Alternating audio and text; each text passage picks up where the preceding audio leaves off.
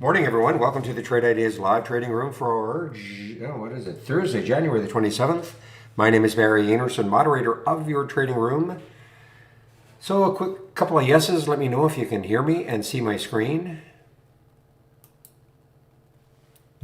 Yes, yes. Okay. Do me a favor, please. If you can just focus on the screen for a moment, kind of take in what the resolution looks like right now. I'm going to do something a little bit different. Tell me if this makes any difference at all. Give it a second. Tell me if it made any difference at all. There are two different resolution settings that I can. Yes, it made a difference. Okay, a difference on the good side or the bad side. I'm going to put the other one up one more time.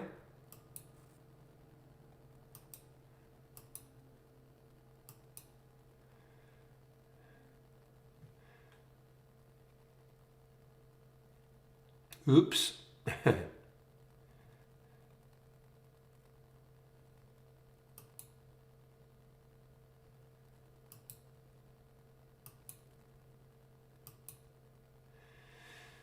You know what? I can't do it. It's giving me this spinning wheel, so I'm going to have to go back to the.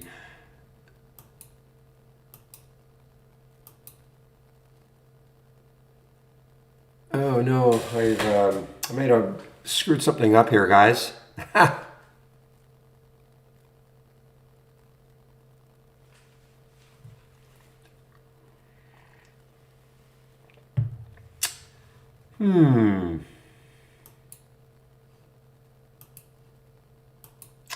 One more time.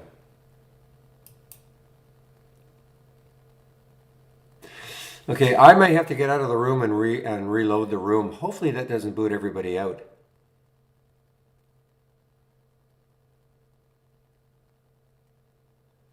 All right, give me a moment.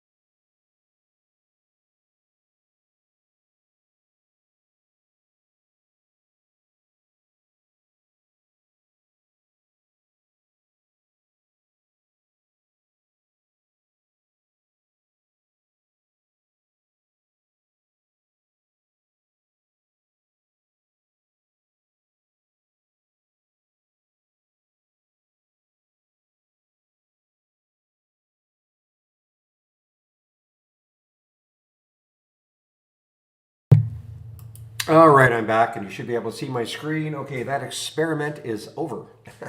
All right, what's happening this morning? So looks like we're going to have another little pop in the SPY in the market this morning to start off with. So what's happening? So a couple ones that I'm really keeping an eye on. Flowers, FLWS. FLWS is an earnings play. Excuse me, is gap down on earnings. There's room underneath for this to keep rolling down. So there is that one, Flowers, FLWS, and also LC, Lending Club, LC. That is gap down on earnings also, and again, room underneath for it to keep moving if it wants to. So a couple of earnings plays, negative earnings plays to keep an eye on.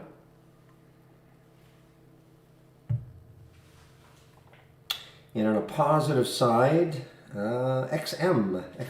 This was one that was nice little trader for a couple of days. XM had earnings today and has gapped up on earnings. ARDS, it's a virus play.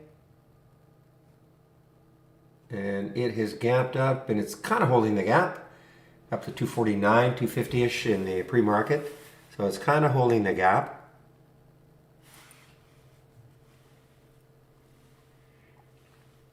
This one is not shortable for me at Interactive Brokers.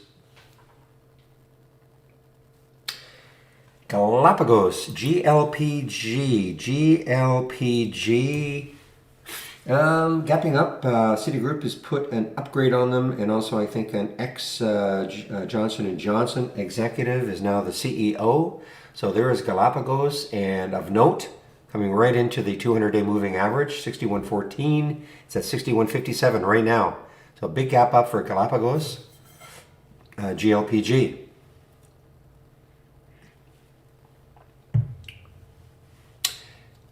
Yeah, Now is an earnings play. It's super expensive, but yeah, put it out. Now is an earnings play. $500 range, yeah. There's a 200-day up here, 589. EPZM is a gap down on a financing. I believe they did the financing at $1.50. So EPZM, a gap down, and now it's below the financing price of $1.50. And an all-time low now. And look what's happening with FAF here. This is a little experiment I'm doing here, guys. I'm going to have a race running all day long, okay, based on my watch list. So just a little experiment.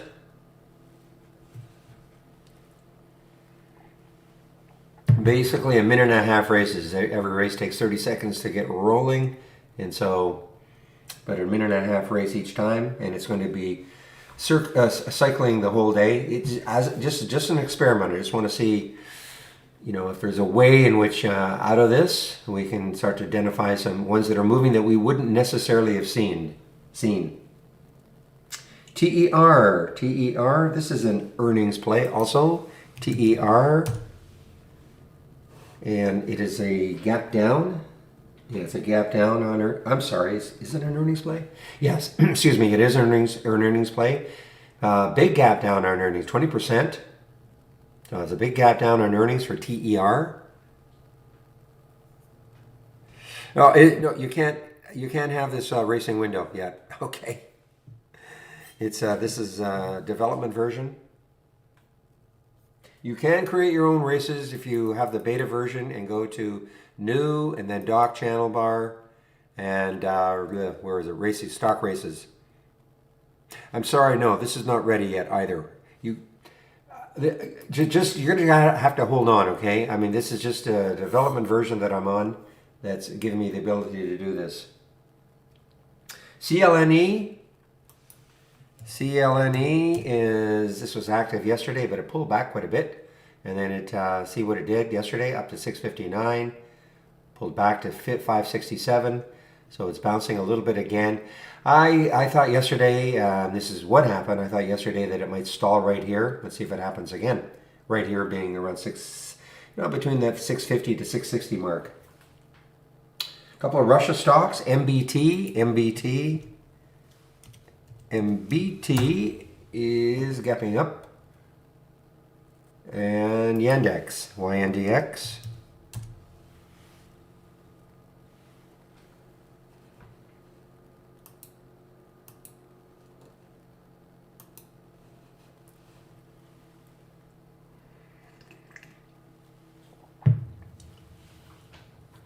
Oh, you're welcome, Tracy. Zyme, Z-Y-M-E, is a gap down, Z-Y-M-E.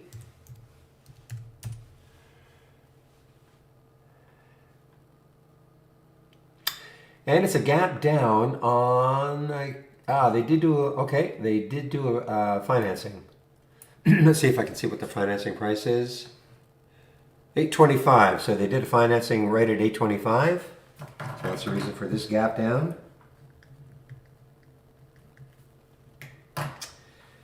And ozone, O-Z-O-N, O-Z-O-N is gapping up. And I'm just scanning headlines to see if I can see any reason. I don't see any specific reason for OZON gapping up, but it's a nice gap up so far. And I'm hearing Flowers continues to make a move down. FLWS. This is an earnings play. It's a big gap down. Look at that daily chart now, really gapping down below.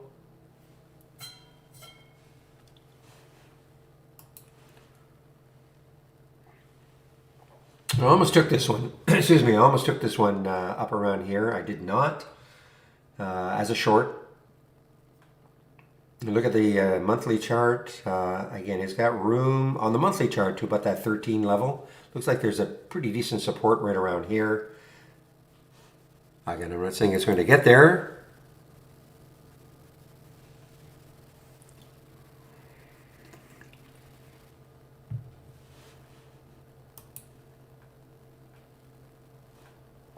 All right, let me go and check to see what sort of upgrades, what sort of downgrades we have from briefing.com this morning.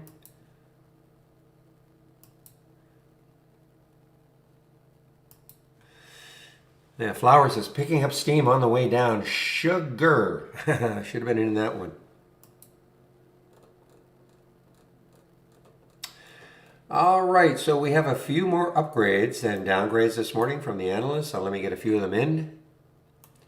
Again, this is from briefing.com, nothing to do with trade ideas.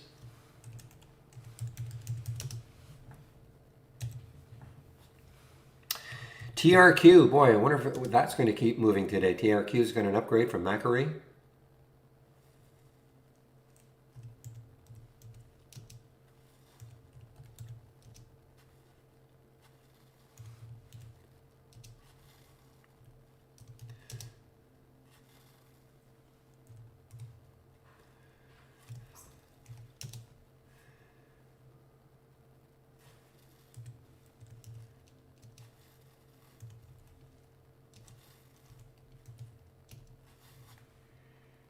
I'm hearing LAZR. LAZR is also moving higher here. LAZR is over 18, or sorry, over 14.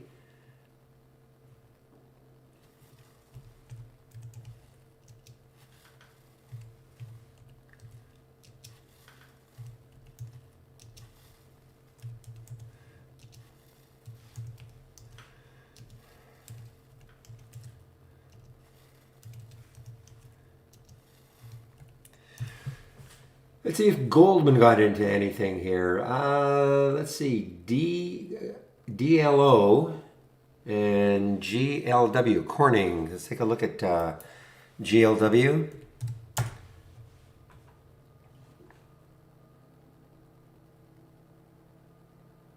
Okay, so GLW, little pop up into the 200, well, yesterday, yeah, into the 200 day.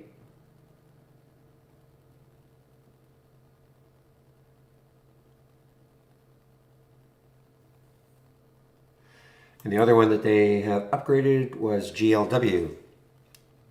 I'm sorry, DLO, sorry, DLO.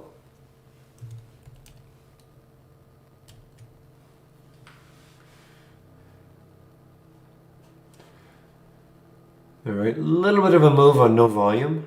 Where are they out of? Uruguay, okay. Now I'll get some of the, yeah, LC, definitely. LC and Flowers, FLWS, those are a couple of really to keep an eye on. Could be all-day faders.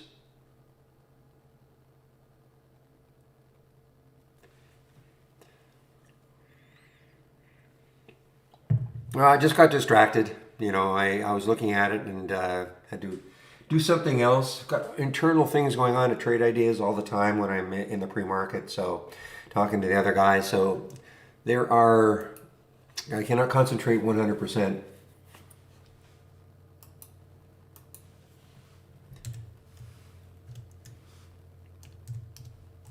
I mean, quite frankly, I cannot concentrate 100% on trading at all. But to do the best I can,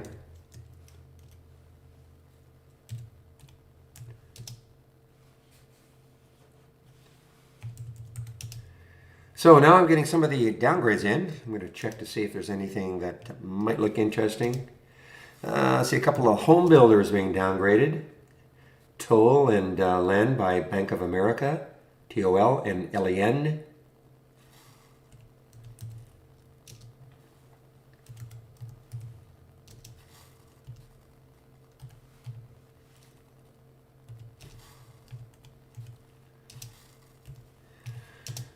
Okay.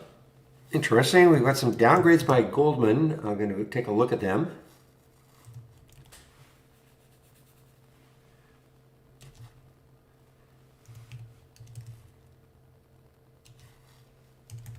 Gato, I wonder what it's doing right now. Downgraded. Still hanging around that 3 mark after the huge drop yesterday. So let's take a look at these Goldman downgrades. We have PAGS, P-A-G-S. See if it's affecting it at all. Not really yet. STNE, Stone. Not yet. And the other one was MT. Let's see if it's been affected at all by a Goldman downgrade. So nothing shaking yet.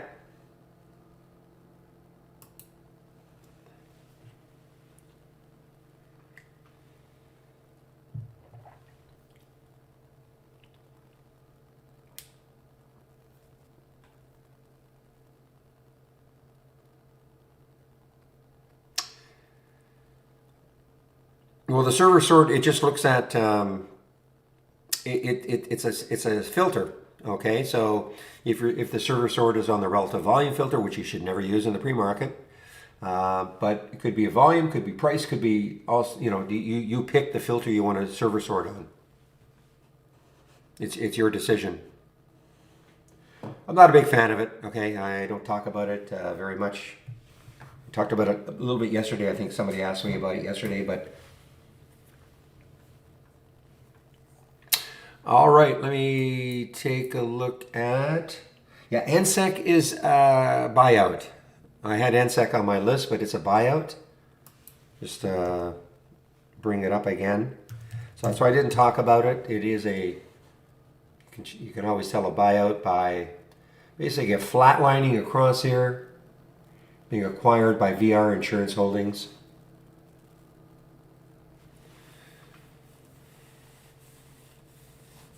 I don't know.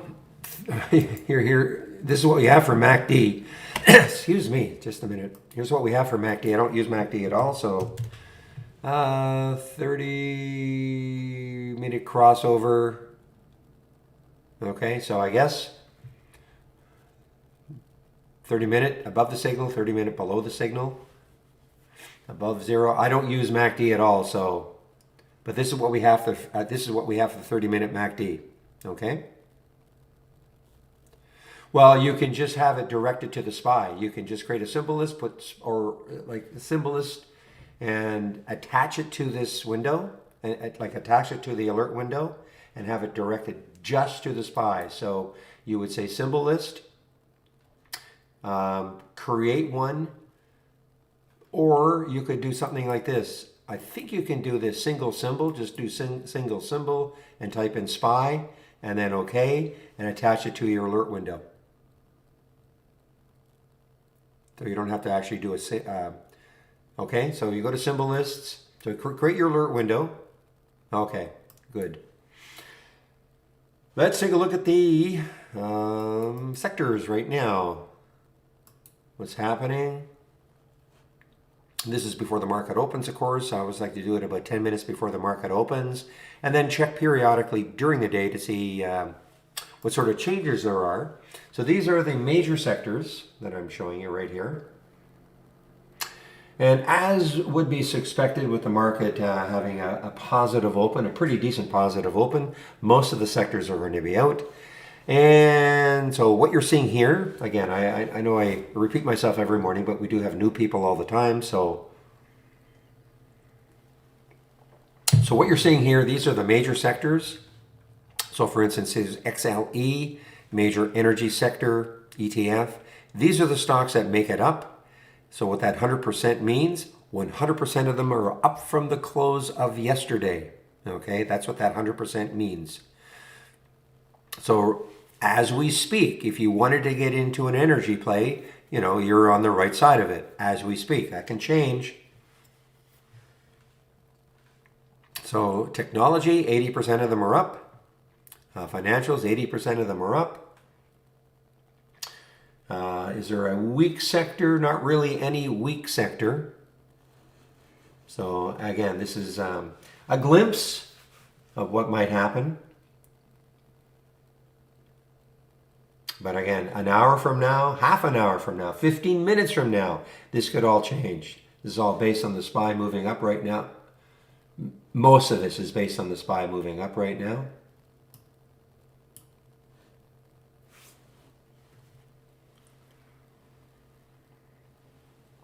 So it's always important to know what sector, your stock is in what sector, and is your sector, are you taking it in the trend of the sector, especially if it is not what we call an alpha stock.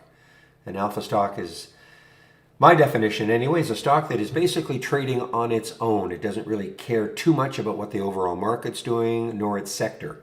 Typically an alpha stock would be like a Flowers, FLWS today. Probably it's not going to look, the market's moving higher. It's moving lower. Why? It released earnings. So, it has news, specific news about it. And that is my definition of an alpha stock, something that has specific news about it. Could be earnings, could be a news release. Sometimes you won't find anything, but it's just moving. Maybe, the Reddit crew have got a hold of it.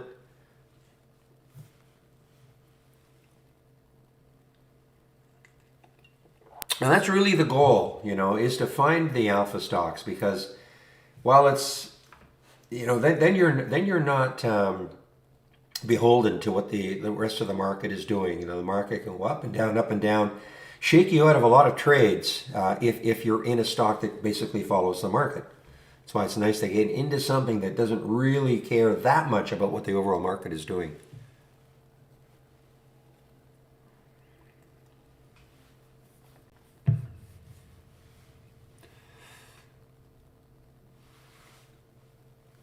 Oh, I don't know what the overall market conditions are going to be because of that. The market was whippy yesterday. FOMC at 2:00, and then the discussion at 2:30. So the market was all over the place. Long term, I don't make any predictions like that. There are tons of people who think this market's going down, but whether that happens or not, being intraday traders, all we really want is some volatility during the day. We don't want the market to flatline. Even the market flatlines, what trade it is, because we're always kind of searching for those little gems that don't really care that much about what the market's doing. But, let's face it, to go long something, it's nicer when the market is at least not going down. All right? But obviously if the market's moving higher, to go long, follow the trend, it's a lot easier. Conversely, when I go short, when the market's dropping, it's just a lot easier.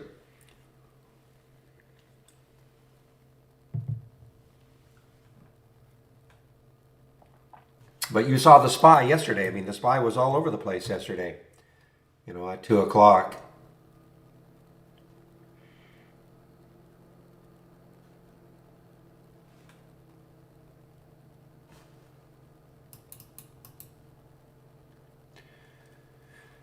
Just get a big chart window of the SPY. You can just sort of see what happened yesterday.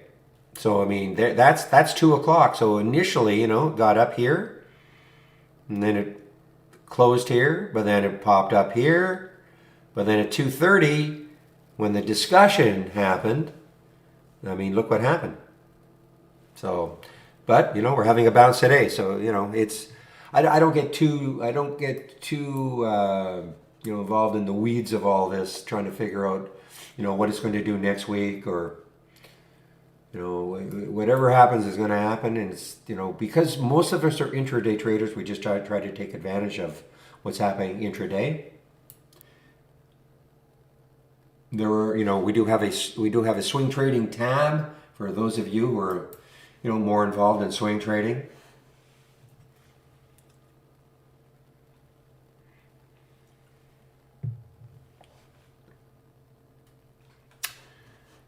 FLWS, oh, kick. And this is just continuing its move down. Wow.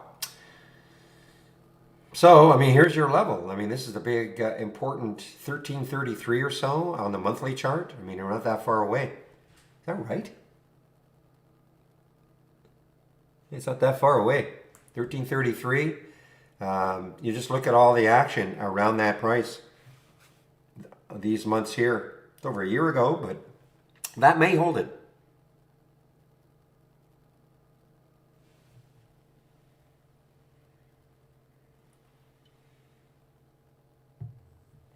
Now, LC is sort of settling down a bit. Maybe that'll give us something to look at as a short. It's sort of settling down a bit. I mean, the flowers just kept moving down. But the LC,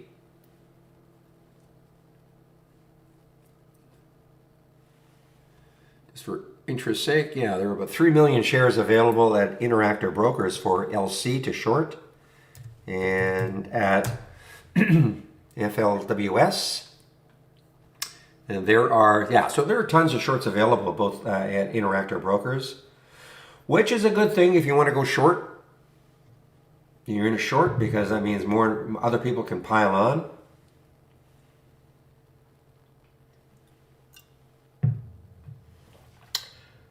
All right, what time is it? 9:28. Okay, just give me one moment, please.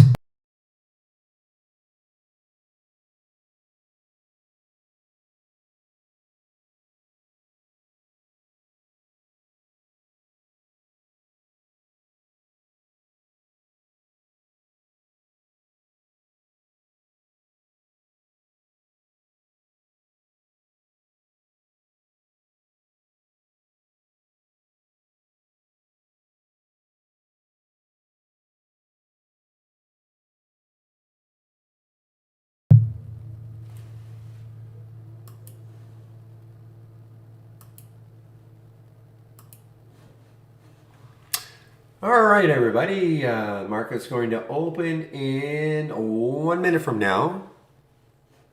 Sorry, William, I beat you to it.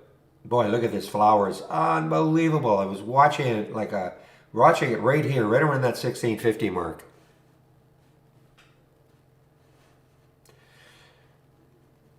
That is by far. So tomorrow, see, we're in earnings season, and I look at this. I don't even know what tier I would attach this to.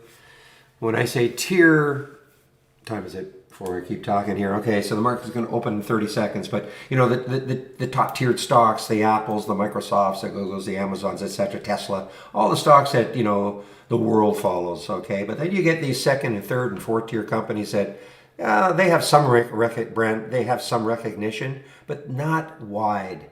And these are the ones I love. Look at this. I mean, they have earnings and it's just a shock, and I mean that's a big drop. And we're in for this for the next 3 weeks to a month with these earnings plays. All right, everybody, we're now open. So typically I do not trade in the first 15 minutes. So I'm going to let the market kind of settle down a bit.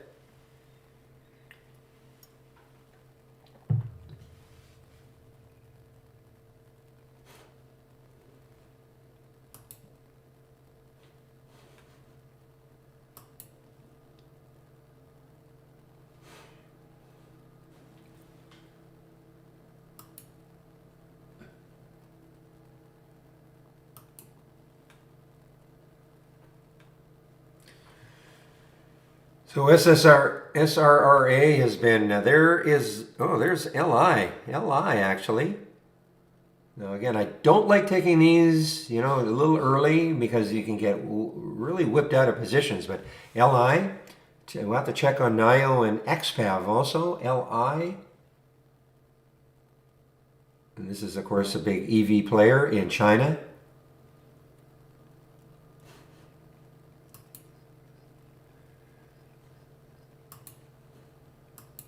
Barry was on mute. I don't know why the sound toggle went off. Okay. I was on mute. Sorry about that.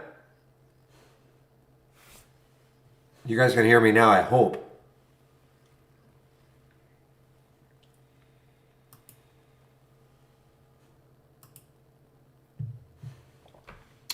So anyway, I'm just talking about, so we've got some early ones already. Now, LC, 1689, 1689. Okay, my goal would be for this one to get back down to underneath 17. I'm going to stick an alert right about here. But you see how whippy, even this one. You know, you get an alert. That's why I do not like trading in the first 15 minutes even, but certainly not right off the bat. 1689 is right back up to 1636. Easy to get bounced out of a trade. Easy.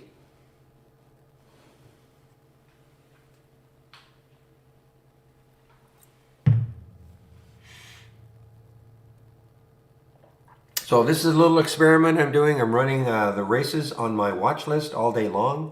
It's just going to repeat all day long. New race starting every 2 minutes. You can't have this. This is just a real experiment to see, you know what, if we can find something, you know, based on these races.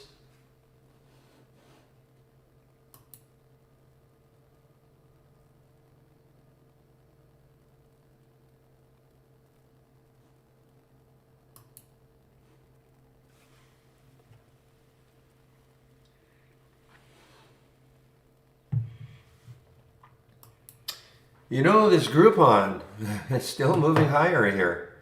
GRPN from yesterday, look at that. That's a beautiful breakout here. And it's almost at the high of yesterday.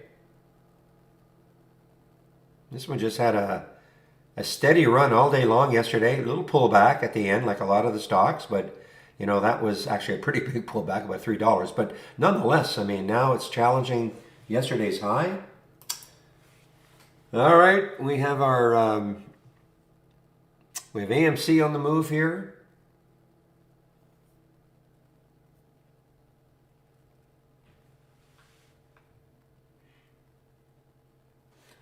I'm going to check on ARDS here just for fun to see what's happening with ARDS. Yeah, because there's the move.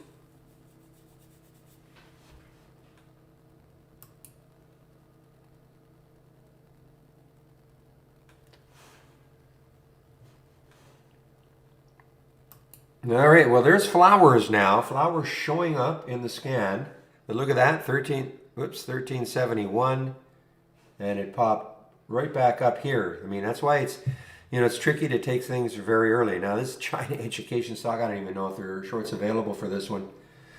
I saw EDU also, China education stock, just absolutely crushed from months ago.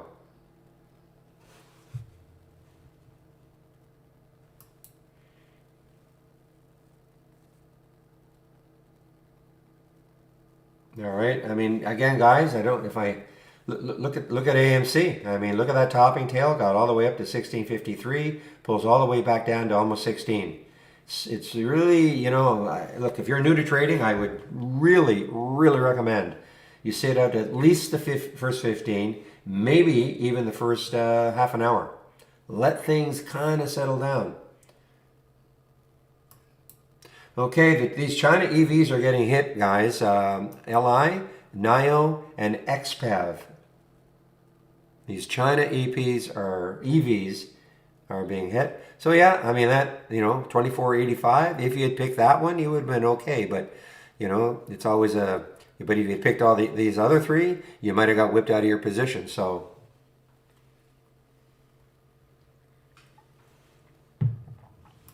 Intel, is this an earnings play? Intel, INTC? Yeah, it's an earnings play. Intel even being hit here.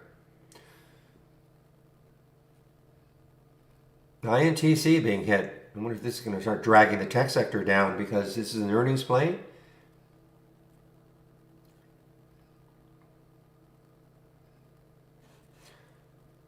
Then another EV play, Lucid, LCID. It is moving down. The low of 2 months ago was 33.02, so it's below that. The next low, wow, the next low looking down here is $22.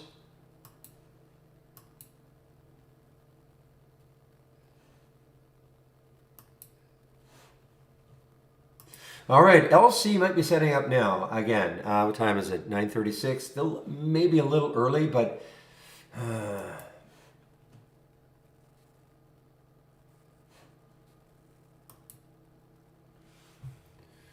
I'm watching LC how well it holds under 13. I wish under 17 right now.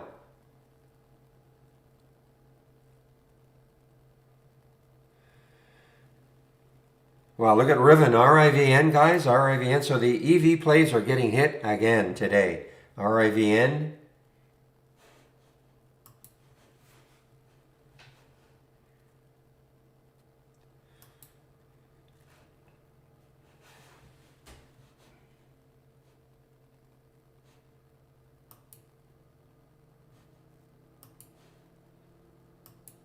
XM is an earnings play. On the move here, XM, an earnings play. Again, it's early.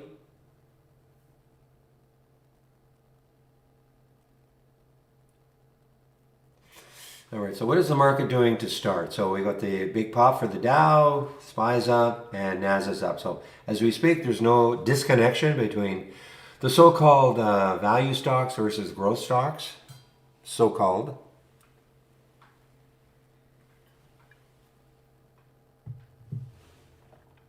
Levi is an earnings play. I was going to mention it, but usually doesn't. It's not super active. But hey, look at this. Levi is an earnings play. LEVI. It's actually kind of interesting. It's a big. It's not a big float. I thought it was a bigger float than that. Well, these China EV plays. I mean, right now they're the ones. I mean, they're just getting kicked. NIO, LI. Is that what's LI doing right now? 2485 was the alert.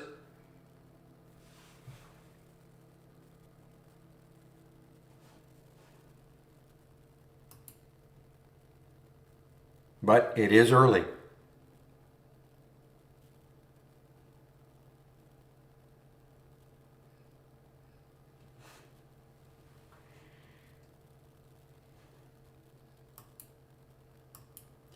Intel continues its move down. INTC, this is a big gap down on earnings.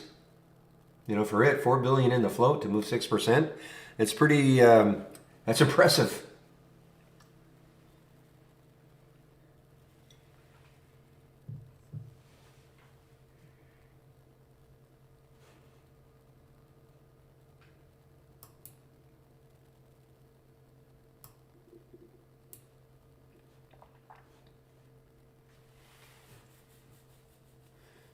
And nothing will happen in these two windows until 9:45 at least. And that's on purpose. That's a delay I put on.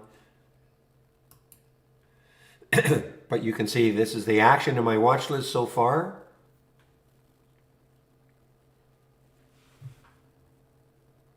Wow, Gato underneath 3 now. Whew.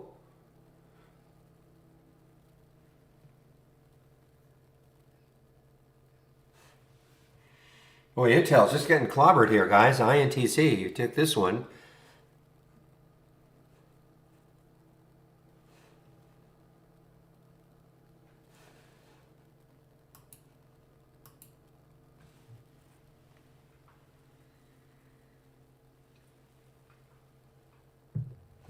Checking that first 15-minute candle for the SPY.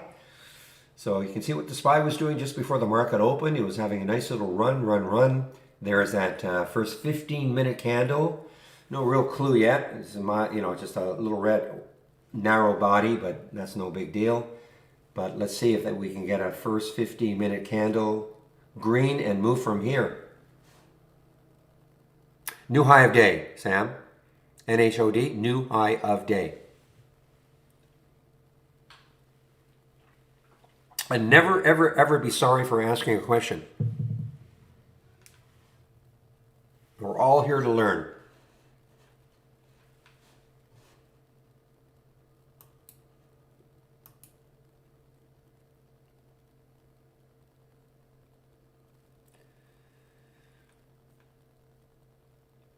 Okay, my alerts have just dried up. Not hearing anything right now.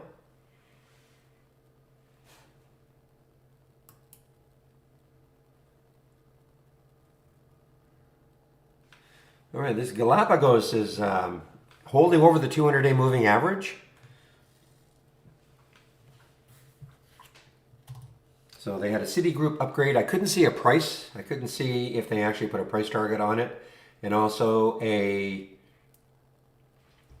Johnson & Johnson exec was appointed, and ex-Johnson, and obviously appointed as CEO. So that's good. That's well, I mean, that's a big pop. 16%. I remember these days for Galapagos, way up almost to $300, $277 back in Feb. Actually, that was during the pandemic. Just around the pandemic.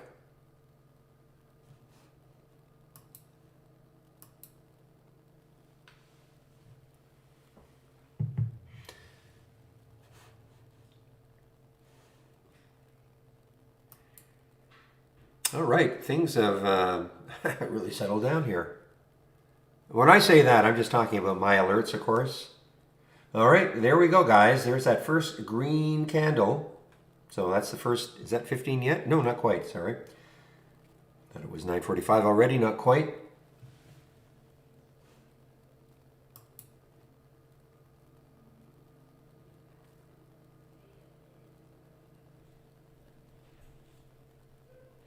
All right, so here we have NIO. I bet you LI looks the same. A couple of bottoming tails here that may signify some kind of a bounce. I mean, it's already bounced, but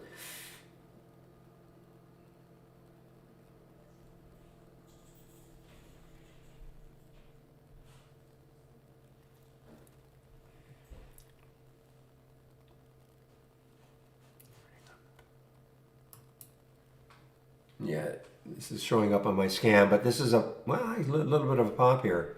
NSEC. Is it? Yeah, actually, it's a pretty big pop. It's about 50 cents. Wow, this is even moving. Okay, this is a buyout. So, I don't know. This is a private company, I believe. VR Insurance acquiring the acquisition of a company. So this is popping. It's a buyout. Usually when you see this action, it flatlines for the most of the day, and it's not too exciting. But for whatever reason, it's starting to move a bit.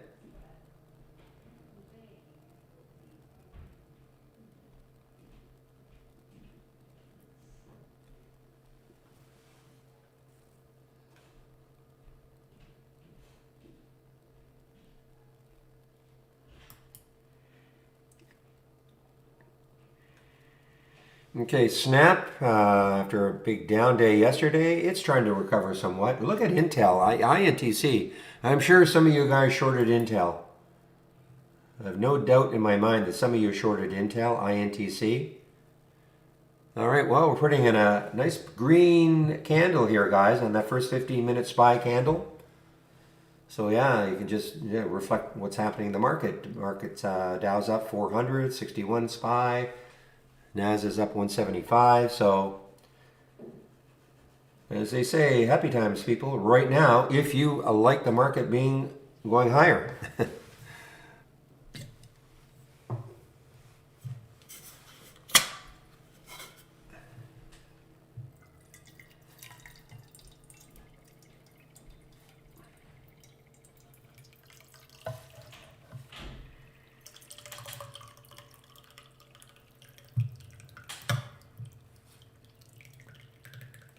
The last bit of coffee.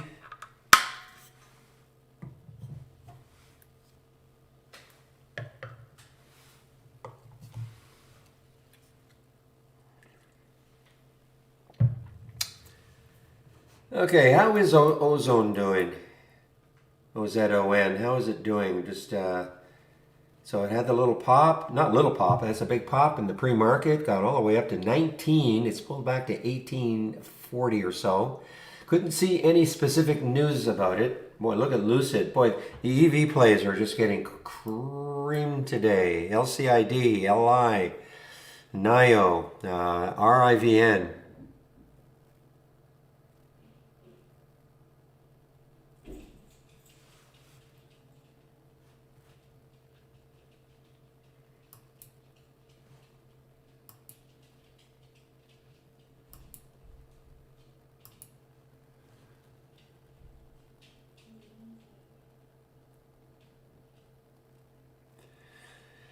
All right, first 15 minutes in the books.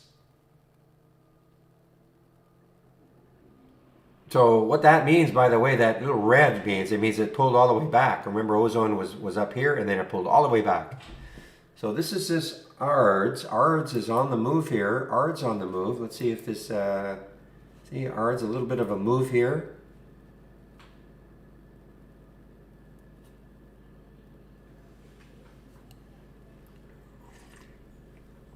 Again, this is a kind of a prototype, okay, that I'm just kind of testing today. What this is doing is taking my top list that is attached to these windows. You get the alerts here, but it runs a race all day long, kind of telling you what it's doing at the moment.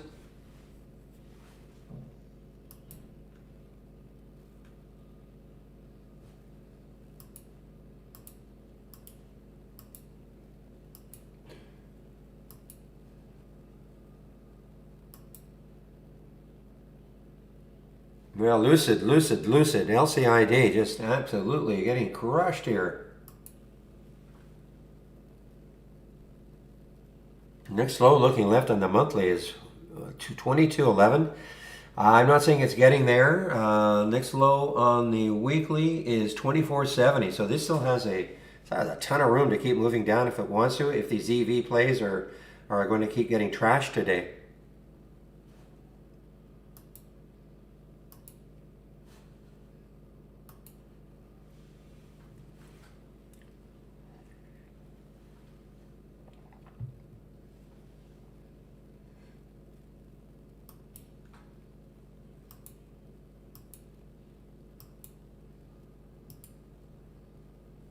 Wow is right. Yeah. We're getting a lot of wows right now, Zach. I know Zach knows what I'm talking about, and that's lucid. LCID.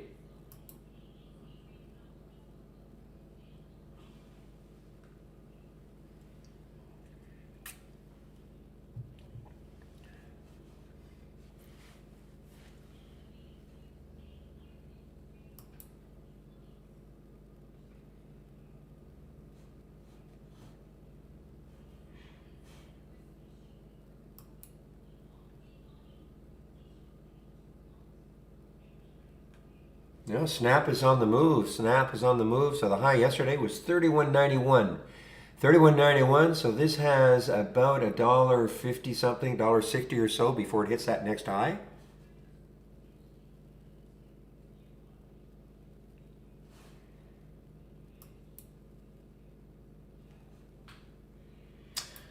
All right, as we saw in the pre-market, every single energy play was up, and Oxy, I believe, makes up that ETF for energy. So Oxy is on the move. It has been, well, it was on the move, you know, when energy was doing all this. Then we had the 3 days, and now here we go. Oxy on the move, OXY.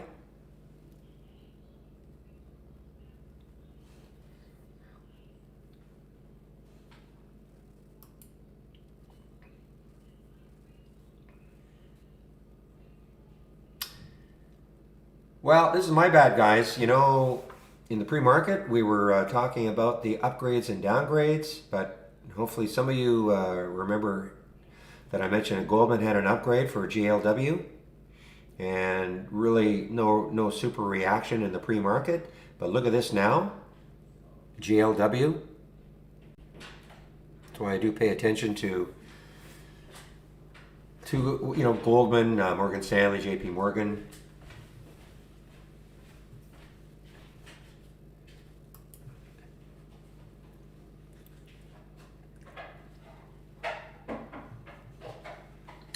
What was the other one? Was it DLO? DLO, I think, was the other one that they upgraded.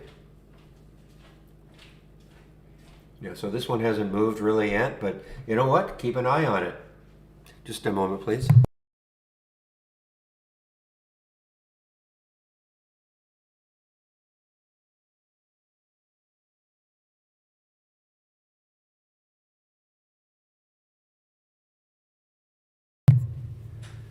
So keep an eye on DLO guys. I mean, it's not really doing too much yet, but you know, Goldman did put an upgrade on it. Let me make sure of that. Yeah, Goldman put an upgrade on DLO. So, just maybe put a price alert somewhere. I mean, it's doing nothing right now, but the high yesterday was 28.45. So, I mean, if it 65, if it wants to run at some point, it's got room.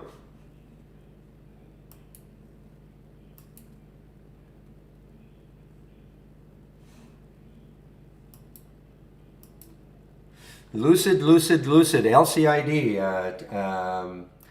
Another attempt at the 31 mark, guys. There it is. There it is.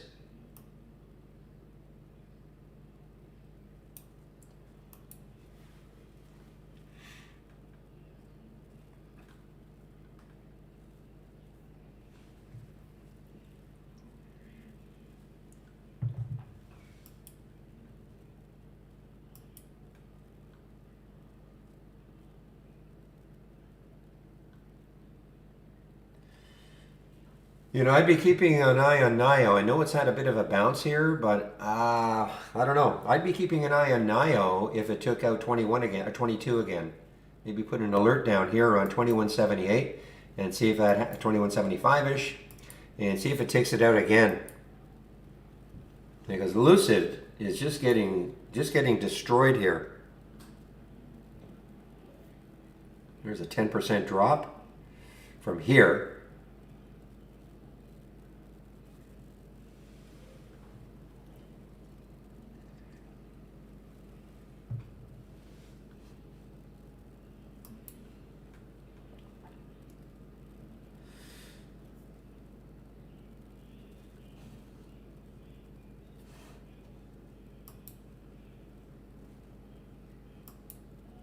Levi, guys, Levi.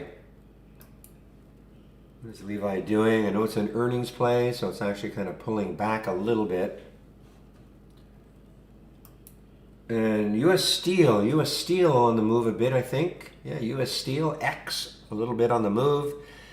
Let's see, the next high looking left is 1978, so, it may not have enough room. If it can get through 1978 and the 20 level, boy, maybe you can start attacking this area. Maybe.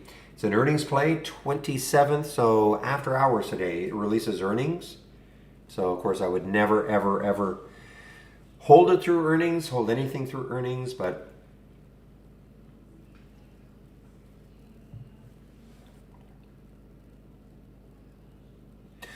I think the thing about the higher time frame, it's just obviously it's more of a confirmation. The problem is, of course, you'll get those crosses on the 2 minute earlier than the five earlier than the 15.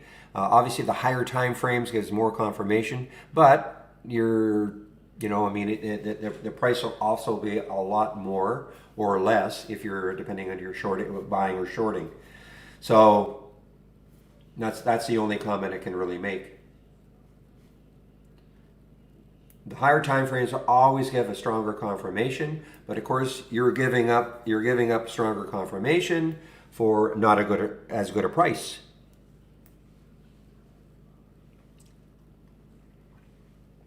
But the lower confirmation, you get the confirmation, but it can whip around there and take you out of position. So, it's all the mindset really.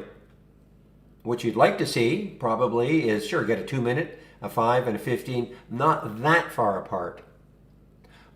And if they are, relatively far apart, me, okay, if I got it on the 15, I'd be just looking underneath, okay, how much further can it go? So it's just more conservative. Look at Huya, Huyya. Huyya on the move here.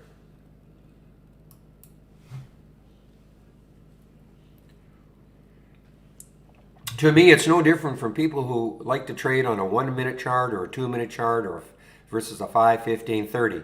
Yeah, you can get early entries, but you can get whipped out quicker too. If you catch on a 1 minute chart and it runs for you, yeah, it's gold, right? But you can get whipped out on a 1 minute chart or a 2 minute chart. That's why I've got a 2 minute chart up here. I don't really look at it that much, but my my real go-to, some people ask me this all the time, if I could only choose one intraday chart, it'd be the 15. If I could only have one. That's just me. This is not a recommendation or anything. There's no right or wrong. The right is if it works for you, okay? The wrong is if it's not working for you, don't do it anymore.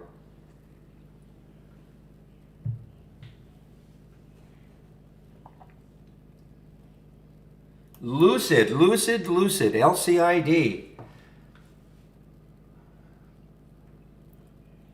I mean, guys, this has got a ton of room underneath here. I mean, again, I don't mean it's going to get here. I have no idea. You could stop right now, and put on $10, but I mean, it's not going to do that. But, this is just a big, this is what you look for. You look for stocks that, well, if you're going short, that have really no support.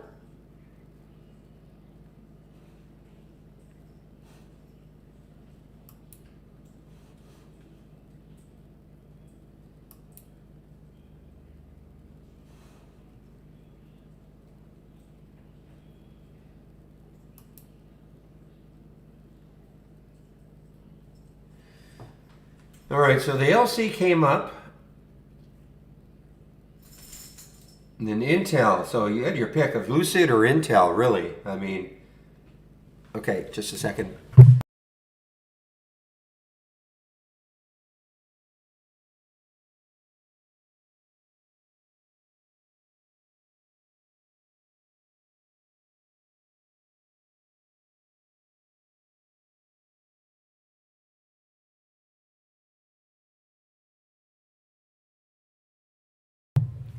And we have our first halt of the day. INDO, first halt of the day. And this one, wow, okay, let's take, I don't know this one at all. Indonesian Energy Core, don't know this one at all. Look at DraftKings, guys. DraftKings on the move here. DraftKings, DKNG. But anyway, this one just got halted, and there's the 200-day moving average looming above it. I don't think I've ever seen this one before. So 1.57 million in the float. This may have been a SPAC that turned into this. Just based on the price, around $10. It looks like it started trading here. So let's just take a quick look to see what it could open at. Again, this is Interactive Brokers. Nothing to do with trade ideas. So there's the halt at 437. So 437, 453. Yeah, maybe this is more likely, but there's no real clue. When you see the halt price and then you see the bid ask basically the same, there's really no clue. And by a clue, I mean sometimes you'll see a halt at, say, using this one as an example, 437, and you look over here and it's projecting maybe like a 470, 480 open. Which, of course, if you're in this one before the halt, you love that. But usually these halts are 5 minutes, and these prices will change. It's not written in stone. Ooh, now I can't find that. Where are you? There you are. Ah.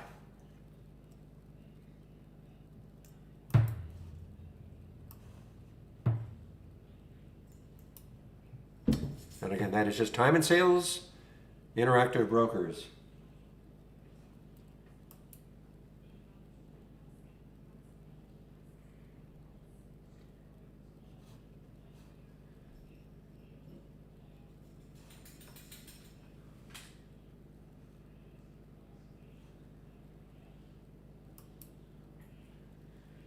This one was a great short yesterday. I took late. Look at this, MTR. It broke down through 10 yesterday. And all-time low now, MTTR, all-time low now.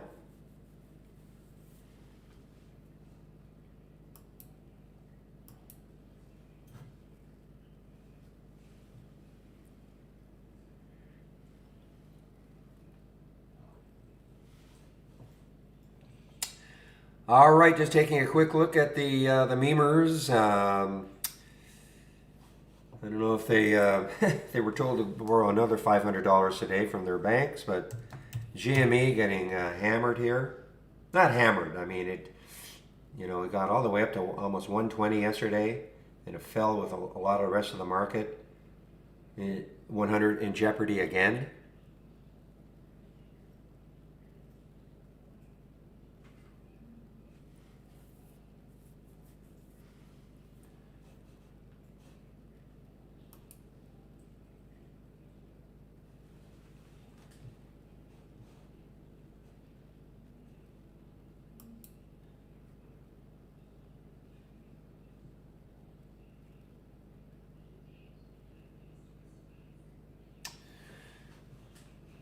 And we have another halt. SVFD just got halted. Save Foods. Sure, why not? Save Foods just got halted. Israeli stock. Not very much volume yet.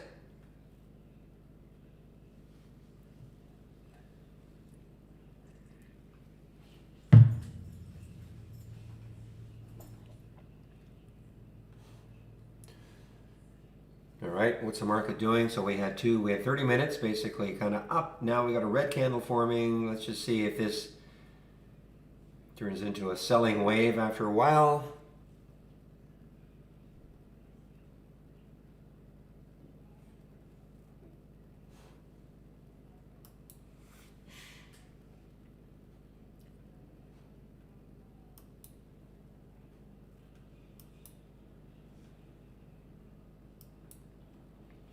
Yeah, choppy, choppy, choppy.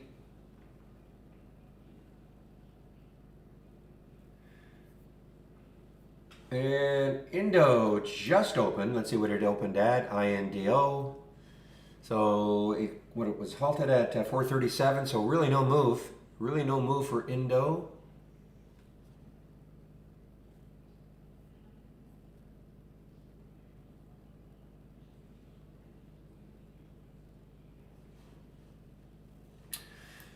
Yeah, Mattel.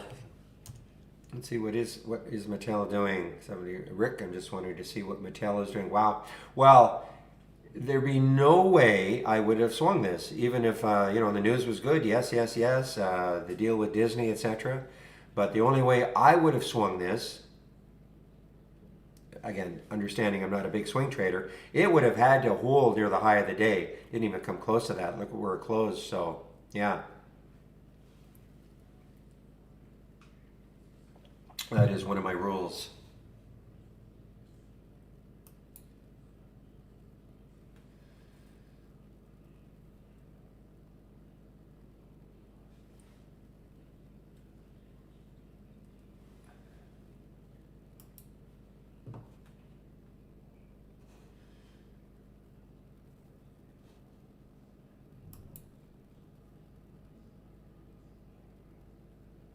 All right, I'm going to keep an eye on this one. This can I short it? Yes. Okay. SHLS. When I say that, I'm just looking to see in my broker, Interactive Brokers, if there are shorts available. Tons of them, almost 1.8 million. So tons of shorts available. I'm going to take a look at this. I mean, it's not on an all-time low now. When it was down here, I guess it was. I'm going to take a look at this. If it gets back down to that 14 level for SHLS. And from there, I want to see if it can break down through that whole number of 14 and just continue down. So I'll just wait to see if it happens.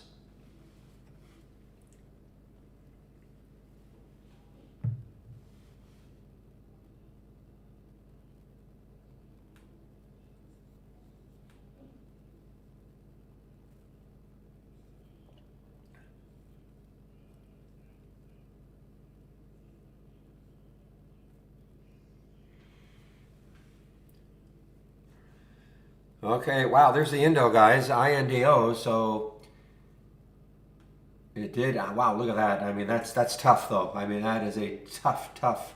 I mean, it in a heartbeat. It went from 391 all the way up to 547. Pulled back. INDO. No clue that was going to happen. Not on that red candle there. Very whippy. And again, that's indicative of a low float, 1.5 million in the float. That's why that sort of thing can happen. If you're unfamiliar with the float, this is the number of shares available for trading, 1.5 million. That is super low, super low. Okay. Personally, I think anything under 20 million is a low float situation. Okay, but again, it all depends on what you're used to trading. If you're used to trading Facebook or these things, these companies that have billions of shares in the float, 100 million will seem low to you. So it's all related to how many, what you're used to trading. But 1.5 million is very low. So you can see it's already traded 900, almost 1 million shares have traded. Remember when it got halted? It was halted at 105,000 shares. I mean, that was, I'm sorry, yeah, 105,000 shares. Now look at it, 1 million shares.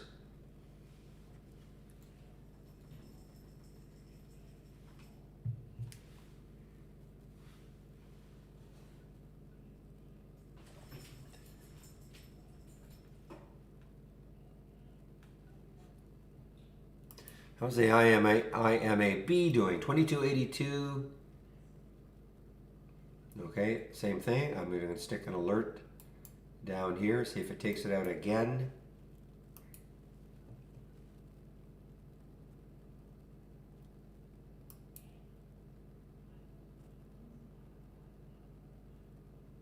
It is pretty whippy, guys, this OZON. I mean, just, from 1830 to 1870. So the trigger was at 1861, or the alert was at 1861. What's the spread like? Actually, the spread isn't bad. 4 cents, 1874, 1878. But is it settled down enough?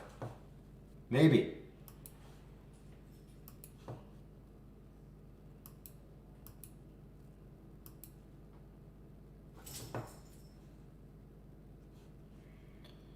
What was the high in the pre-market? The high in the pre-market was just over 1910, I think, 1904. Takes out that 19. I'm going to stick an alert up here, see if it takes out that pre-market high and runs from there.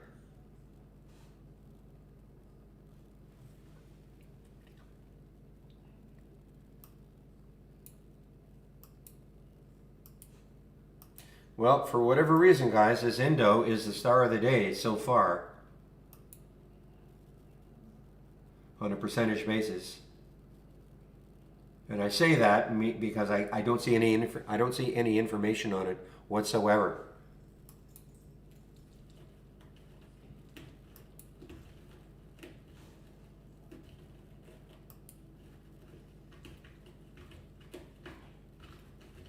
All right, guys, this SHLS is getting interesting. Underneath 14, this could turn into a really interesting short.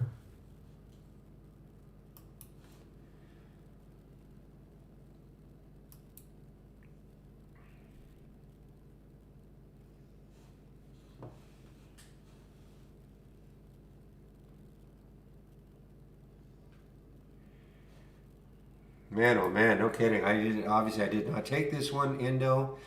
No clue this was going to happen. No, I mean, it was halted here, and that was the first reaction, no big deal. But it's halted again now. So, maybe the Reddit crew or somebody's got a hold of this one.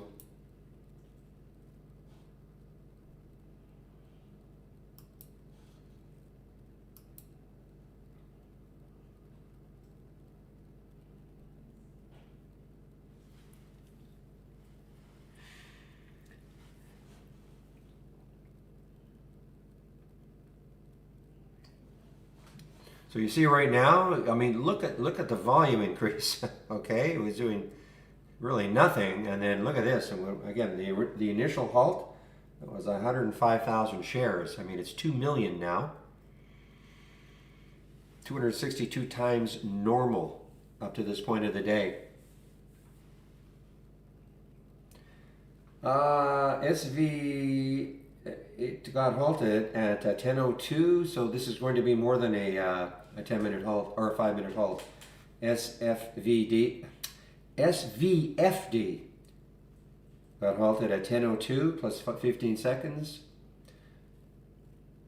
And another one just got halted, IMMP. So you might be right, Zach. Some of these small little petroleum plays.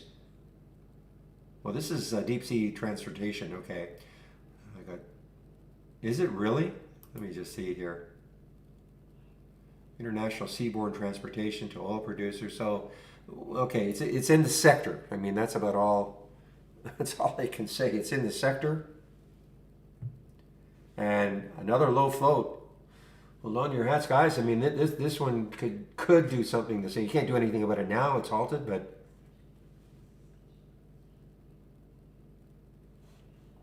And okay, SVFD just unhalted, just resumed.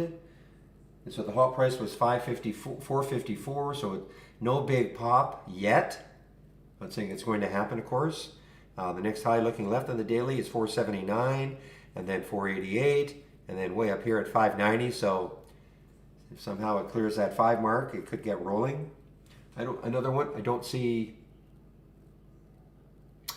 There was some news, okay? Safe Food sets its sight on the berry industry after trial shows dramatic reduction in waste. Okay, so there actually was some news regarding this company. Again, whether it's enough to propel it upwards.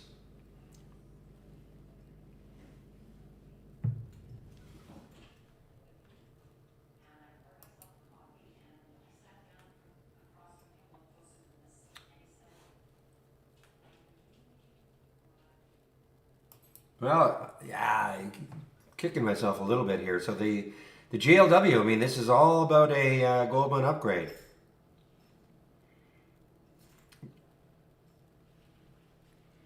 And you know what? I think there's some other upgrades here. Yeah, Barclays is also, so Barclays also upgraded this one.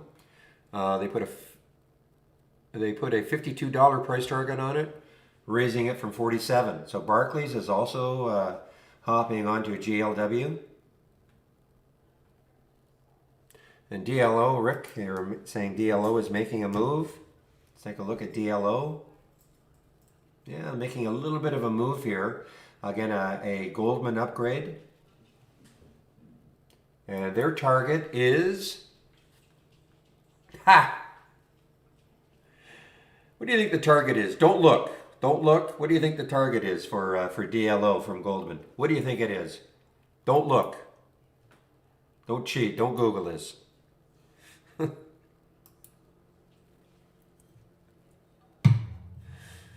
You know what? You're actually in the ballpark. When I say the ballpark, I mean based on the fact that it's a $22 stock. $1 million, yes. Funny. No, it's $55. $55 price target.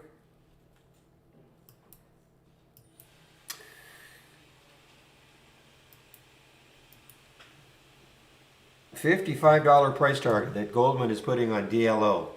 Okay?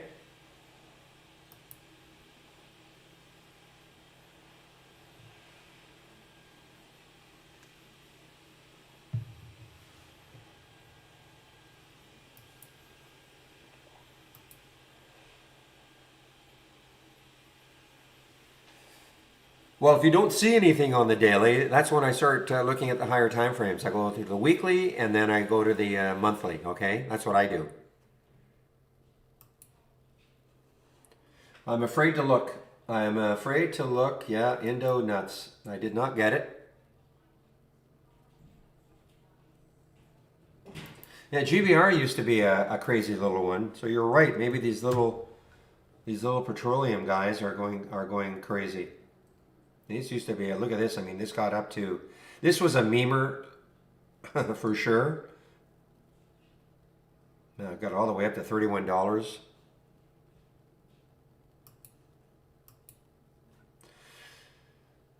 So yeah, that's the exercise. So the quick exercise is just, quickly look at the daily. You don't see anything. Okay, guys, one trade for me today, that's it. Yeah, but it's working out nicely, so.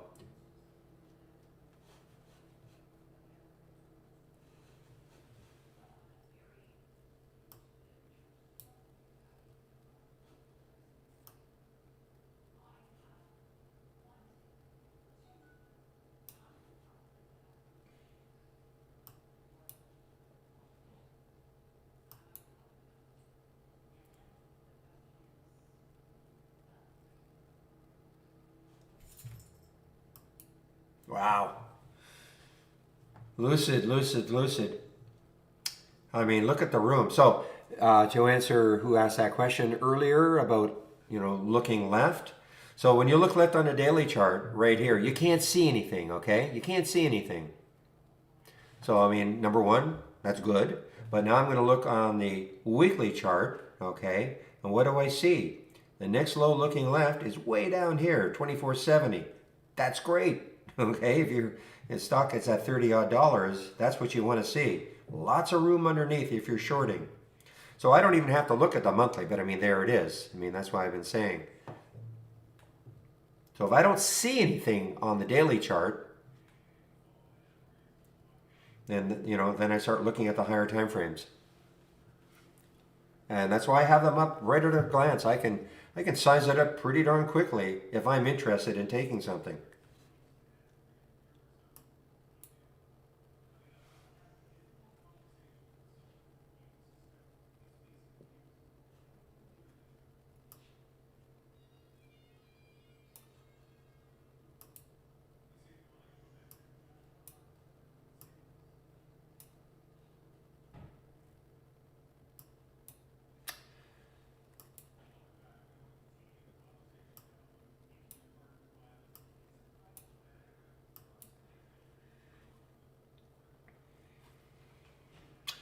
So this Russia stock is making a move down now, guys. YNDX, it had a nice pop in the pre-market. My guess is that MBT might be doing the same thing. MBT might be doing the same thing. The answer is yes. So Yandex, a couple of Russian stocks, Yandex at YNDX and MBT.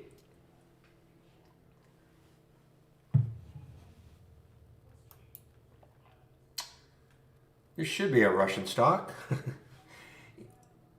Ivan. So this, wow, look at this. Look at this, just getting crushed here.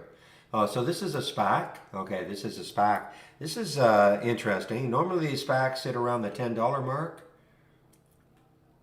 for the longest time until, they usually say, okay, this is who we're looking to merge with.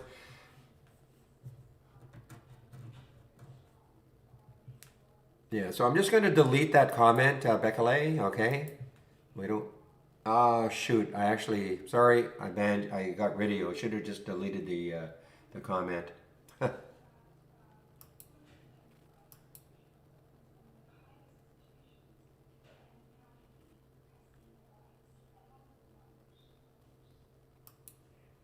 Yeah, so we don't talk about stocks going to the moon or...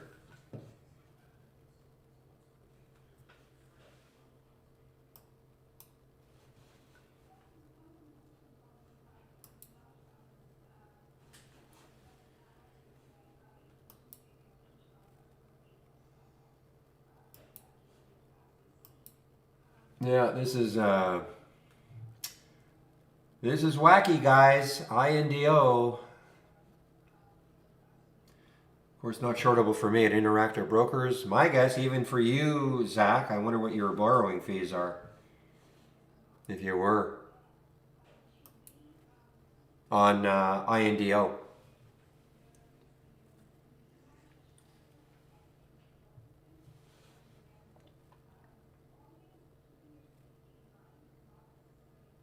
Hard to find shares even, so there you go. So consequently, there's even like a barometer.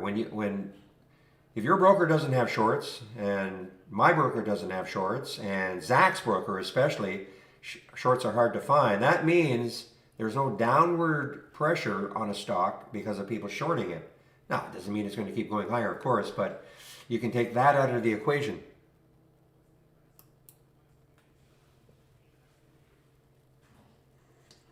We think we'll talk about Bre-X tomorrow? I don't know. Depends how quiet it is. If you remind me if it's really quiet. Now look at Navi, guys, go. Navi. So this is interesting on this little race. What is it doing? Yeah, a little drawing our attention to it at least.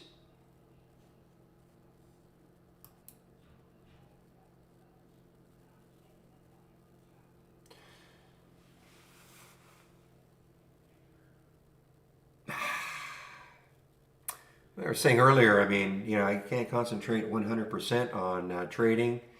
But look at this, you know, there's no excuse for you guys. I mentioned this one, IMAB. If it took out 23 again, you see my price alert happened right there. And now it's at 22.46.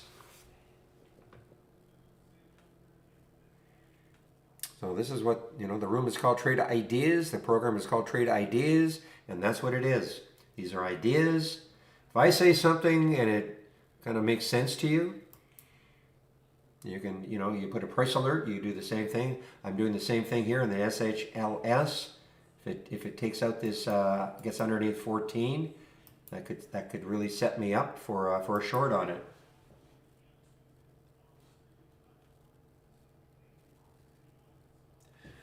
Whoa, look at those memers. What's happening with the market? Well, the market is not dragging those down. GameStop, GME hit right at 100 now, and AMC.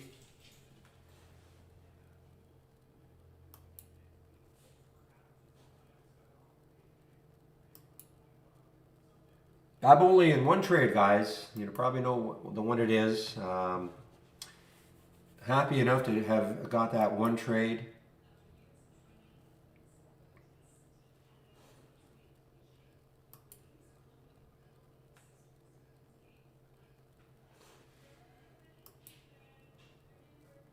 Yeah, nice to see. It's interesting. So my guess is that the technology stocks or the semis, certainly they must be falling. Well, like Intel. Obviously, Intel dragging this down. So because this is the 3 times bull, okay, and it's sinking.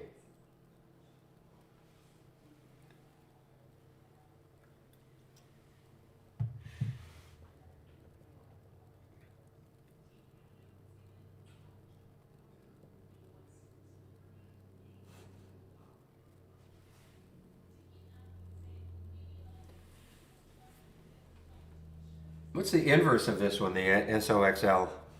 You know, I don't trade ETFs, but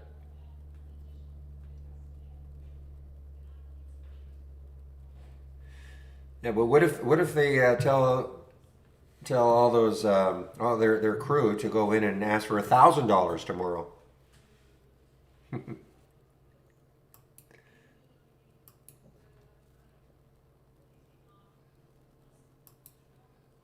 Is it SOX? Let me just take a look. If SOX is going up, you'll know. Yeah, there you go. Thank you. So yeah, look at this. So you want to bet against, you know, the semis. This is an ETF you buy, and it'll move higher as long as the semis are continuing to move down. They're maxed out now. Okay. But obviously, Intel is a big drag on the semis.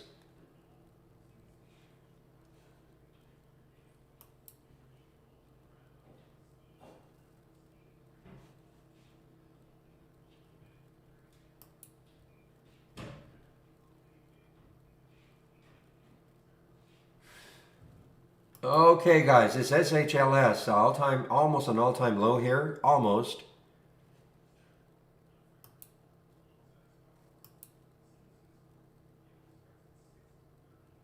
Just watching to see how well it holds under this 14. Nothing obviously is holding it up at an all-time low. Holding it up meaning there's nothing on a chart, of course, because nothing but clear space underneath it. And look at the market now. Market putting in a red bar.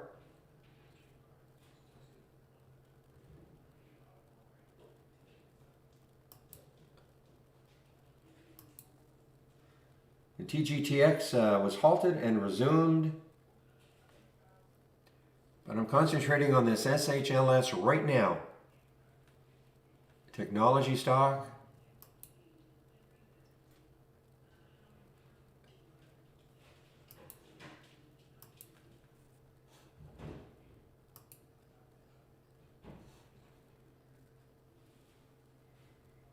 TGTX, so we got halted on the way down, I guess. Sorry guys, I'm really concentrating on SHLS. I'm looking at this right now. 1390, 1394, hanging tough underneath that 14.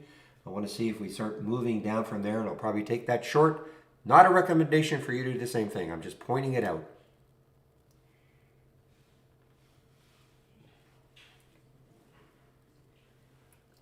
Should be no problem getting the short.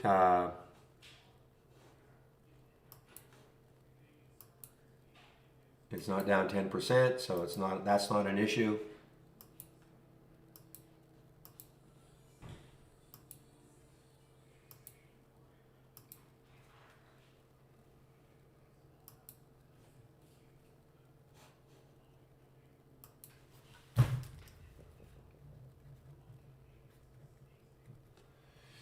All right, let's see if it does it. Pretty tight stop on it, obviously, the whole number stops. So let's see if it works. I'll know pretty soon. Wow, look at Lucid. Ho ho. Guys, I mean, if you've been in the room long enough, you know this is exactly what I look for. I mean, look at all the room underneath. You know, look at that.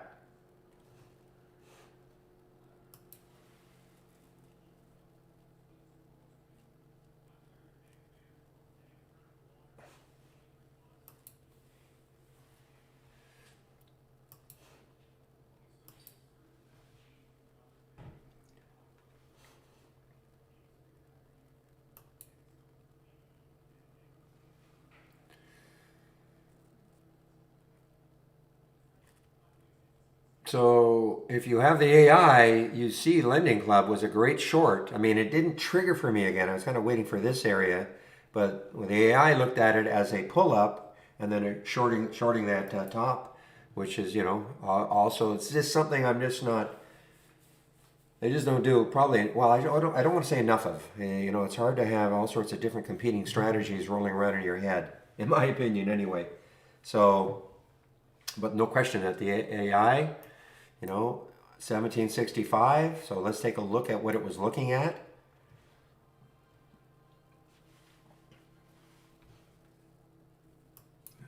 So this is what it was looking at, that move up and shorting this top and coming down.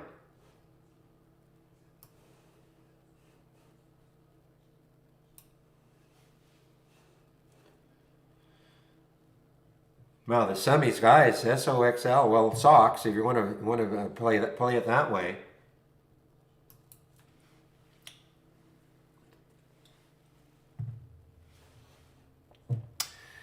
Man, it's 10:30 already. What a fast morning. Lots of excitement. So if you're new to the room, welcome to the room. I'm going to keep my spiel a little bit shorter today. If you're new to the room, welcome to the room. This is the format. Between 8 a.m. and 3:30 p.m. Eastern Time, sharing my screen, live on the mic.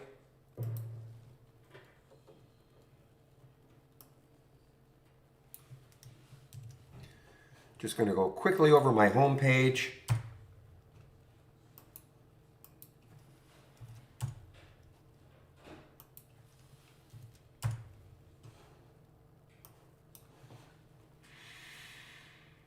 All right, on my homepage, lots of information. Click on that link in the main room. My homepage tab is here. Okay, click on the homepage and there's the link that I posted. I'm going to click on it. Just quickly show you how you can take out a subscription to Trade Ideas right now. Barry for Alpha, 15% off. There's a promo code you can use. You click on Get Trade Ideas, 4 plans, annual, monthly, premium, standard. Take 15% off these prices, okay? But you don't have to go annual. You want to go monthly, that's fine. 118, 228. Take 15% off the first month only, all right? First month only. If you maintain a monthly subscription, this is what you'll pay going forward. The big difference between premium and standard is the AI. I'll go over that in a bit. On my homepage, 3 free sections. You get the trade of the week. It's sent to you before the market opens every Monday morning.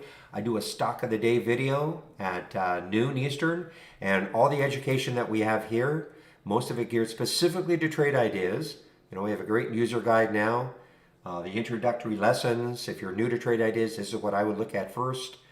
Daily support sessions. Today is, what is the day today? Wednesday. No, Thursday. My goodness, Thursday. Yes. I take a break at noon. One of the other traders takes over in our YouTube room between 12 and 1. Today, being Thursday, it should be Jamie. I'll confirm that. And before I take my break, I'll put the YouTube link into the room if you want to head over there. Also, Chris Farley is always there Monday to Friday between 3:30 and 4:30. And daily webinars. Sign up for them all right here. There is one today. Next week we're on the Monday, Wednesday. This week we're Tuesday, Thursday, but you can sign up for them all right here. And if you're new to trading, take a look at this. Okay, it starts off with what is a stock. So I really encourage you to take a look at this if you are brand new to trading. A lot of information on my homepage, including my scans that I'm sharing. A lot of scans that I'm sharing. You can take a look at them. So, a lot of information in these 2 sections. My advice, save my link. Lucid, oh brother. Save my link, and then you can take a look at these anytime you want.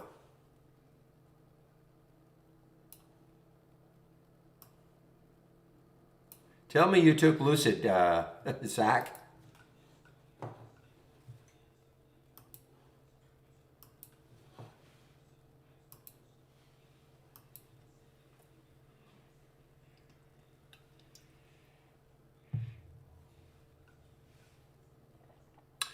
No Lucid at E-Trade, really?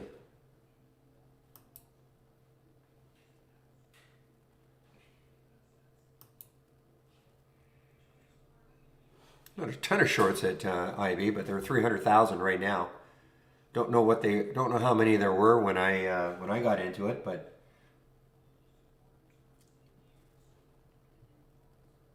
and again, guys, this is modified from Zach's that he gave us a few weeks ago, but this is the don't repeat version of the breaking down in volume. You can see the first alert for Lucid was at 32.40. So I didn't get in right at 32.40, but I broke a minor rule, not wanting to take trades in the first 15. What convinced me was the incredible gap underneath.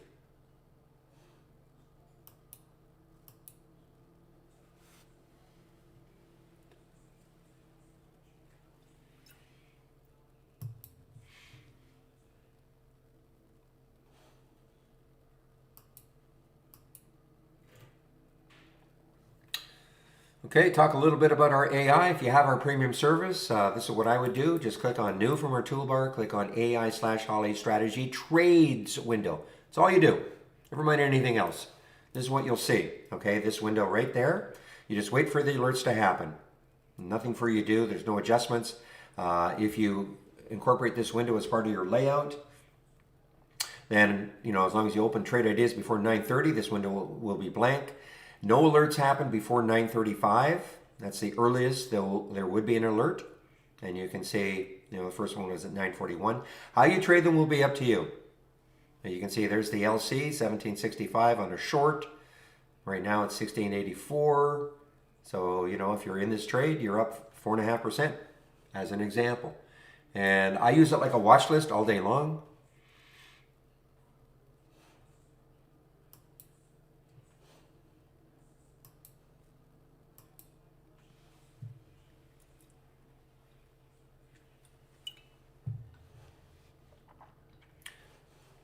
And last, I'm just going to put the link for Brokerage Plus, demonstrate how you can use it.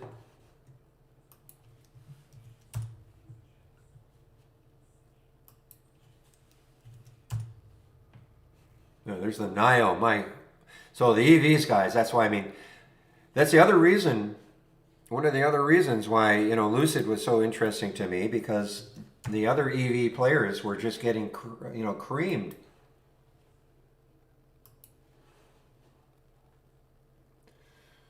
So again, I'll say it again. If you won't short stocks, you're probably sitting on the sidelines.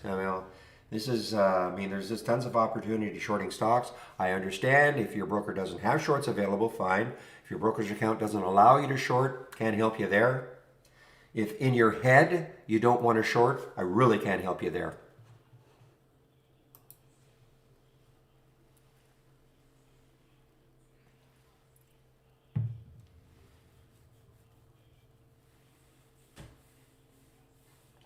So this window that you see here, this big blue window, we call it Brokerage Plus. The Brokerage Plus, link that I put in has 2 videos in it. There's a short video. It shows you if you have an interactive brokerage account or an E-Trade account, you can use this window to trade from within Trade Ideas, okay? It's an option, it's a feature. Don't worry if you don't have an E-Trade account or an IB Interactive Brokers account. It doesn't mean you can't use Trade Ideas. We're a scanner. That's what we are. You can use Trade Ideas with any broker. Just it's a feature that we have that is available to you if you have one of those 2 accounts. And it's only available if you're using our downloadable application. If you're using our web-based version, not available. You notice here in the toolbar it says Brokerage Plus, and underneath 2 options. So one it says Live and the other says Simulation. So obviously the Live, if you watch one of the short video, and if you have an IB or E-Trade account, you'll connect using that option. Otherwise, I like to demonstrate the use of it as a simulator, paper trader. And it uses our real-time data, so it doesn't matter who your broker is. Wow, what is happening with this TGTX? So the alert happened at 12:07. And lots of shares available at Interactive Brokers. But, I said earlier in the pre-market, obviously I'm distracted somewhat. I cannot concentrate 100%. Would have loved to be in this one.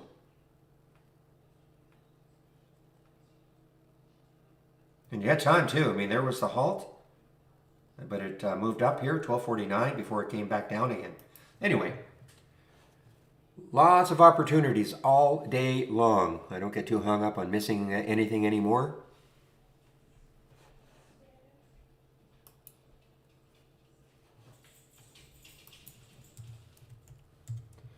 I'm telling you, look at the semis, guys. You want to buy something to go against the semis, that's SOXS.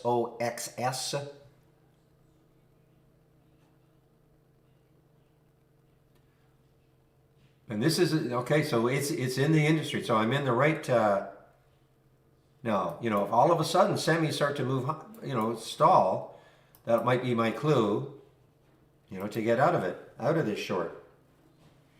But right now, as long as semis are weak,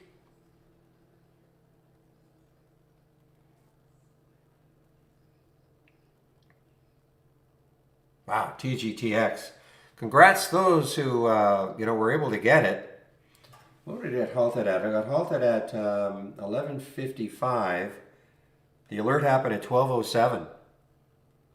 So make sure of that. Yeah, so this you had an alert here on the 10-day daily breakdown at 12:07, and about a minute later is when I got halted. So I don't know how easy it would have been to get, in the 12 range, but certainly,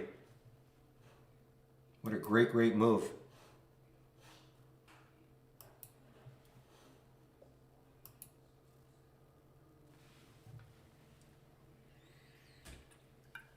Now, getting back to my little speech about Brokerage Plus, as I said, there are 2 videos. The second video is more detailed about how you can use this window called Brokerage Plus, more detailed. And Jamie is in our YouTube room between 12 and 1. He's a big user of Brokerage Plus. So you've got Brokerage Plus questions and all. You can head over there when I do take my break at noon.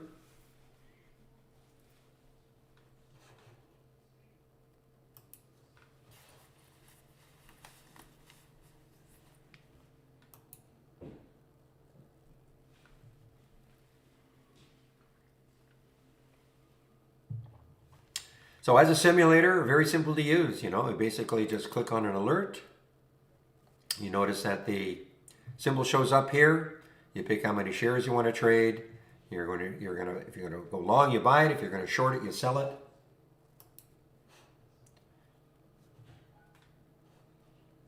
So I can't emphasize enough. Practice trading. Practice, practice trading. Now, wow. One heck of a short, guys. TGTX. One heck of a short. Now, I will just go briefly about what Trade Ideas is. If you're new into the room wondering what Trade Ideas is, we're a scanner. We scan the U.S. stock market. Before I mentioned that I'm sharing a lot of scans, okay? But of course, if you want to make your own scans, you can. This is an example of a scan, the 10-day daily breakdown. So if I right-click and click on Configure and then Summary, this shows you what it's looking for. All right, these are filters. When you build your own scans, you always start off with some filters. So in this case, if a stock is between $2 and $35, current volume is 8. There's a real powerful filter that we have. It's trading at least 8 times normal to what it normally does up to this point of the day. Okay, so I'm looking for abnormal. I'm always just looking for stocks that are trading abnormally, and 500,000 shares, etc. So you always start off with some filters. And then, in this case, my trigger is a new low for the day. So if a stock makes a new low, for the day, and it meets these filter requirements, I get a real-time alert. That's why we see these stocks right here. And yippee-ki-yay! Look at this one, SHLS. I don't tell anybody to do what I do. I just point out opportunities that make sense to you.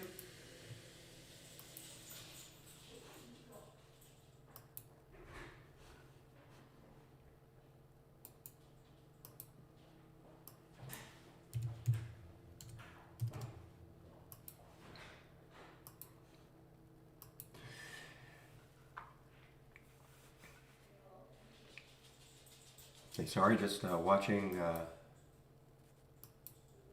All right, so taking some off the Lucid, guys. It just popped up over 30.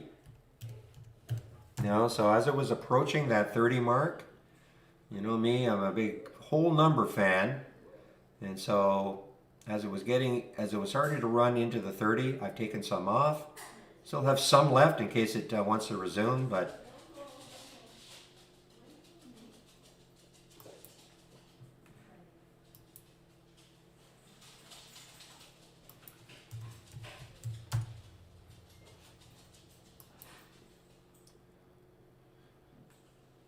man, same thing with the SHLS, got down to, I'm a big, again, these ones that get close to even the 50-cent level, sometimes that will stall it.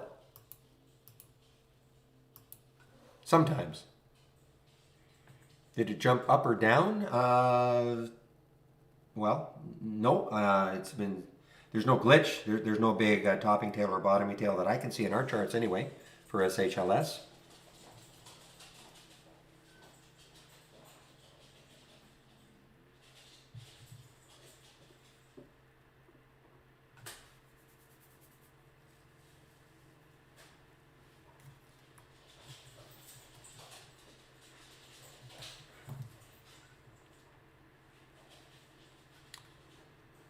So I'm going to continue to watch this. This is basically almost where I shorted it, so I'm completely out of it. But what I'm going to do is just stick an alert down here, 1364, see if this is just a momentary pop-up and it resumes its way down. But let's just take a look at SOX, okay, just for fun. Or SOXL.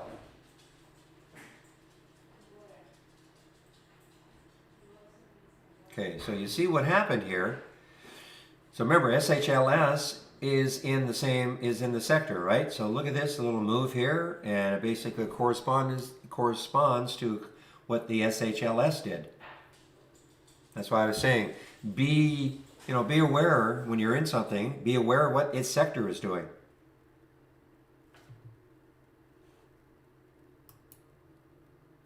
I mean, it's almost textbook.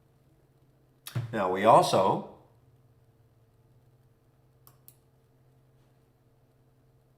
you click on New, and then Dock Channel Bar, you'll notice we have all these themed based channels here.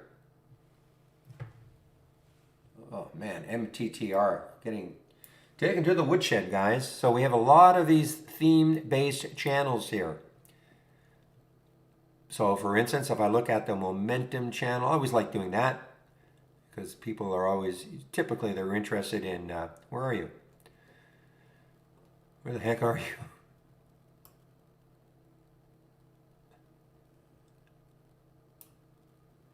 Huh, right, oh, it's a top here. Okay, momentum. I think they started moving things around.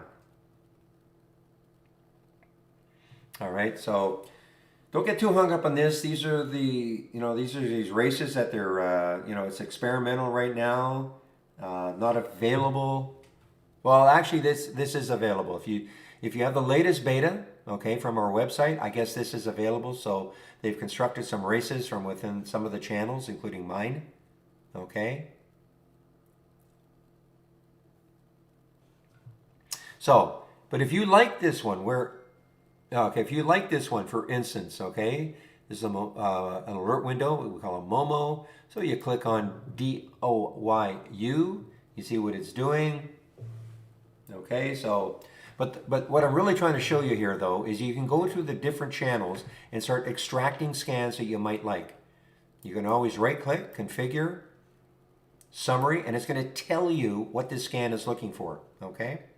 And as always, you can always adjust things. I mean, if you don't like this price range or, the minimum volume or whatever, you can always make an adjustment. But if you liked it as it is, then you just save it to the cloud. Go to the next channel, another channel, and maybe I think what they've done is, I think they've made,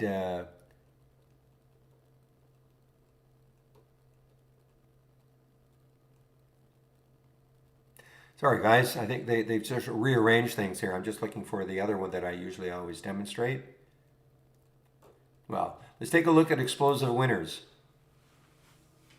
These are all top lists, I believe. Okay, we do have this one here. So if you like this one, there you go, here's Indo. If you like this one, this top list, then you can save it to the cloud. So all I'm really trying to demonstrate is that you can go through the different channels, all right, and you can start to extract the scans that you might like, save them to the cloud, and then you bring them back one at a time, and thereby creating a layout of scans that we have created for you. Now you can always adjust things. When you use the trade ideas, you can maybe add a filter that you wouldn't mind trying, take one out, adjust the filter values and all. But we try to make it simple enough to get going, by creating a lot of different scans for you. Green Trades, good morning.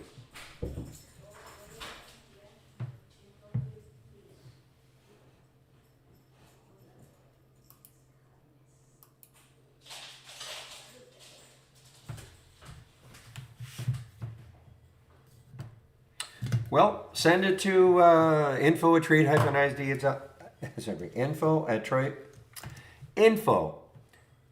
trade-ideas.com, with these suggestions.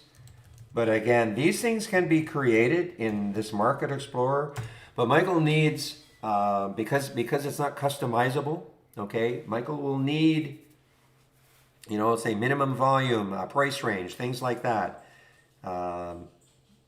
So I would encourage, I encourage you to send those sort of things to info at trade-ideas.com. They're all looked at.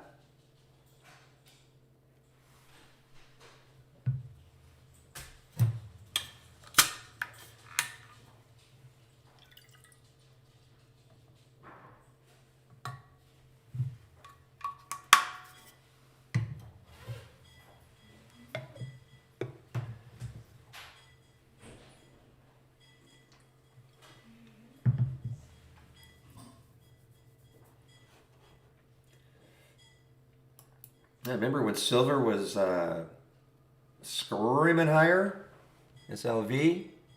Remember these days?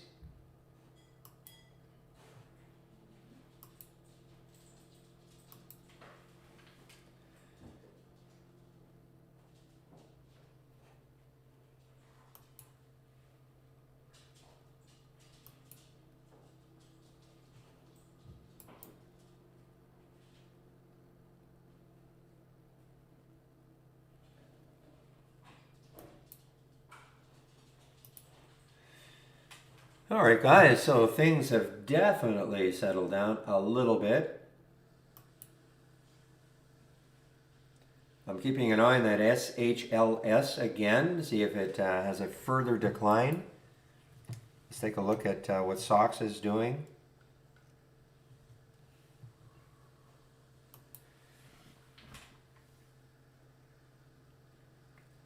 So you see what it's doing?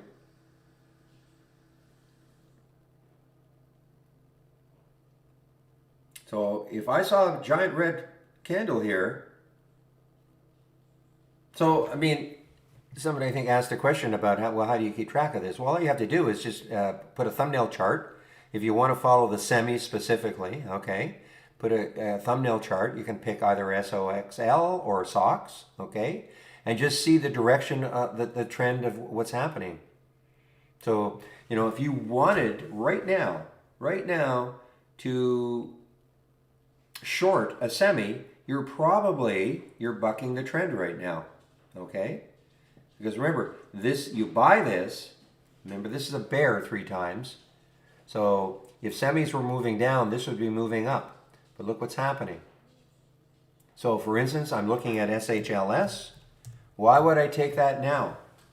I know I'm interested in it, but why would I take that now? With the semis sort of moving, up. Why would I short this now?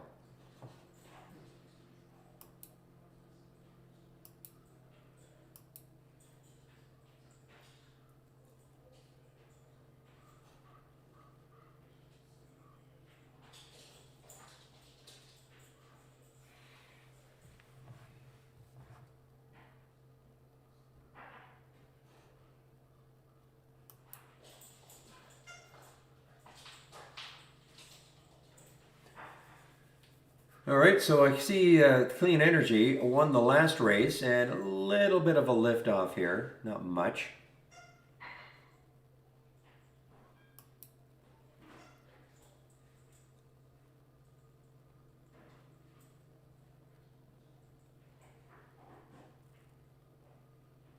I mean, here's another CRTX. Yeah, it is available. I mean, I got beaten up 2 days ago and just kind of hanging.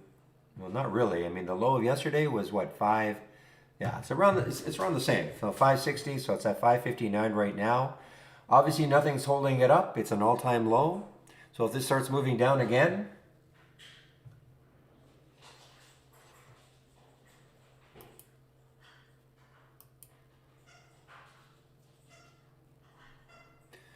so again, if you don't know the mechanics of shorting, let me just take a short right here. Okay, I just want to show you. So the first thing is, of course, your broker has to have shorts available. That's number one. And typically, I can only speak for interactive brokers, but for instance, it's telling me, you can't see the symbol up here, but it's telling me that there are 433,000 shorts available for CRTX. Okay, that's what it's telling me. Your broker, I can't tell you how you'll find out, but I can only speak with or speak to interactive brokers. So I know there are shorts available. Now, you might say, well, who cares in the simulator if you just take the short? Well, that's true, but try to keep it real world. If you want to practice trading and your broker doesn't have shorts, then don't do that one, okay? So I'm going to take 500 shares. Yeah, see the little buggy action here. There we go. I'm going to take 500 shares, sell it, and I'm going to sell it, and the spread is okay, so I'm going to, in other words, I can go in on market, okay, spread was only a penny, so it took the short, okay, at 558. Now, a little quick money management, very quick money management. I'm going to add a stop at 578. That's 20 cents away. When you get into trading, the way I trade, I always have a price I'm getting out of the trade. Always, always, always, if it's not working, okay? And the other thing is, before you take a trade, you actually should be looking for all sorts of reasons not to take the trade. And there's one of them. When your dog starts barking like that, don't take the trade.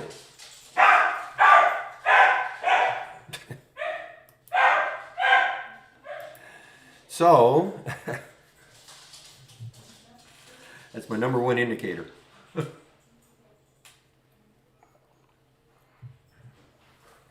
So, always look for reasons not to take a trade. So you should have some kind of a checklist. Your checklist, you're going to have to practice, determine, what your checklist will be all about. Now, for me, most of my scans probably cover 90% of my checklist. Why? All my scans, I'm never going to see anything outside of a price range that I want. I'm never going to see anything that doesn't have at least the minimum volume I'm looking for. I'm never going to see anything that doesn't have the minimum relative volume, on and on and on, okay? I create my scans so that I don't have to worry about a checklist saying, is this the price range, is this the minimum volume, etc. So all that is covered in my scans to begin with. And then, of course, I'm clicking on the alert, sizing up the weekly, daily, monthly, what's the market doing, so that's kind of my internal checklist. So unless I can check everything, I don't take the trade.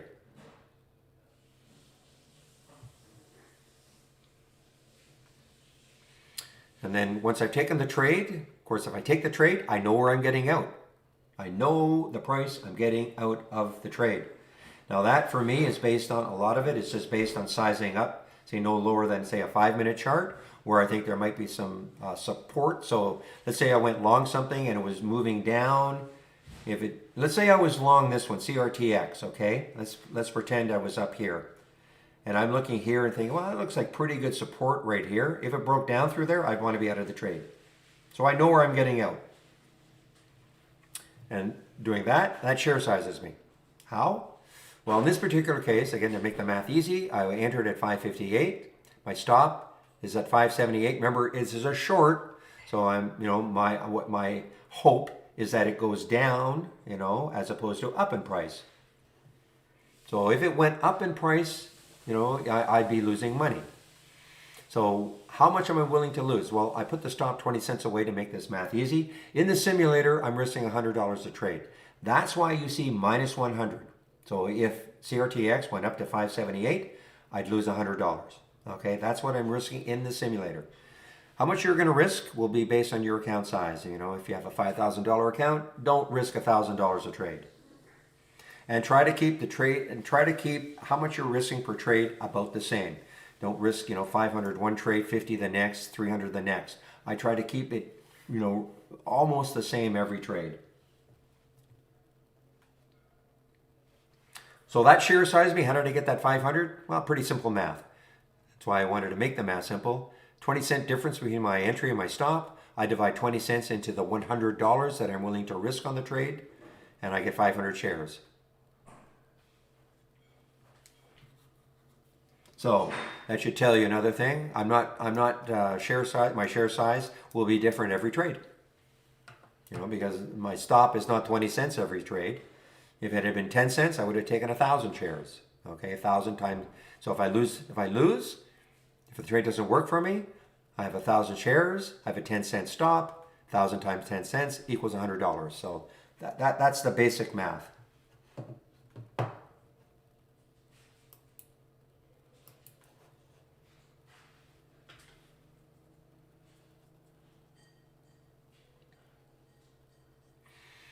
And again, if this started to work, let's say it got down to 535 or something like that, to get out of my position, I just buy it.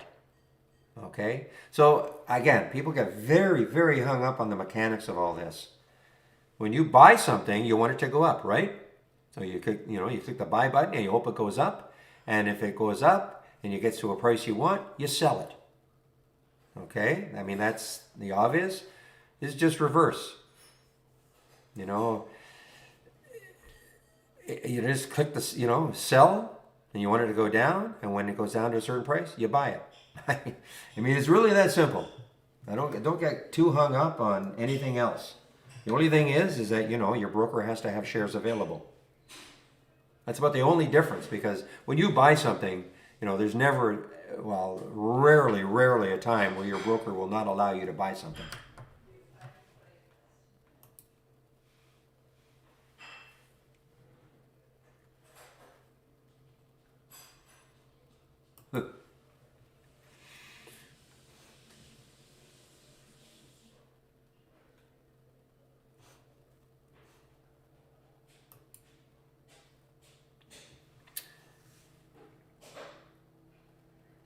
And last but not least, obeying your stop. You can agree with it if you want. Yeah, man, you don't have to. I'm not forcing you to trade the way I do or what I think are good money management techniques, but you might be saying, okay, I get it. Okay, I'm practicing. I'm getting comfortable with finding a place where I can place a stop. That's very critical. I'm more of a visual person. Some might say the low of the previous 5-minute candle or a 15-minute candle or some moving average. You have to get comfortable how you're going to place your stop. So you're rolling along in a simulator and you're making money. Okay, you're thinking, great, I'm getting the hang of this. If you can't make money in the simulator, forget about trying to trade, okay? I'll just flat out tell you. Because here's the deal. You can make money in the simulator, but once you start trading with real money, all of a sudden emotions come into play. You see your P&L bopping all over the place, and discipline sometimes flies out the window. And by that I mean disobeying your stop. With all the best intentions in the world, you place your stop, you're in this trade, you've been able to check every single box. It looks fantastic. Everything looks great. Great news, great earnings, whatever. It's in the right sector. The sector is moving higher. The market's moving higher. How can this fail? Guess what? Even the best setups can fail. So you get stubborn. You don't obey your stop. So you know what? Your $100, your manageable $100 are turning into a $200, $300, $400, $500 loss before you finally sell, and you really beat yourself up about it. The next thing that can happen is really important. You can start to revenge trade. You lose. Even if you're into this trade and you do obey your stop at 100 and you're out, sometimes human nature being what it is. Even though I've said that my opinion is to not vary the amount you risk every trade by too much. Within reason. The next one could be 110 just based on the math. But you don't start thinking, wow, I lost 100 that first trade. I better risk 200 the next trade, because when I win it, I'll take care of that $100 loss and I'll be up 100. Now you lose that one. Now you're down 300. Well, guess what? The next trade, I better bet. It's almost like betting, isn't it? I better go in at 400 because I have to cover that 300 I lost, and then I'll be up 100. And you can see where I'm going. Hopefully you can see. Look at this Indo. My goodness, that wasn't over. Look at. Oh, I'm sorry. This is late. This is this one, TGTX or LC. Actually, LC is actually. It's turned into a great alert from the AI guys. Two nice ones. The Galapagos, kind of outside the price range that I kind of like to trade, but this is the AI right here. This is the AI in action. This is up 5.5%. Yes, this got out here. You don't have to. Okay? You want to follow this all day long, Galapagos all day long?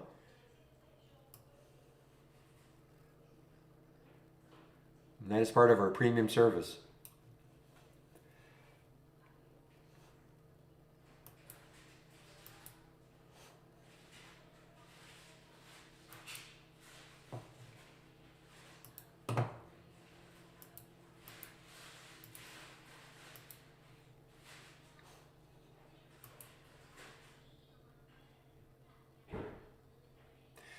Everything Barry says I have done, yeah, Barry has done it too. Okay? Barry did not grow up to be this, trader knowing everything. I was floundering like anybody else. The big difference is, to be honest, I didn't have a room like this. I'm not, blowing my own horn here, but I had no help whatsoever. And I think at Trade Ideas, we do our utmost to help people. It's not so much helping them trade, but I'm talking about money management and all.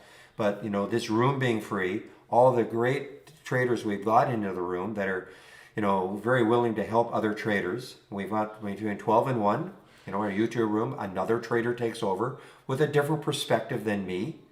And then Chris between 3:30 and 4:30 Monday to Friday.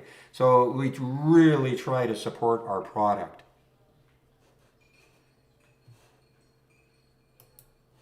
But I floundered. I mean, I didn't know what I was doing.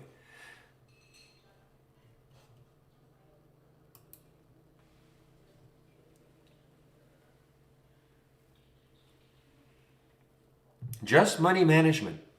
Just that alone.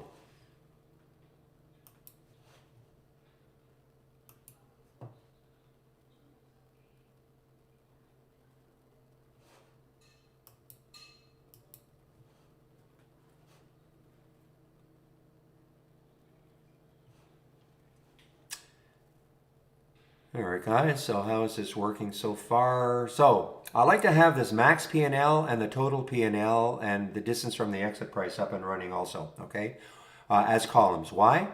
When you get into trading, okay, great. You've learned all, you're even obeying your stops and you're doing all the right things. You're getting really comfortable.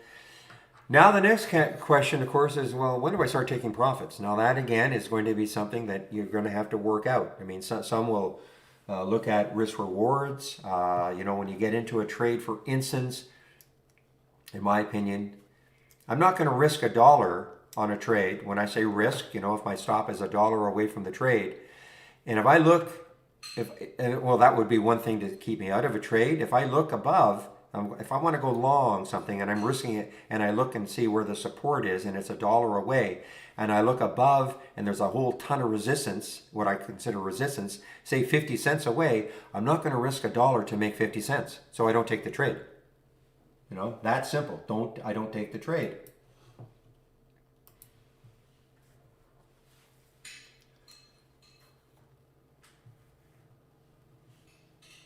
So that's one thing. So when you get into risk reward levels, let's just say I was risking, let's make the math a little easier. Let's say I was risking 20 cents on the trade, and all of a sudden I'm up 40 cents. So your risk reward right there is 1 to 2. You've risked 20, now you're up 40. Okay, 1 to 2. And then it goes up to, and then you're 60 cents above. Now you're 1 to 3. So let's just say, for argument's sake, you're up that 1 to 3 and it starts to fall a bit. Maybe you take some profit. What I'm trying to show you, though, really, is that this can give you a bit of a gauge to see how good are your exits and profit taking. Because right here, what this is telling me is that at one point when I was in this trade, I was up $40. No big deal. Now I'm down $7.50, okay? No big deal. But what if that said $500 and I've allowed it to go all the way down to $7.50, a loss? Or I'm only up $50, and yet at one point I was up $500. This is a good gauge to start showing you, well, how good are my exits? And start keeping track of, how much did I leave on the table? You hear that all the time, right? How much did I leave on the table?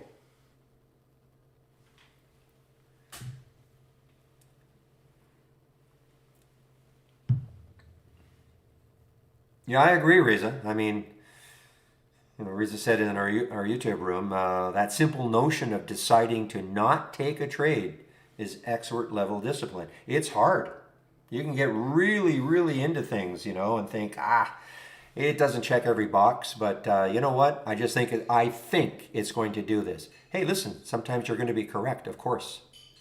I mean, I'm not saying, and that's something that can drive you nuts. You look at something that looks really wonderful, and unfortunately, it doesn't check every box.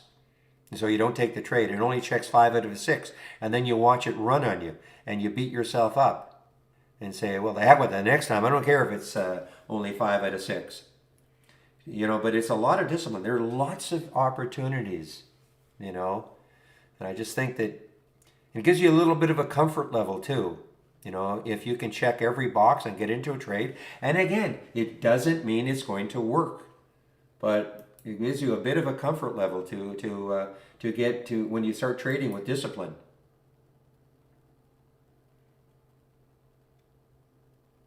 So what I was going to continue with is that this distance from the exit price is also going to show you something. Because let's say you went long something and you got out of the trade. The distance from the exit price is going to show you, well, where is it in relation to where you got out? So obviously if you went long something, you bought a stock and you're hoping it's going up and you get out for a nice little profit, and then you look at your distance from the exit price and oops, it's $2 above where you got out. Well, maybe you got to fine tune your exits, right? You left money on the table. But what you want to see, of course, is a nice big negative number. You can pat yourself on the back and say, "Wow, I got out, at a good time, because look what it's doing now." So these are just good little columns to have.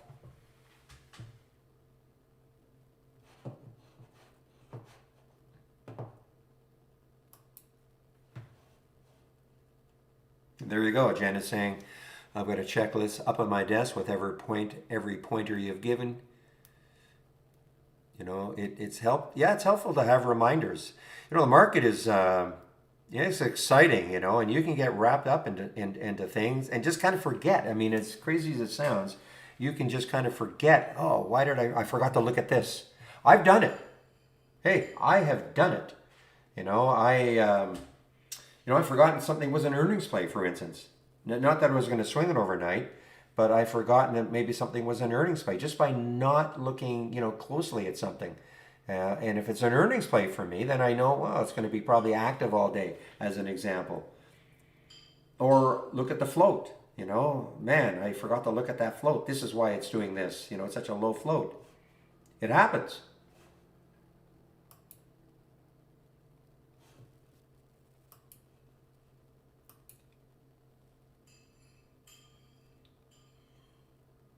Just because it's probably the last one, that's all. There's no other reason. I know it's not black up here.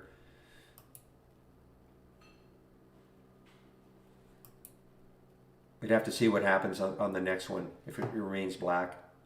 No, there's no. I don't even pay attention to that. The only thing I really pay attention to. Well, let's take a look. FLWS.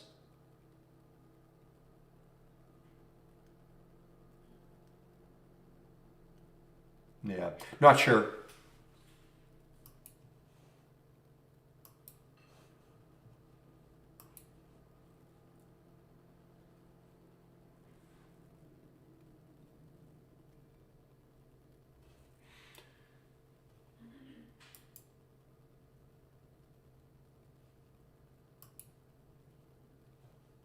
So black, it might be. I don't really know. I mean, that in theory that should be yellow, but I don't know.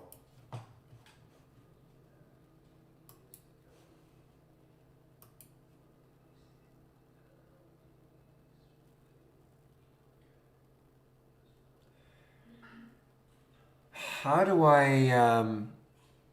I define your next TP? I don't know what you mean by TP.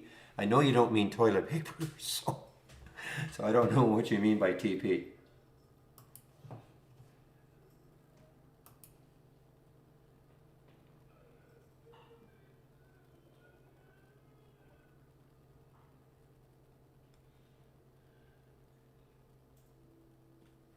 Oh, target price. I see. Okay. Yeah, I mean, I don't really have. I mean, I suppose in theory I have target prices, but it's just based on the next high or low. Okay, if I'm going long something, I just look left.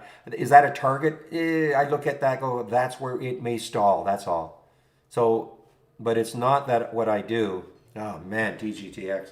It's not that I saying, okay, at this price I'm taking some out. At this price I'm taking some out. I am a little more of a field player. Okay. Um, checking what the market's doing, what maybe its sector is doing. Is it news driven? Is it an earnings play? So probably doesn't care that much about what the rest of the market is doing. But I'm just I'm looking left to see where could this go. But I don't want to call that necessarily a target price.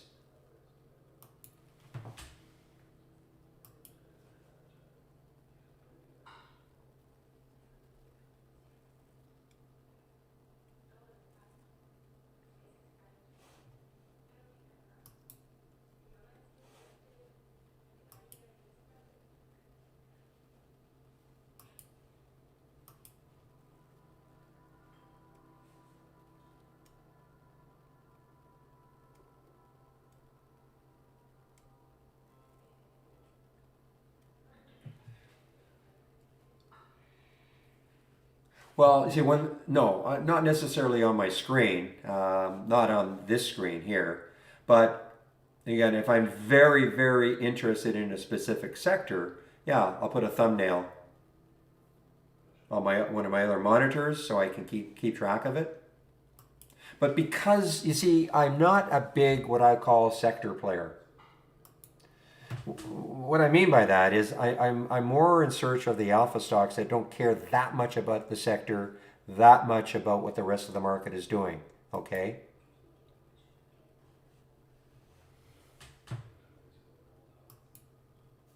Then, then it's not quite as, you don't have to keep as much an eye on what the whole market or the sector is doing. For instance, TGTX. I don't know what the bios are doing today. I see IBB is up a little bit. This is obviously in that sector. It doesn't care, because something happened. I don't know what the news was. Yeah, so a partial clinical hold. So they did have news. So there's a partial clinical hold for this one. So this is trading on its own. The overall bio sector could be ripping higher. This wouldn't care. Okay, this is trading on its own. Very specific news. That's really what I look for.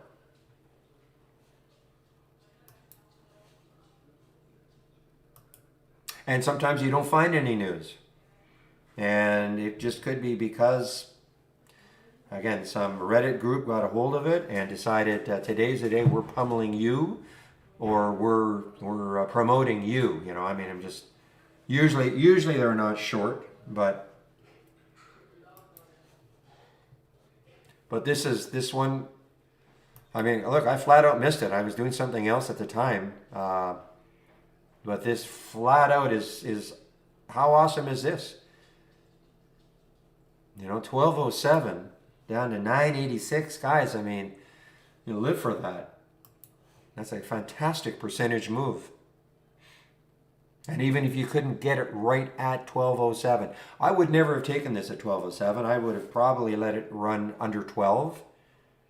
And then I know, but it got halted. It probably ran down pretty quickly.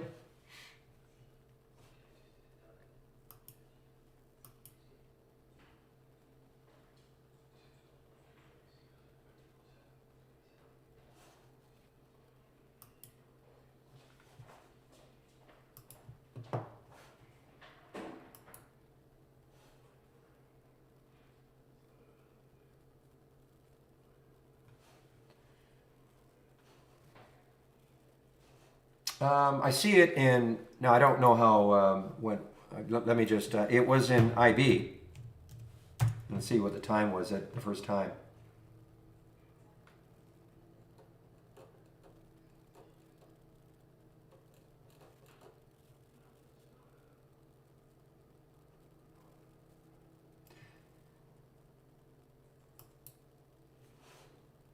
Yeah, this was it. Earlier disclosed FDA imposed a partial clinical hold.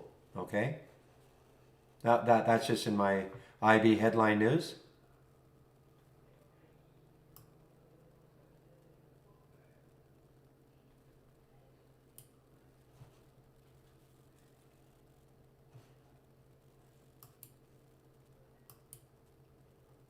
Hey, listen, it may bounce. Obviously, it may bounce. It's coming into an area, and the whole thing is, remember, it's a partial. It's a partial clinical hold. That's a very key word. So it's not like they are abandoning. That's a tough word. Abandoning it.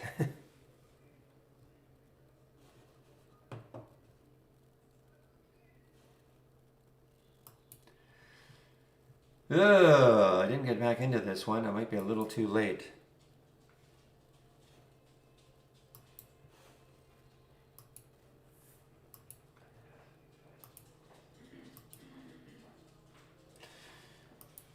Yeah, that's a bellwether, isn't it? IWM, the 2000, the Russell 2000. Yeah, look at this. What a month. Oh, You know, lots of people watching this for, to see all these months that it was really not doing anything. And now look at this.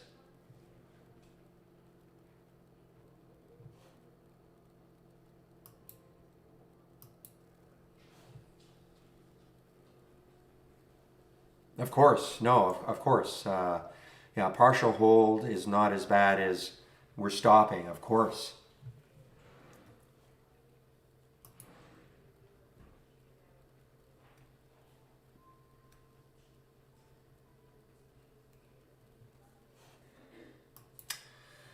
Well, it is now 11:27. Another thing I can say is that, don't be so anxious to be in a trade all the time. I think, there are people in this room who are experienced, who, they're taking trades all the time. That's in their that's in their blood. But even a person like me, I love trading, obviously. Even if I weren't moderating a trading room, I was never a super active trader.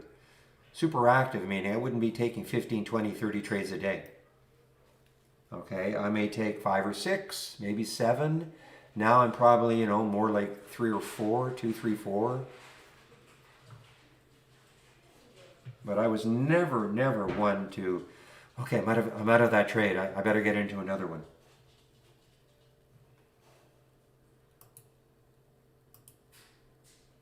The other thing is, and if you're new to trading, this is my sternest thing I'm going to say to you. Do not be in more than one trade at a time if you're new to trading. Okay? Concentrate on the trade you're in. I am rarely in more than 2 trades at a time. Again, even if I weren't moderating a trading room, I'm rarely in more than 2 at a time. But I can't, if you're starting out trading, don't start taking, I want to take 5, I want this one, I want this one, I want this one.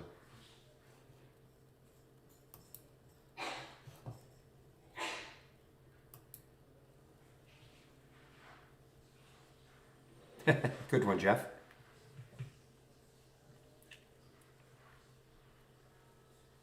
And a lot of that, of course, comes from your checklist. Your checklist should be so that, if your checklist, if you're looking at stocks and you're able to check, 100 stocks a day, you better firm up your checklist. Okay? It's the same thing with, we get the question all the time with our, how come I've got a strategy and this stock didn't show up? How come?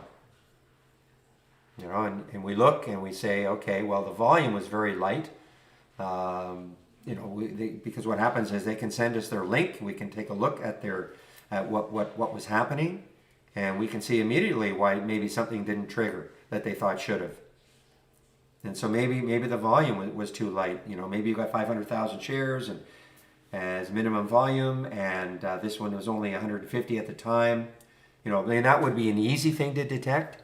And so you could say, okay, well then I'm going to reduce that filter down to 150,000 shares. You're right. That stock would have shown up maybe with 10 others that also. You'd lose it. I mean, you wouldn't be able to necessarily spot it. So probably that wasn't a good explanation. What I'm really trying to say is, look here. Look how many alerts I have. Not very many, right? That's because I have put some very tough filter values in here. I don't want this thing to fill up.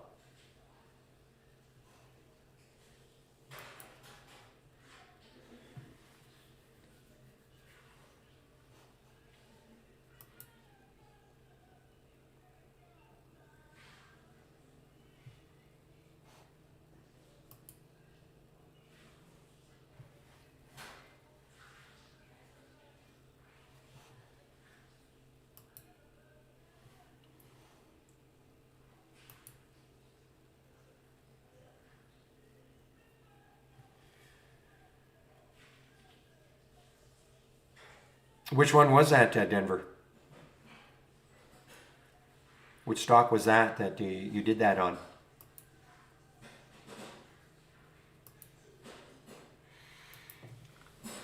Oh, a short. Well, you got nailed because also Goldman decided to put a buy recommendation on it. We t- I guess you weren't here in the pre-market.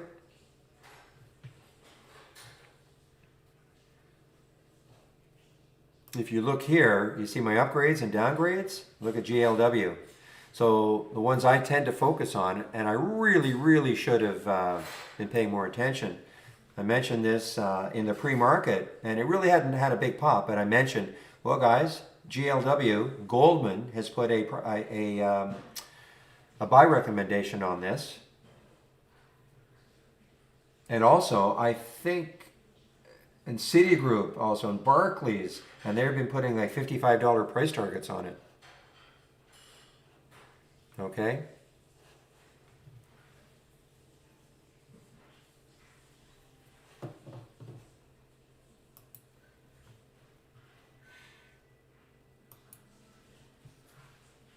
Yeah, and I know the hockey game you went to. I don't like you.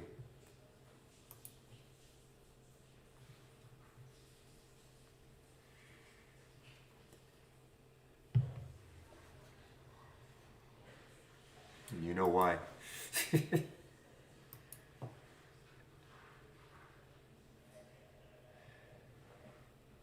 Yeah, GLPG is still in action from the AI.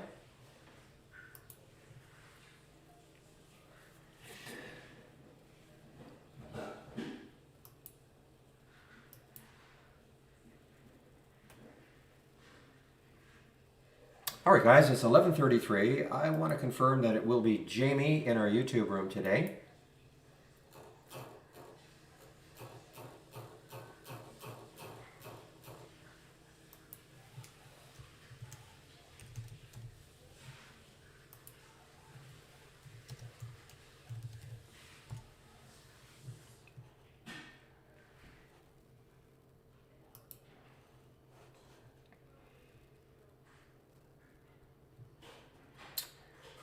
You stumped me on that one too, Melon. Can I do a ticker to a peers group scan?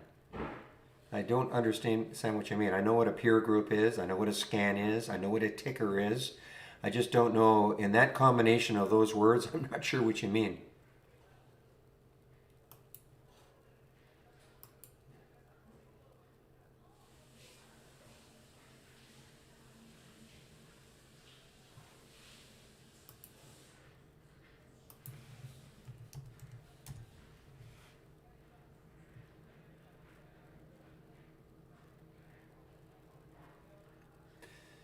Yeah, I have to admit, I got our natural gas bill a little while ago, and I actually could not believe the jump. I hadn't been following it that closely, and I said, "Well, wow, that was a big jump."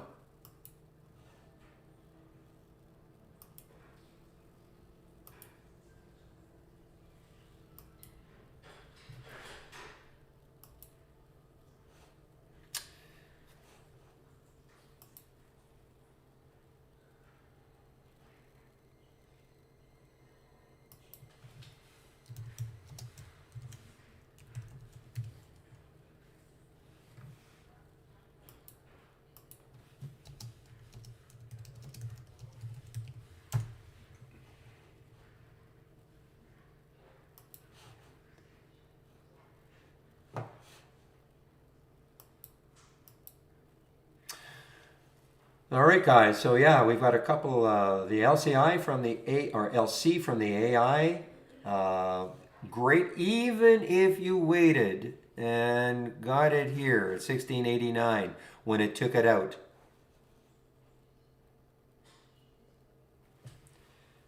The way I'm going to, I don't think so, Melon. I,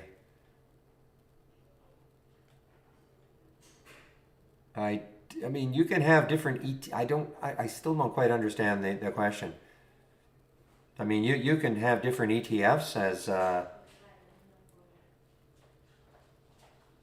as symbols and put them and thumbnail them if you want. But I'm not sure that's what you want.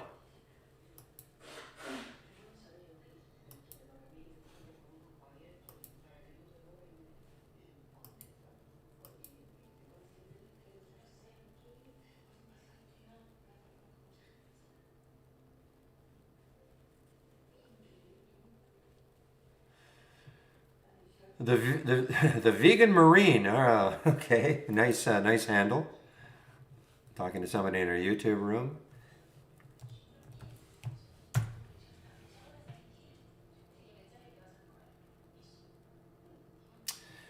Well, I mean, look, it's an all-time low, basically. I'm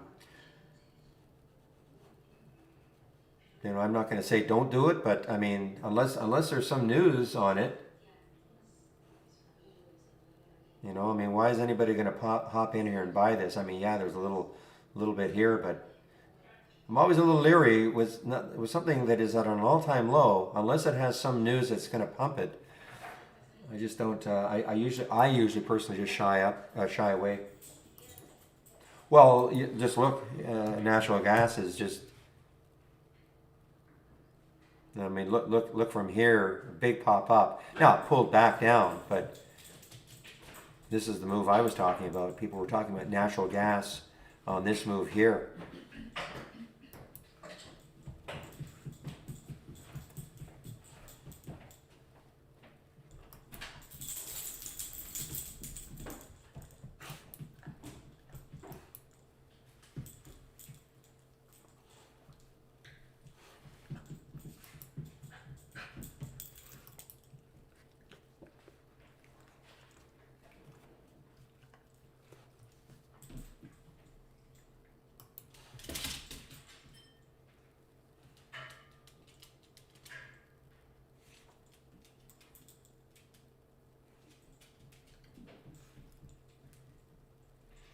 So Del Boca, I'm sharing all these scans, okay?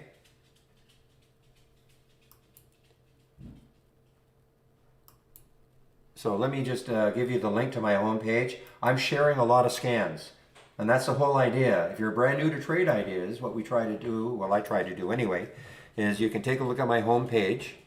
I'm just going to put the link in here. Okay, so when you click on that link, this is what you'll see. Sorry, let me get a little bigger here. So this is a scan section. These are the scans that I'm sharing, including the one you're talking about, the 10-day daily breakdown, okay? So these are the scans that I'm sharing. And we have a lot of scans that we're sharing.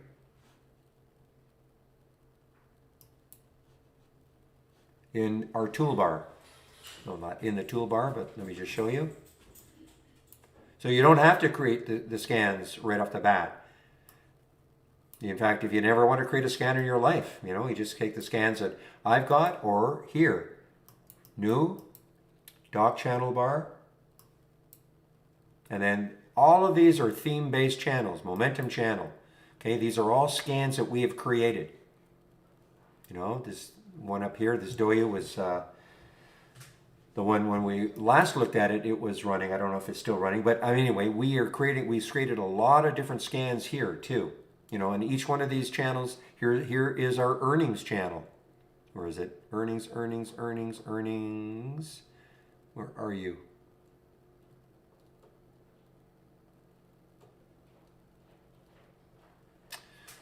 Oh, I'm having a tough time seeing things. Did they get rid of it? They couldn't have got rid of the earnings channel.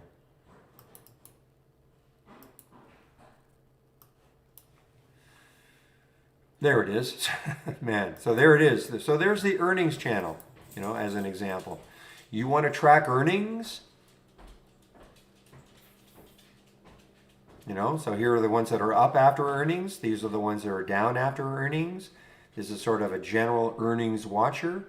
So earnings for me, or any stock that released earnings after hours yesterday or in the pre-market this morning, those are the ones that are in play. Those are the ones that are really going to probably be active most of the day. So there's Seagate as an example. But we've got all these different theme channels. So if you're brand new, you don't have to learn how to create your own scans at the beginning. You can just kind of cruise through the different channels, or you can take a look at my scans that I've created.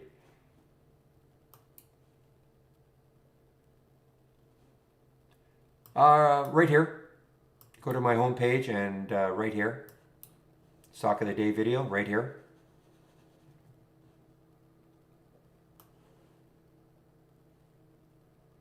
Yeah, I mean, we try.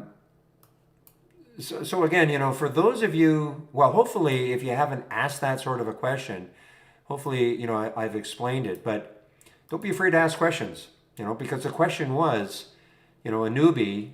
One of the let me read the question. This is from our YouTube room. One of the things I'm uncertain with trade ideas is having to create advanced level scans as a newbie. Easy preset options would be helpful. Is the 10-day daily breakout scanner a preset, or is it hard to create? Okay. So, I mean, if you're sitting there wondering, well, how do I do this? You don't have to. I'm sharing. First of all, everything you see here is shared. And plus others that you can't see in my other monitor, shared. So you just have to go to my home page and you can see them. And go to the scan section and they're all there. So yeah, if you're new to trade ideas, yeah, I get it. It can be really overwhelming. Even if you look at all the alerts and filters that we have, and you think, I don't know what sort of a trader I am though. I don't know how to combine them to give me what I'm looking for.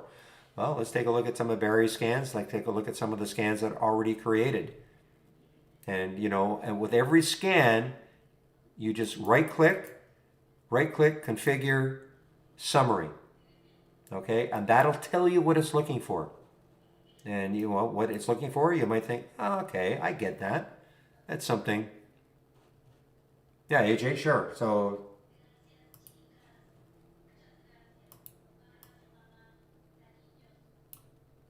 just give me a moment, just gotta copy that link.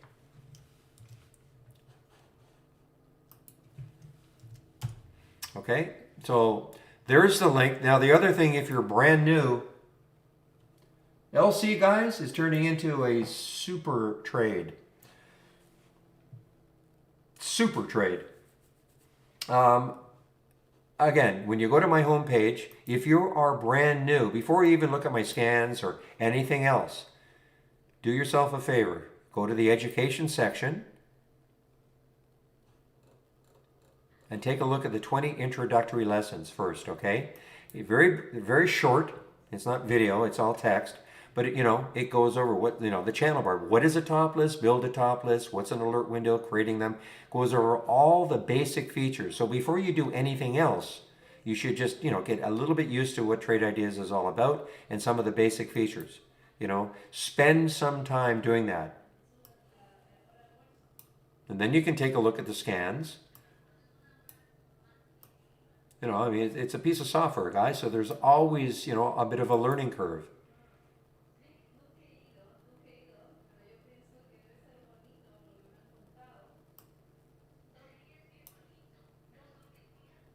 Okay, so if you only want to see stocks, okay, Jado, 0.75. I guess if you put 0.75 in the min and the max, that'll get you just the stocks that are trading after hours, or releasing after hours, okay?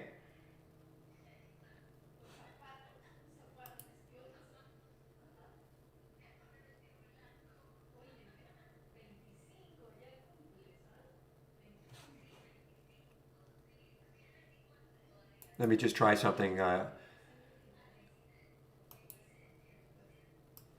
Okay, here's my earnings scan. So let me just, and it'll tell me English language. I'm pretty sure that's it, but let me just do it.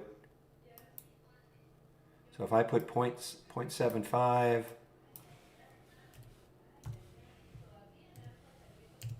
in both,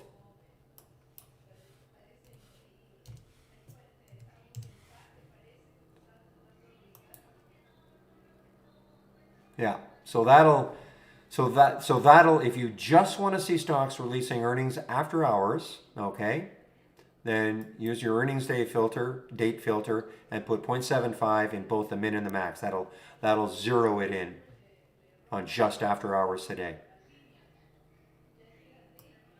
Okay? And my earnings plays up and down, I'm sharing this.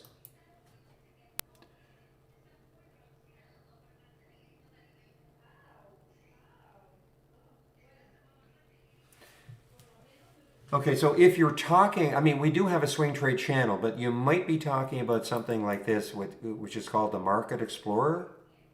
I'm not a big swing trader, okay, so I haven't really, I think this might be what you're talking about, okay, the Market Explorer, and you can take a look. I don't know if there are descriptions of what these are all about. Let me just ask the question.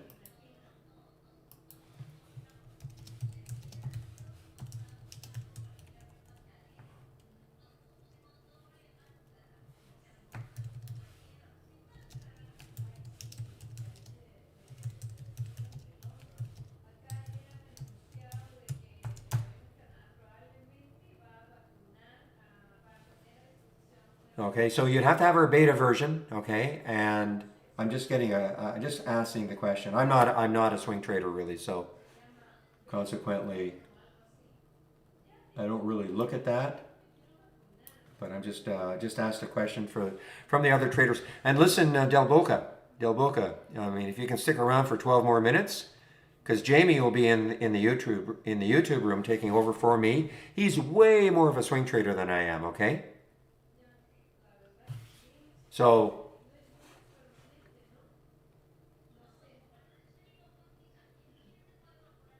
I don't know. Maybe Jamie's listening to me.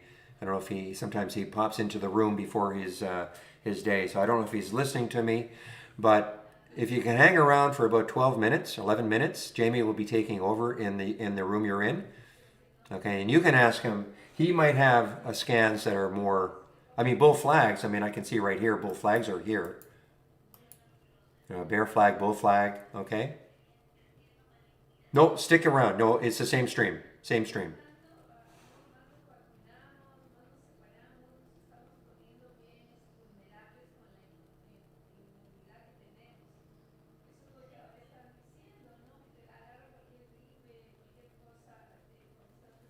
Yeah, so the answer I'm getting is it's more geared for intraday trading, that Market Explorer. But just hang on, Jamie's got some scans probably that are. But listen, swing trading pretty tough right now.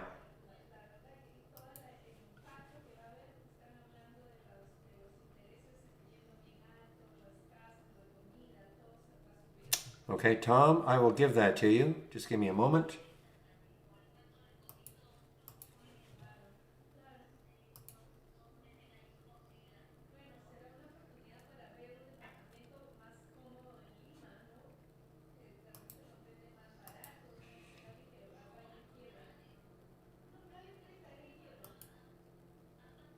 No, just give me a moment, okay? I just got to find the.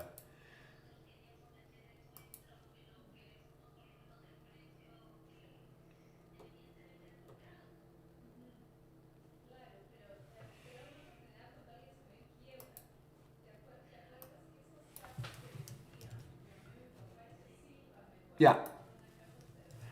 Okay, there it is. Okay.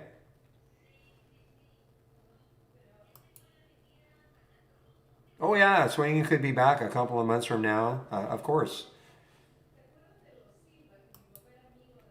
it's a mindset for me. I mean, I just like basically not being anything at the end of the day. I don't have to worry about anything. But there's no doubt. I mean, depending on what you could have swung over the last 3 years, you could have done extremely well.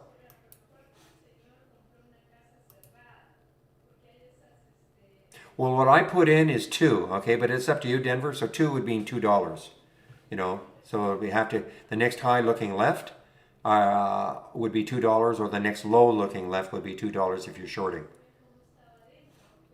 Okay, but of course that's up to you.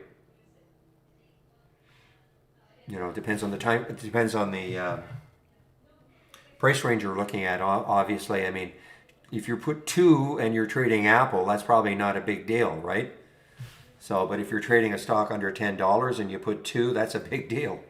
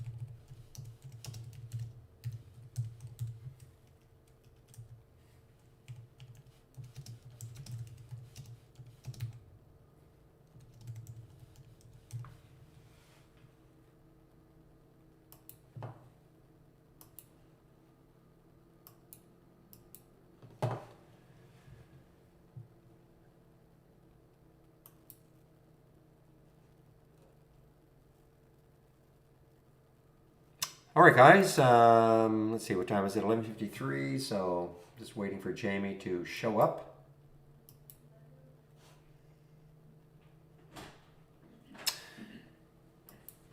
Yeah, Levi actually doesn't have as many shares as I thought. Only what 58 million or so, and it's an earnings play. So Levi is an earnings play.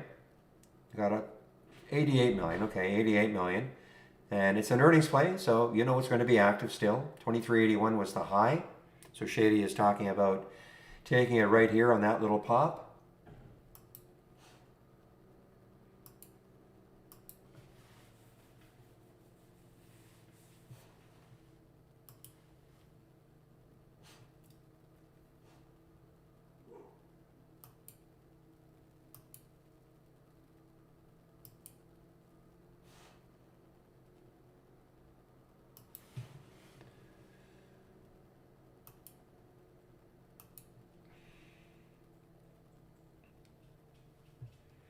I don't think when I asked him that question, Vicky, earlier, he said very difficult to find for Indo. But if he found them, man.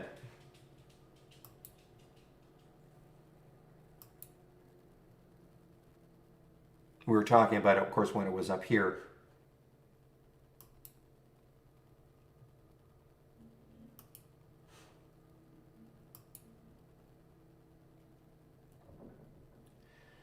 Nothing from my option scanner. Interesting. Nothing other than the upside nor the downside.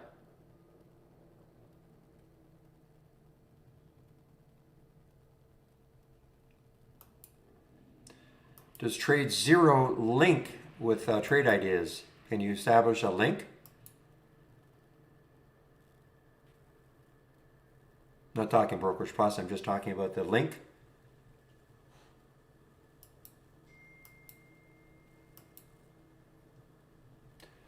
I don't know anything. Well, by Trade Zero, does that mean zero commission also?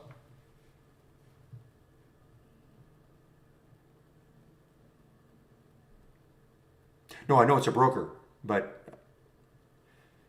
I'm just wondering, is it is zero commission broker?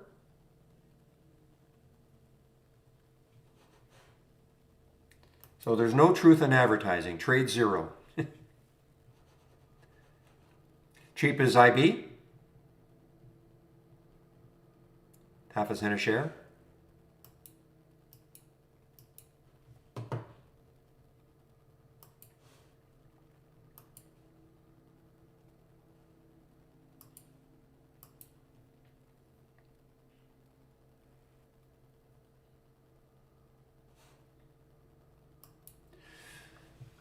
Man, oh man, how ugly is this now, guys, for the GME? I mean, I had that big pop yesterday.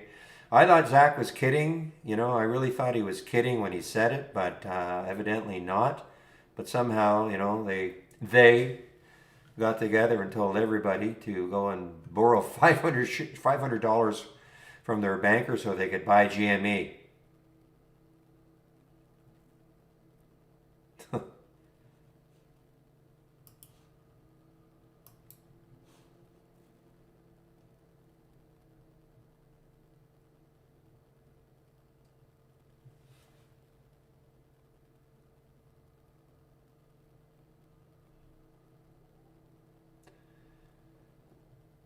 So that doesn't seem that great. I mean, so if you're a $5 stock, it's not half a cent a share. I mean, it's not bad. I mean, it's not bad, but it doesn't. It has to be it has to be below $1. It looks like it's really geared for for those who are really wanting to buy a lot of like really cheap stocks, which is not IB's thing. Though I'm told you can kind of negotiate with IB. You're in. Okay. Okay, Jamie, and yeah, I'll definitely start back at. And in fact, you know what?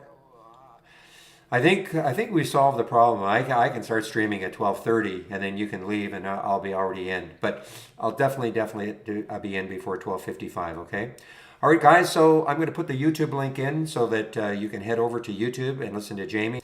All right, guys. So I'm going to put the YouTube link in so that you can head over to YouTube and listen to Jamie. You're going to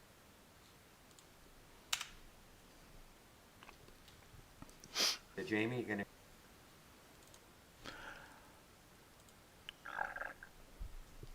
Testing 1, 2, 3. Okay, I think I've got it. Hello, everyone. Welcome to my desktop. This is the hour that we allocate for the live support session. Well, Barry takes a break, and I come in here and answer any questions that anybody might have.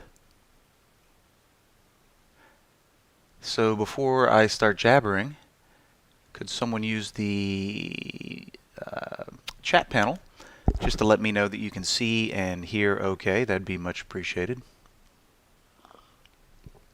I don't think I've muted myself. Nope, we're good to go.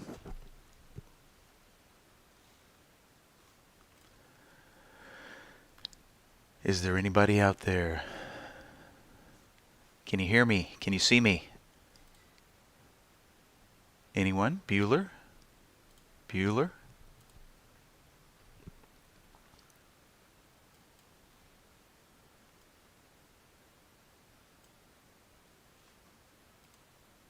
Hello? Hello? Ah, thank you. Thank you, Reza. Okay, awesome. Okay. All right, so, I was kind of listening to Barry there before he took off, talking about Indo. What a run this little guy's had today. Didn't really give us a lot of time to set up here, maybe 15 minutes. We could call that a 15-minute opening range break. But boy, you would have had to really be on top of it. We can see the volume didn't really start kicking in until this candle here. But needless to say, it is on my top list here. Simply showing the biggest changes from the open to the upside on this top list here. Biggest changes to the downside. Let's look at the other side of the coin here. KSCP, not having such a good day. Of course, look, we have one candle here on the daily, which tells me it is an IPO. And this is what it's done so far. So kind of taking a gander here. Looks very similar to one that surfaced the other day. Was able to play it down at this range and make a little bit. But, on this IPO that's happening right now, if you wanted to take a stab at it, we got a low of 684 on that candle. So your risk is clearly definable. If you're willing to risk about 40 cents, well, KSCP might be worth taking a stab at today. Now, of course, everybody's familiar with what's been happening in the overall markets as of late. Finally found a bottom for now. The big day here, then the inside day before yesterday, kind of popped that previous high, and now we're just kind of inside again as we kind of get sleepy on the smaller time frames here. 1 minute, 40% of normal, 5 minute, 36, so forth and so on the 10. Nothing out of the ordinary, especially after the volatility that we've had. And as we take a look at Holly's blotter, not bad totals here, keeping in mind that all these values are based around risking $100 per trade and letting the system size us accordingly here. So some pretty impressive figures here, not only in conservative, a little bit less, but in moderate and aggressive modes. Not too shabby. Holly's really been on fire as of late and is continuing her trend today. All right, so I appreciate everybody letting me know they can see and hear okay. But if you have any questions, feel free to throw them out there. While I'm waiting for some questions to pop in, kind of going to revert back to these two top list windows here. Okay, so we've got a real simple top list here, just showing us things that are up the most from the open, and the inverse over here, showing us things that are down the most since the open. Keep in mind this is changed from the open, not changed from the close, so we're not looking at gaps. These things have all moved since the open to the tune of these percentage points. Now, these high and low tickers that you see right here are looking at yesterday's stocks that were on these lists here towards the close. So what I do every day is I take the list that I'm seeing here, could be 15 minutes, could be 5 minutes before the close, but what I'm doing is I'm harvesting all the symbols that have had what we could call huge moves since the open today. And what I've been doing is putting these into a custom list. So these windows are looking at all the big movers to the upside and the downside from yesterday that I compiled from these two windows. Looking at the stocks hitting highs and lows, because once things are in motion to that magnitude on a percentage basis, it's no guarantee, but you can be pretty sure they're not just going to go away the next day. They're going to be volatile. Okay, they're going to have some big move potential. And of course, it's all about just assessing risk on the intraday, whatever time frame you feel comfortable with. Hello, Iris. So a good example today from yesterday's big movers would be, we're just going to scroll down here to around, let's see, there we go. I think this is the first time that LabD popped up on the radar today. All right, so here we have LabD. Big move yesterday, right? Yesterday's candle, pretty big move with that big wick below the 10 and then right back up again. And then we can see LabD popping a high right here. And if we count them up, these are 5-minute candles, 1, 2, 3, 4, 5, 6. So a textbook 30-minute opening range break in the LabD today. So anywhere in that candle would have been an excellent buy. We got this nice tight consolidation here. You know, if I just mark off the low, and if we want to play by the rules, we use the candle body. Of course, it's a personal preference. Those are nice and tight. So whether you use the wicks or the candle bodies, it's up to you. But notice the nice tight consolidation. Boom, we get the break here, get a move higher here. So, you know, potential from 44.50-ish, 44.60, all the way up to just slightly over 49 bucks on LabD, because it had a big move yesterday, set up nice and tight on the intraday today, and this is what we got from it. And of course, this is just one of many that's coming through here today. Groupon didn't set up so nice. As you can see here, very different than the LabD setup. A little swoon down, and now it's popping highs. Not really the type of opening range break that we're hunting for. Does fit the parameters, but look at the difference between that and LabD. This is what we're looking for, not things that are all stretched out with wide ranges. But just a nice way to keep tabs on things that have been moving, have had big days, and once they're in motion, they tend to stay in motion. How many days, we don't know. This is a beautiful example to the downside. What do we got here about this one occurring right at 1 hour into the open? We can see here a nice tight range where we can clearly identify our risk, make the trade as this level here gets broken. Throws a little bit of a wiggle back up to break even, but then capitulates and ends up being a nice move down. So potential here from 43, we could say, all the way down to the $39 level.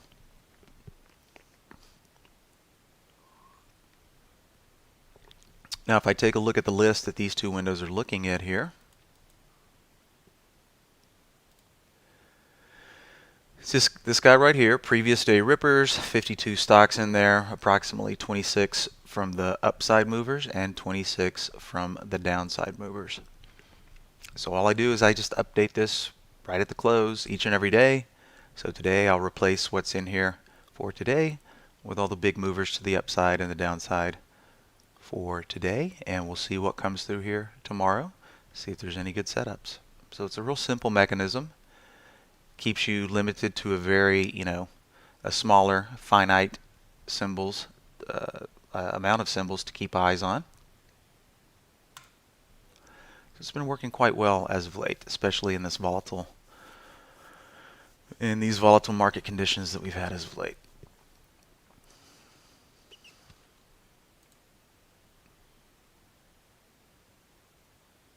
Hey, what's up there, Mike?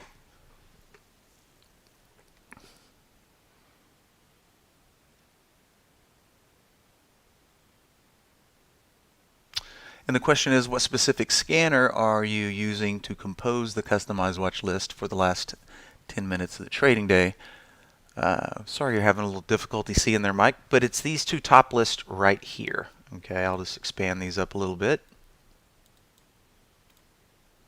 And once again, these are very simple because what we're doing here is we're just focusing on this column right here, the change from the open. Okay, not change from close, not looking at gaps, but just stocks that have really gotten up and boogied to the upside or the downside since today's open.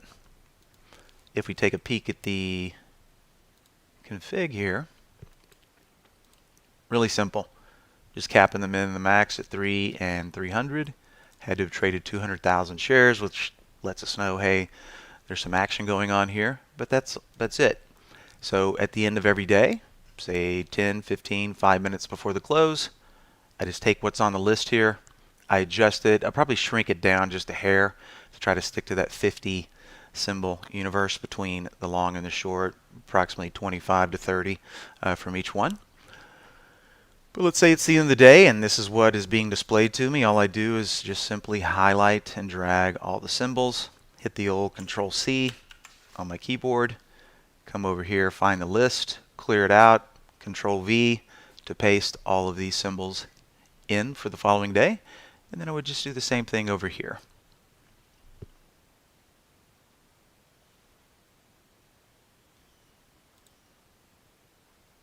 So that's an IPO. Let's take a look at, interesting.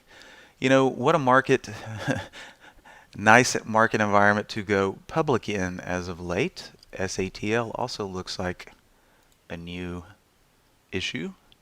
TGTX. Obviously, we can see what's going on here. Breaking out. We got any levels of support to look to?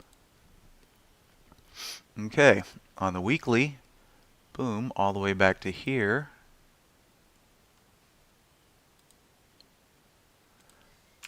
Squish this up a little bit. So interestingly enough, this guy might have a little bit more room unless it gets kind of, looks like it's figuring out if it wants to stop here. See how that perfectly lines up? But if we do penetrate that level, looks like we could drop on down to 560. Of course, it's probably going to take a little bit of time to do that since we're looking at weekly here. Yeah, no problem, Mike.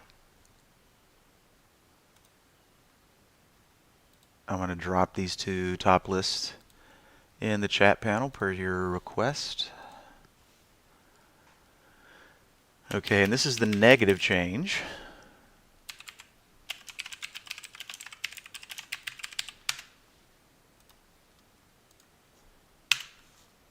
And now we'll get the positive. Obviously a lot more on the negative side today.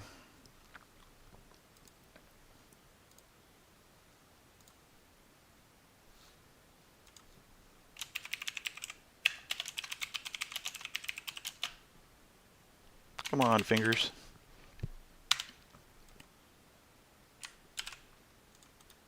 And there is the upside version.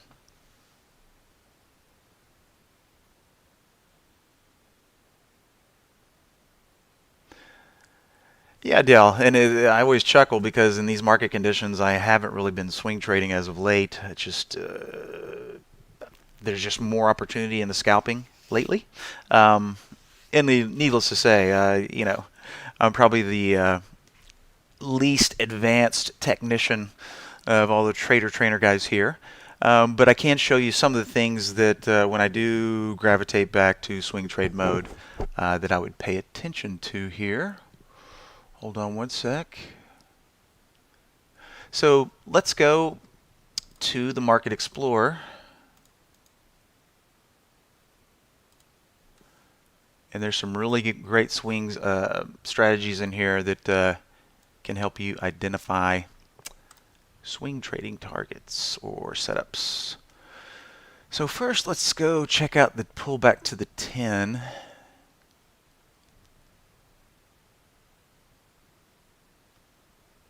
Well, gap up and pull back to the 10.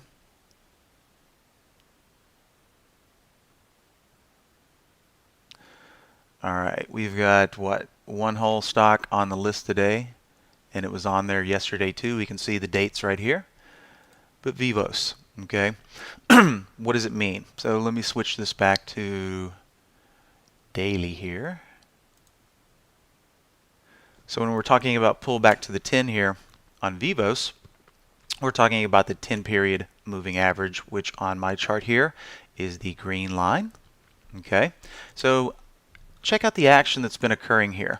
You know, let's see, this was the 24th. I don't see Vivos on the scan for the 24th, but you can see how it's been reacting to the 10 period. Came down here and tagged it right here. And if we would have held that thing, we would have got a nice pop up to here, right? Comes down, sets up again, takes a pop down here to the 10 period, all the way back up, and now it's testing the 10 period again. So clearly the 10 period is acting as a level of support. Of course, just because the trades would have worked on these days and these days doesn't necessarily mean it's going to work today, but it looks like it's setting up accordingly, just as it has in the past. So this would be a decent swing trade candidate at the 222 level. Risk is clearly defined, you know, below the 10 period. If we're playing it off of the 10 period, we want to give a little bit of leeway here. In this instance, it would probably be good to use the bottom wick here for today, which is, what, 213. It's also going to jive with what we see right here, 213. So if I was going to take a stab at this one for a swing trade, I'd probably go a little bit further out, maybe 209, maybe even 199. Maybe make them really drive it down to get me out. But assuming that that 10 period would hold, that'd be a reasonable risk level for Vivos. What is the SPY doing here? Let's take a peek. Yeah, and yesterday we had a little flux at the close, or the last couple hours there, but that was probably more due to the Fed speak. You know, Steve Gomez made a good point yesterday when we were still in this area right here. He's like, you know, it's not really a Fed day till we pop a new high, and then we come all the way down and pop a new low. And boy, that's exactly what happened yesterday. Got a little weak at the close, had popped the high up here. Sure enough, before the day was out, towards the close, we came back here and breached that low. So not a whole lot of stocks on the 10-day, but hey, we can still keep going because most of the scanners here are designed for swing trade setups. So let's take a peek at another one. How about the bull flag scanner? What do we got on here today? PME. Kind of a thinly traded stock. Let's see how many. And we got 132,000, but a little flaky on the intraday. But of course, what we're looking at here is the upward surge and the bull flag pattern here. Interestingly enough, you know, the 10 period was maintaining here. We broke below. Now it seems to be acting more or less as kind of resistance level. But you know, just kind of sizing up the lows of these wicks here. If we were going to attempt to swing this stock, of course it's a 64-cent stock. You know, this would be our risk level here, down around the 55-cent level. Didn't even notice the price there initially, but that's probably why it's a little thinly traded here. What else we got here? ABC up, bear flag, gap up fill. Okay, we got quite a few more candidates to look at here. Boy, this thing's chock full today. Of course, no big surprise because a lot of the stocks that gapped up are pulling back. So we gapped up and we're starting to fill part of the gap here. Of course, you know, we'd have to look at this area here, coming down to this gap level.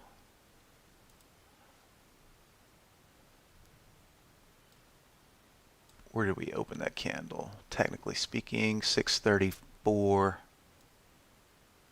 Yep, right where we are right here. And then the close here, 614.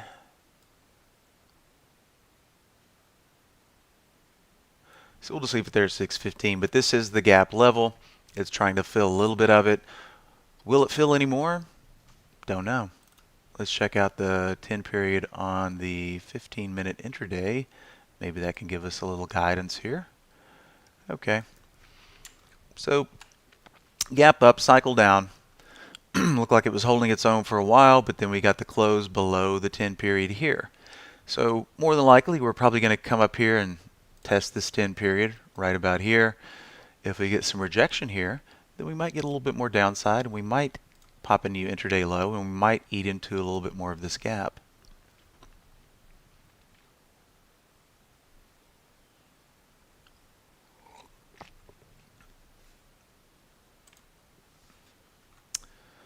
All right here. So Dell, once again, for swing trade setups, Market Explorer is going to be a good asset. All right. And of course, there's plenty of other scans out there and some of the pre-configured channels. They're going to be good swing setups as well.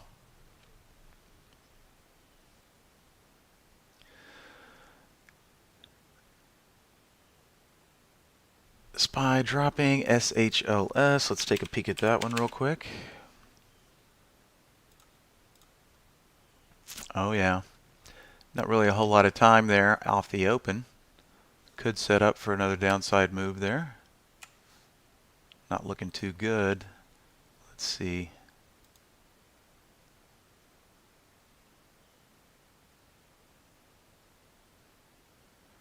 Why are you making me wait so long?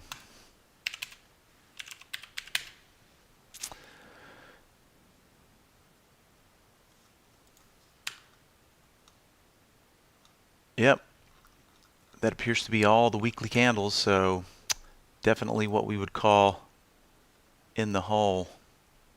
Very reminiscent. Actually, not in the all-time low category, but LC from Downward Dog today. Yeah, sorry guys, I don't know why my I'm getting a little lag here. Don't know if that's my internet connection or... Give me a second here to check something out. I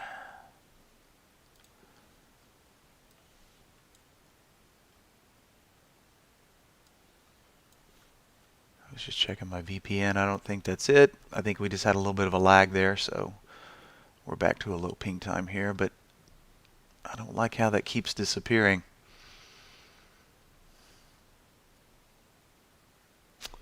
Hopefully you guys can still hear and see. All right, well, we'll just hope that stabilizes. All right, Mike, I see your next question there. When you use the top list, customized list, are you using the customized list with a simple new high alert? Ah, okay. So in what I would call the donor windows, I guess, if we put the list into the list or into these guys right here, yes, because it's a finite list of 50, could be anywhere between 40 and 60 stocks, then virtually no filtering is required. Just looking at the list. So you can see here in the upside version, all I've got checked off is new high, also pre-market highs as well, to see what might be setting up nicely in the pre-market. With that pre-market range, a lot of the times we can key off of that.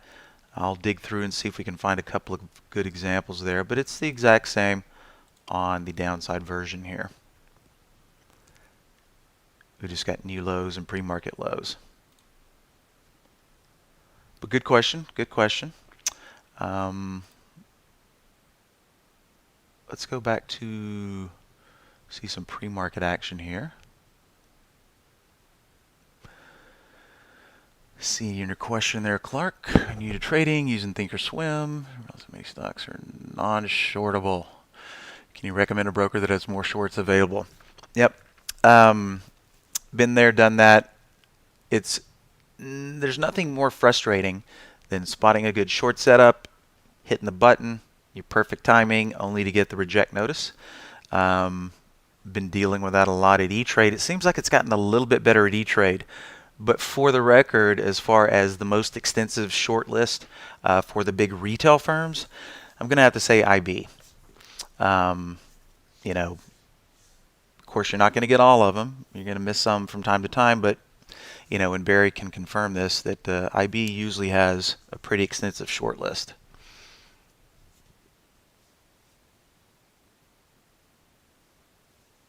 No problem, Mike. So yeah, IB, between all the big retailers, Ameritrade, E-Trade, Interactive Brokers, even Tasty Trade as of late, they have a pretty good short list as well. And then, you know, of course, even if it's not on the if it's on the hard to borrow list, a lot of the times they can make shares available. And of course, they're going to ding you for a nice fee on top of that, just depending on who the broker dealer is and if they have that functionality available. Back in the old days, when traders like myself used to just bang on 4 or 5 stocks every day, because that kind of worked back then, we would actually circumvent that rule by doing what we call a forward conversion. And I think I remember the formula. You would sell the calls, buy the puts, and buy the common, and that would create, in essence, a hedge.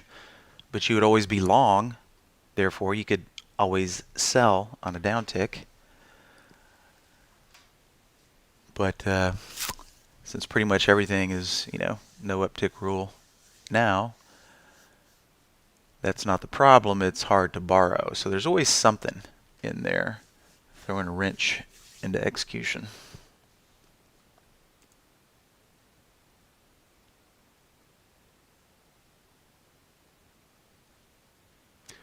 Pardon me while I just check up on something real quick here. Yeah, Holly's holding up pretty well. I'm running it in a test environment. Not a bad buy on this GLPG. Pretty close to the open entry point right here, and just smooth sailing.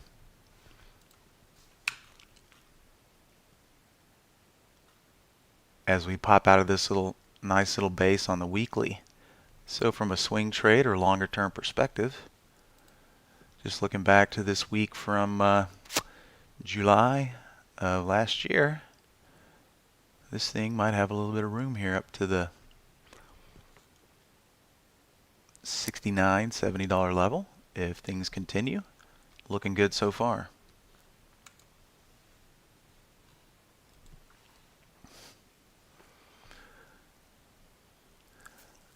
Terry, to your question about the hard to borrow list, could it be that the broker is too big?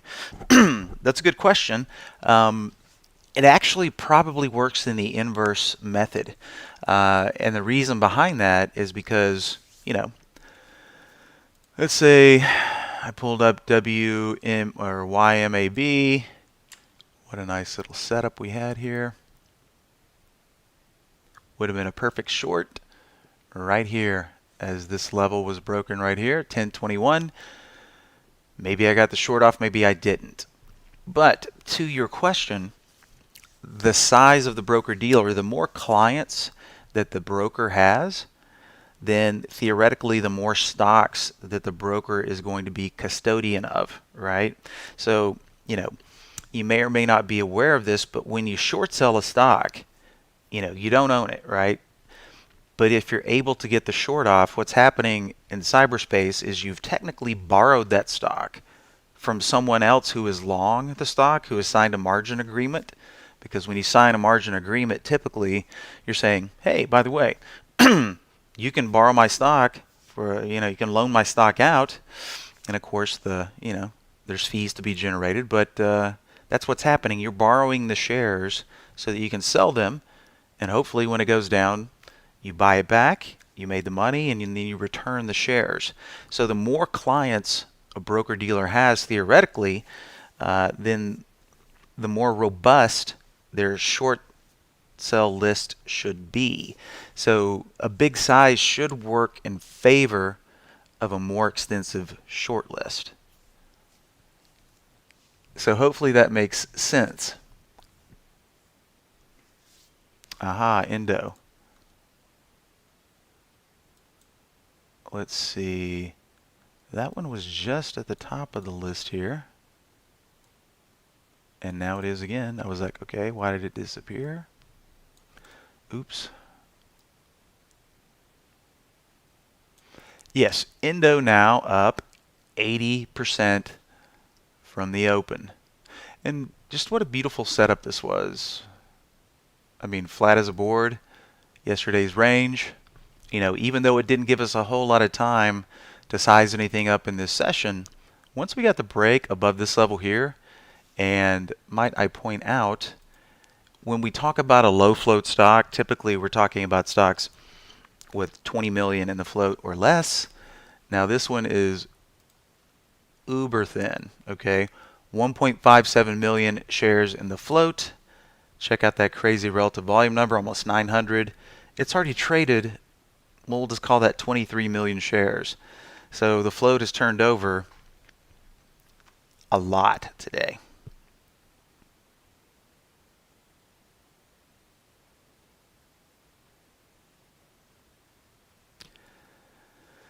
Can I build a scanner for stocks that had a breakout, failed, and then plunged? Yeah, there's too many factors going around in there. Too many factors to be concerned with there, Iris. If a breakout failed, then the first part of the equation is identifying the breakout. And then, what do we consider failed? Did it just come back down to break even? Or did it stop you out?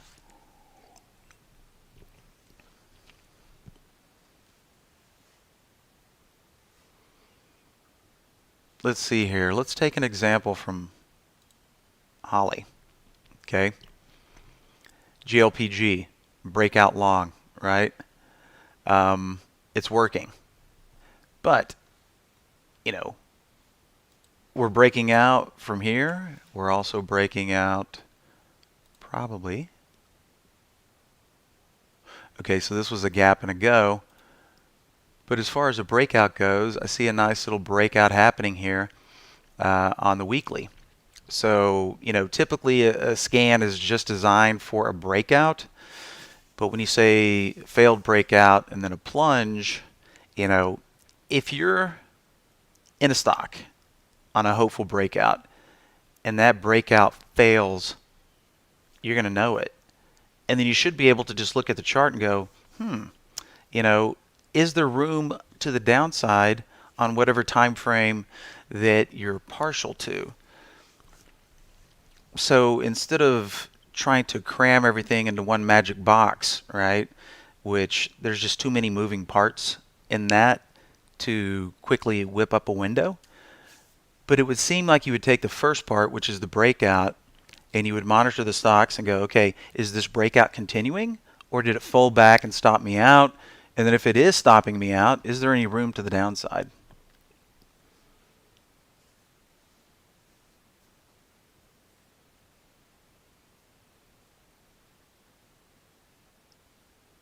Yeah, and Terry, you're right. Most broker dealers, if they're borrowing your stock, they're going to pay you something for that.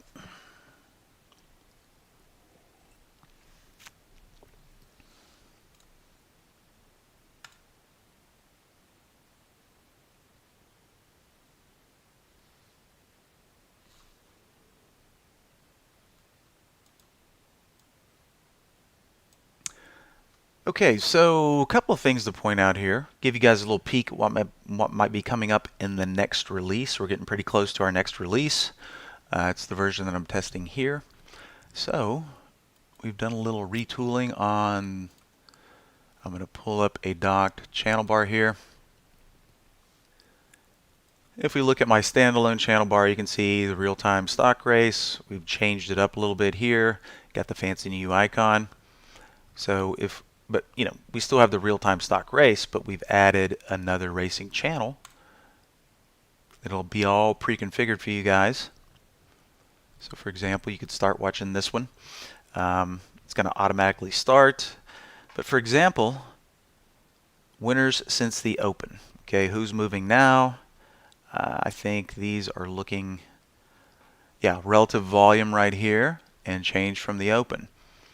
So if you start these races right at the open, 30 seconds in on that first top list update, these races are going to start and could show you some pretty interesting things based on the biggest relative volume increases off of the open, because relative volume can get really crazy, but it's relative, right? What is crazy relative volume on the open? Is it 100, 200, 300, 1,000, right?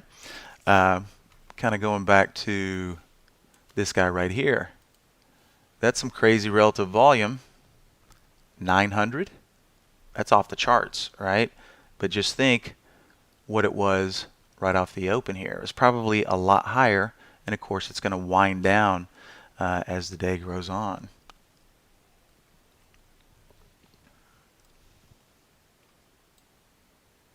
So a cool new racing channel is coming down the pipeline in the next build, and we'll see what happens with it.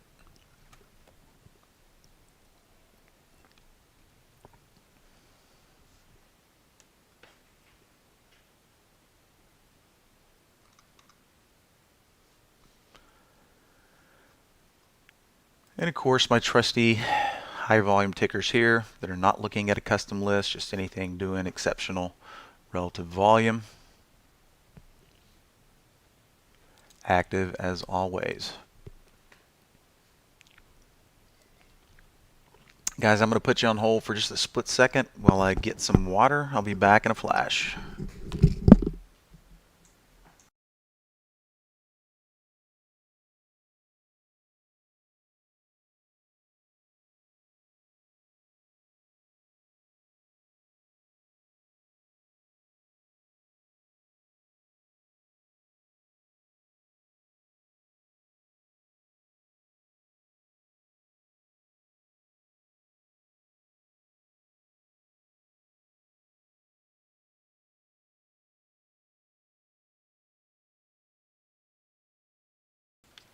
But kind of circling back around to what you said earlier, Iris, if you really wanted to try to build something new, you know, as far as a failed breakout goes, well, what my mind would go to initially would probably be,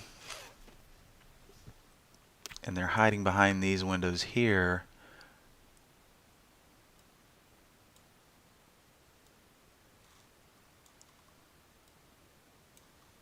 I haven't been paying as much attention to these guys because, well, they're at all-time highs, right? They're breaking out.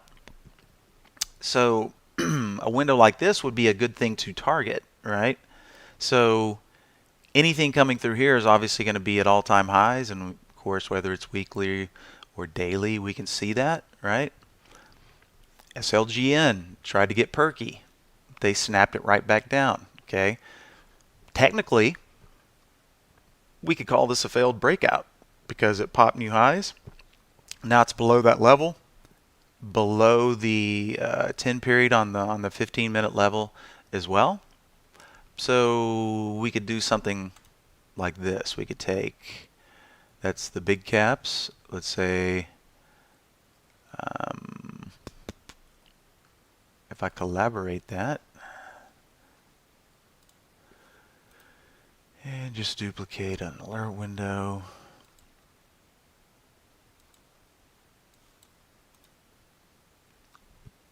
I can't remember the last time I used the old school collaborate, but there we go.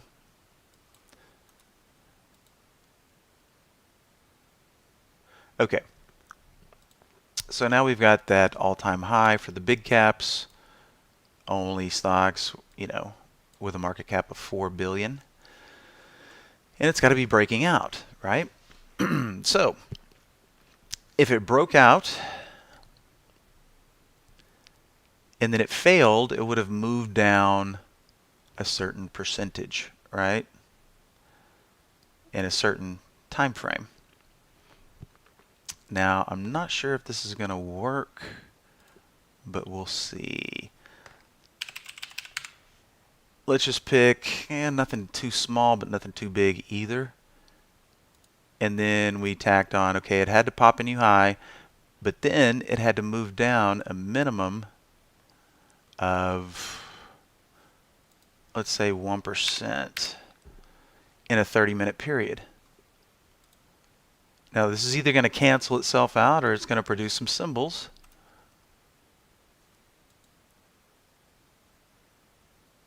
And I think that's going to cancel it out because we can't have the all-time high and then the down move. You see how I was discussing earlier, there's two different parts of the equation. Well, I can't fold in a minimum down move in that time period because that and the all-time high filter are going to cancel each other out. So we would need to address this probably better with a top list. So let's do this. I hope that collaboration string is still in there. Yep. Let's make sure. Okay. So now we have the same configuration here in the top list. Let's make sure. Put the all-time high. Don't really need sector, price volume, relative volume here.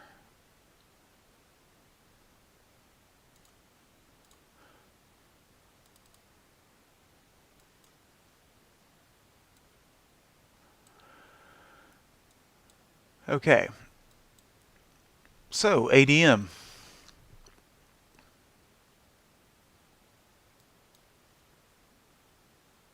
Now it's just, let me get back on daily here.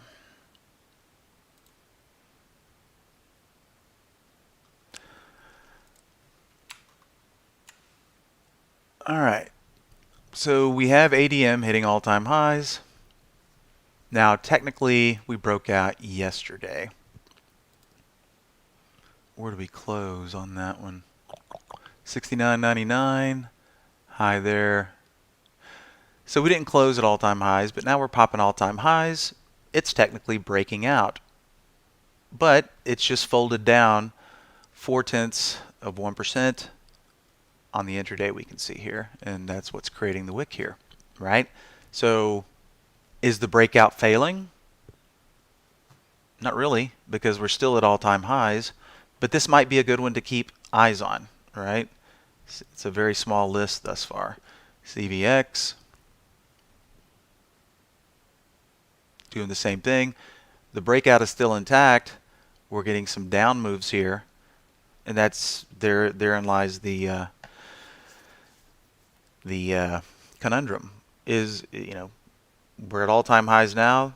The breakout is working, but if we saw a stock pop up on here with a significant move in that 30-minute period, and keep in mind, I just picked 30 minutes as something random, not too big, not too small, but it might be better suited for an hour. It depends on, okay, after the breakout or the all-time high has been achieved, how much does it have to go the other way before you want to be interested in it, right? And then you could go in there and set some min-max or some maximum moves, max downside moves or minimum downside moves. But it's a two-part equation there, so you'd probably have to have one to show you the breakout that's occurring or that is allegedly occurring, and then is it going to continue or is it going to fail and go the other way?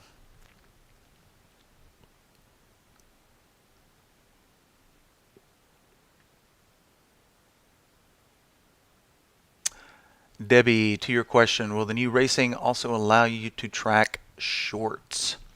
Well, good question, but the thing about racing is it's all tied to a top list, right? We can only execute races from the top list, right? So, for example, on my position change from the open, all we do is we pick the filter that we want to use for the race. So, to your point, Debbie, about will it allow you to track shorts? Well, it'll allow you to track stocks that might end up being good shorts. Okay, so if we ran the race on stocks that are down the most from the open, that might point you to some good candidates. But what I've discovered about the race is once again, it gives you a limited universe of stocks to look at. But then just because a stock wins the race, say the downside race, well, and we look at the chart, that doesn't necessarily mean it's going to be conducive as far as a chart setup or your risk levels go. But if we ran a race here, right click and we launch a real-time stock race, then here's our panel. Pick your number of cars, we'll just say 10. And this one, change from the open. I'm just going to set both of these values, change from the open, descending, and then we'll start the race here. So it's always going to wait 30 seconds.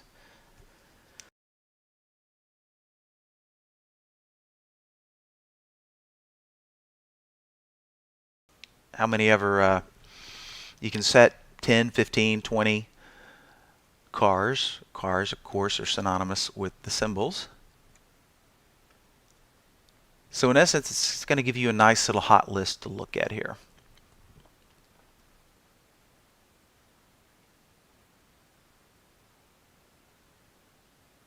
You talking about this top list window here, Debbie? Oops. Yeah, I dropped it in the chat earlier, but sure, I can drop it again. There's for the downside version. All right, CVAC seems to be like motoring up as we speak, or excuse me, down. The race is over because we only ran a 1-minute race. But of all the stocks here, CVAC moved down the most in that 1-minute period. Hold on. Let's go back and, okay, we'll do a 10-minute race this time. 1 minute is a little short. All right, Dan showed racing where you could show the biggest loss since the open. Yeah, and that's what we're doing right here. See, notice the title here. Negative change from the open, right? And while we're waiting for that race to start, check out these values here, right? Since the open, KSCP is down almost 50%. Look at all these stocks. I mean, the guy at the bottom of the list is still down 12. So if we were watching this window off of the open,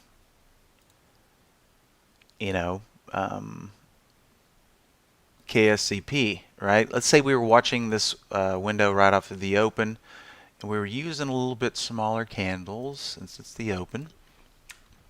But let's say, of course, this is all the history for KSCP today. So if we ran this race right on the open, and we had to wait 30 seconds after the open, and then boom, the race started, and we ran it for 10 or 5 or 10 minutes. If we ran a 5-minute race, we would have found KSCP here. If we waited 10 minutes, we would have been alerted to it at the close of this second 5-minute candle, and there was still plenty of downside there, right?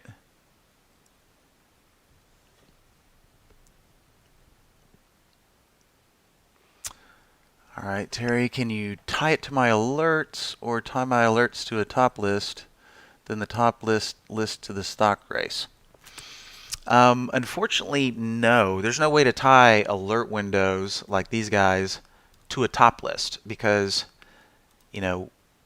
if we go into configure on the alert window, Terry, the difference between what you're going to see in the top list versus the config of the alert window, top list is only going to be looking at filters, only going to be using the filters, right? Alert windows use filters, and then we can tack on alerts. So the top list is reserved for just filtering stocks because filters always work in the all or none capacity. So a stock has to meet the criteria that we sketch out in the filter set to make it onto the list.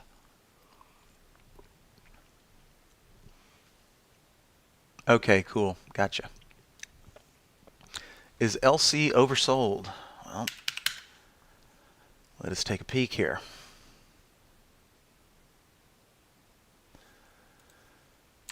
Sure looking like it. Let's go to the weekly. Okay, it looks like it might be getting to a level where it wants to bounce, because notice we're into this area back here now, right? So this area now could potentially act as support, right? It's doing that right now, but of course we all know that, not everything sticks verbatim to the chart. It looks like a good resting point here, but check out the action. We're still precariously close. Come on, chart. There we go. Okay. So we're still hovering at lows right here. If the day progresses and, we just keep going sideways and we're not printing new lows, well, that would tell me that, yes, indeed, this is acting as support. But of course, if it gets real frisky, if there's still a lot more selling to go, then, this will be the next stopping point. So it appears to be, we've had quite a few weeks of selling in this one. It looks like it might be stopping, but we'll have to see how it does for the rest of the day. Because if this level does not hold, then we're down to the $12 range. So hopefully that makes some sense for you there, Eagle. Okay. All right, so Indy. Not to be confused with Indo.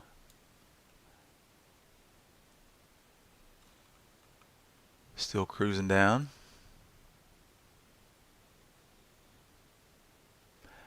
Let me see if I got anything in the cloud for that.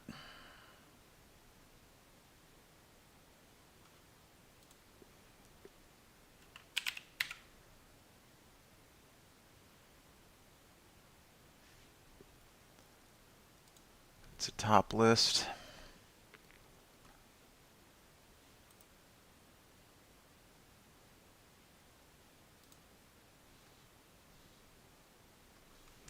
Ooh. Yeah, Barry's coming back at 5 till because I'm going to have to hop here in about 4 minutes to attend a meeting. Let's look at MDRX. I mean, I guess, not the prettiest cup and handle there. I forget what time frame this is looking at, though. It might be more of an intraday. No?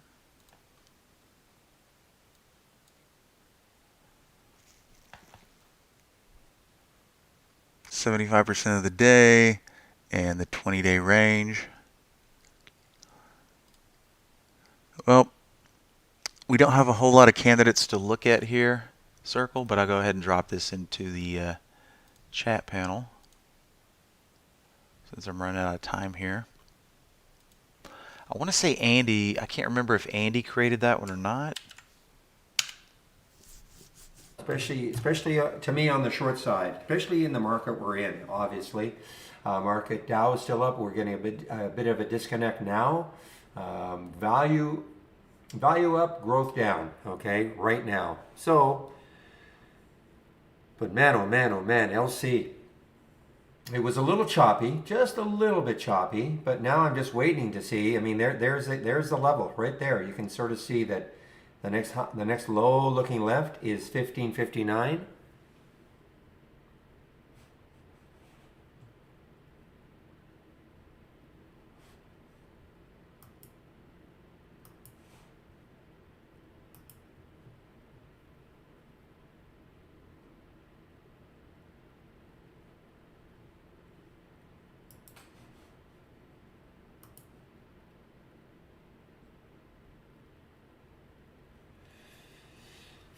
Okay, let's take a look at some of the meme stocks. If they're nothing, AMC, disarray, AMC, GME. I'm just checking those just to see if there's any glimpse of hope for either of those ones. No, not yet anyway.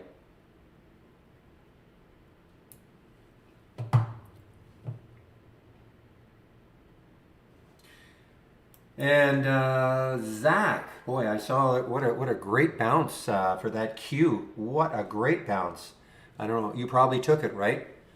I'm just looking at your bounce plays. 1129, 1130 for the Q. CUE. There was the alert right there. What a fabulous bounce. I'll start paying more attention now to those plays in the afternoon now. Now that I can kind of concentrate on them. Boy, that TGTX, so fantastic, guys. Anybody who took that and is still in it, what a fabulous, fabulous percentage gain on that one, the TGTX.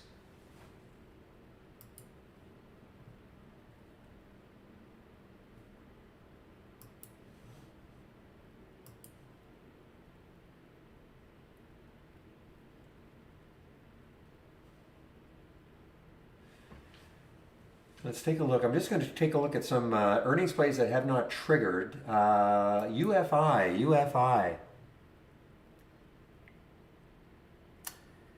Boy, look at this one. Look at this one. I mean, there's not very much volume, but man, oh man, there's nothing underneath this. There's about $1.50 to the next low looking left on the monthly. Yeah, about 1851. So maybe there's a little bit of support around that 1851 mark. And but you know, this is the type of sneaky little trade, you know, you can get into. I'd like the volume to be a little bit more. For it, it's trading a lot, 7.5 times normal. But if this weren't here on the weekly chart, I'd probably take some, you know, just to see. But that right there, it's too close. So can I check the box? Nope, can't check the box, so won't take the trade.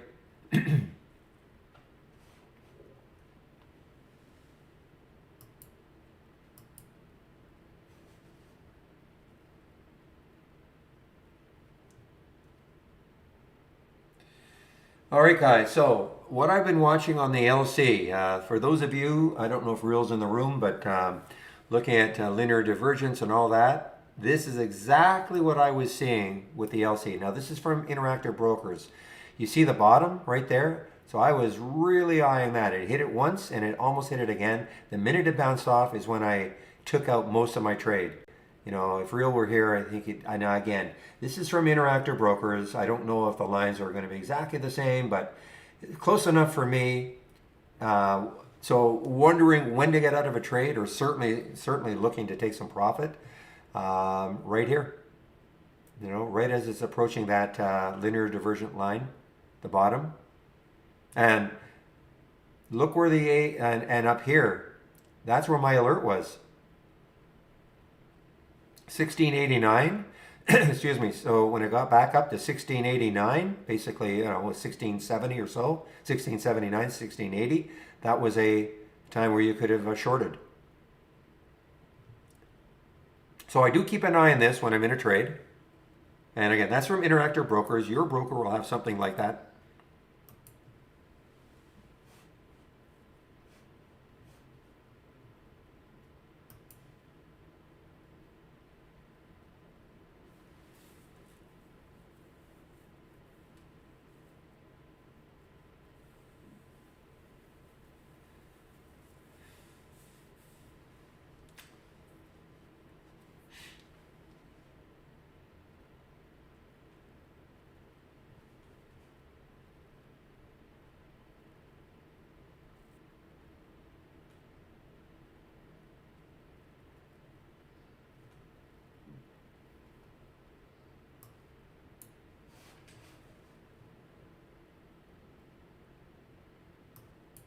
Give me a moment here.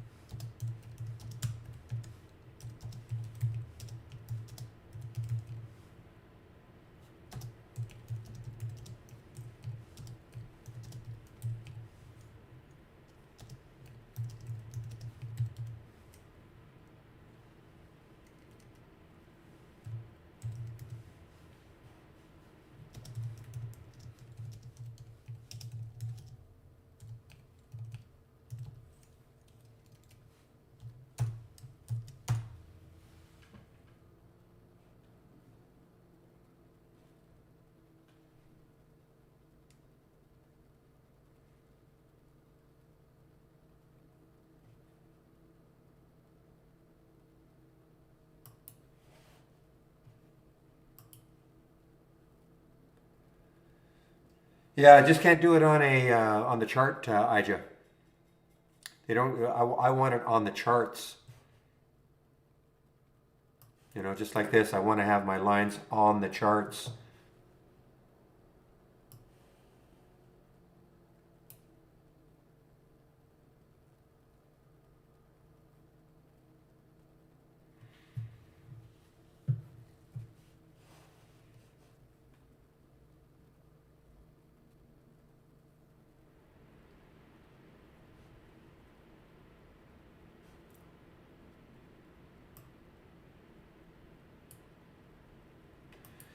Well, there is no bottom. I mean, if hood is still at an all-time low, hood's at an all-time low right now. Yeah, I mean it's basically an all-time low. So you know who's going to step in and buy it? I mean, look, it has days where you know it pops, but I mean it has. Look at this. I mean this is just steadily down. So there's to assess a bottom, you can't. I mean it could go to zero. I'm not saying it's going to zero, but you can't. I'm not saying it won't have little days in which you get some people just looking at the bottom fish and all, but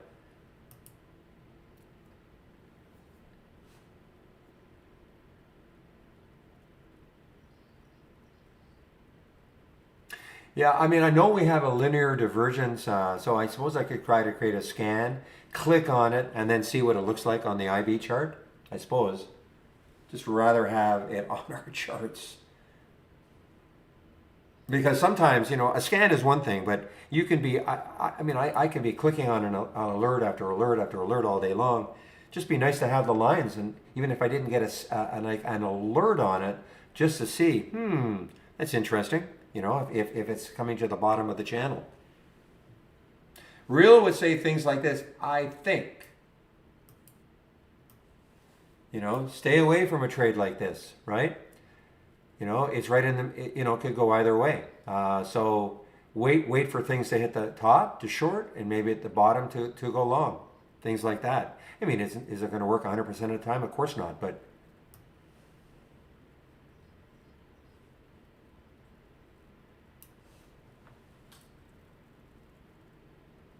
meanwhile, ARDS, what is ARDS doing? I've been running this race all day long. Wonder why that one.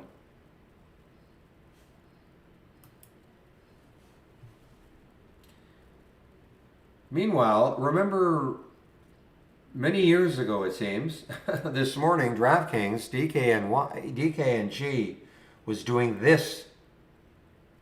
Now look at it.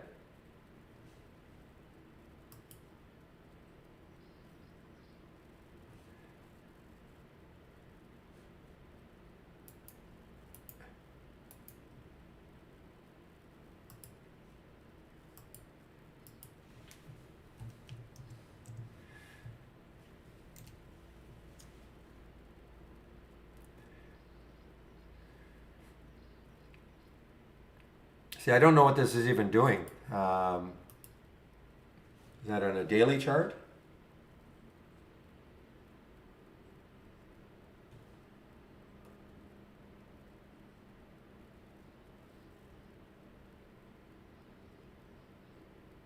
Yeah, so I'm looking for a 15-minute. I don't know. 15-minute linear regression downtrend. Ah, you know what? Why don't I'll just for fun.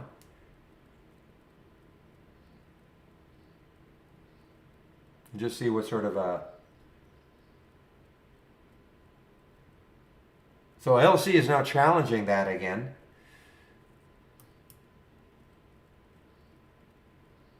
All right, I'll tell you what I'm going to do.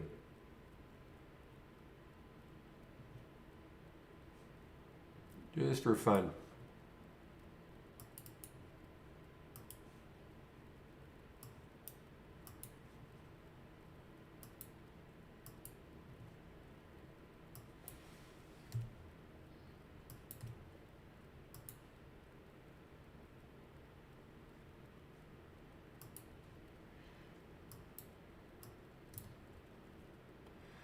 I know I could have started from scratch, but okay.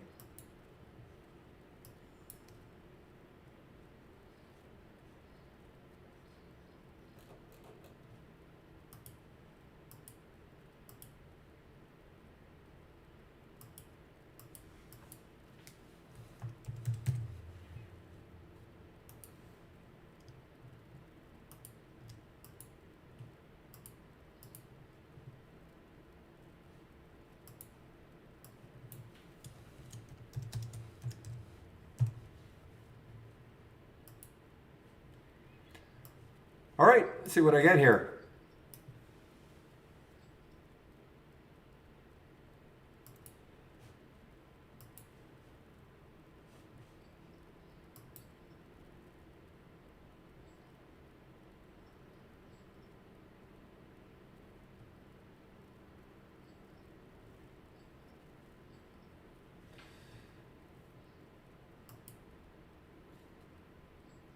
Yeah. Now the thing is that this could be using different math, of course, but it's not giving me this is not quite well. Maybe here. I mean, it's within 3 cents, but well, maybe that one. What was the alert at? No, 8:19. You see, needed the alert at 8:30. I'll play around with it. I'll just see what sort of looks we're getting. Maybe it's after the fact, it might be one of these volume confirmation ones again. But I'll play around with it and see what I get.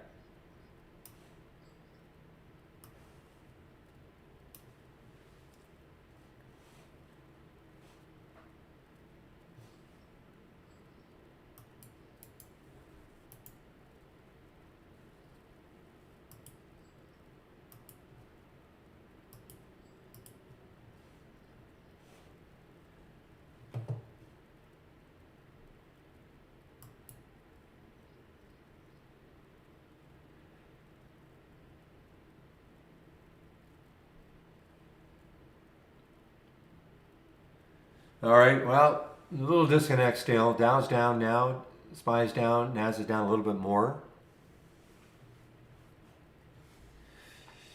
Boy, every day, other than what it was 2 days ago when we had the monster rally at the end of the day, or was it 3 days ago? Can't remember. Well, I guess look at the SPY, I guess.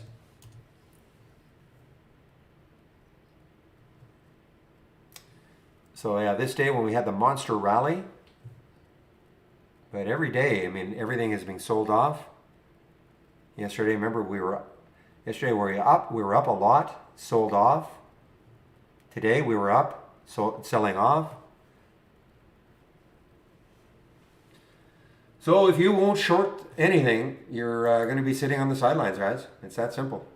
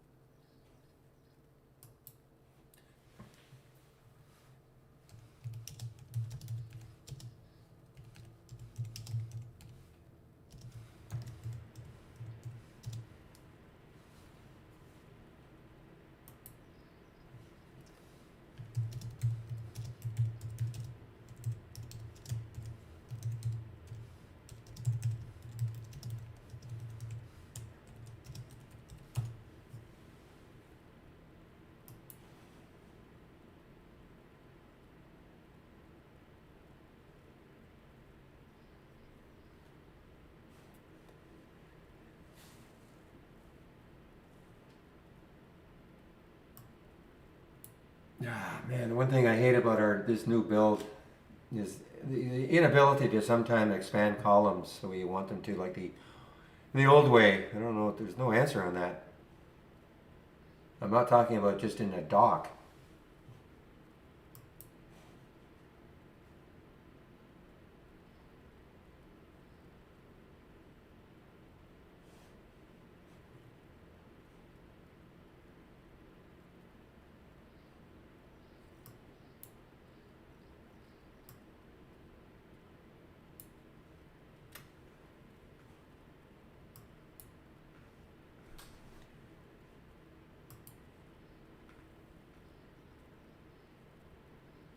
Wow, lending club. I don't have very much of this left.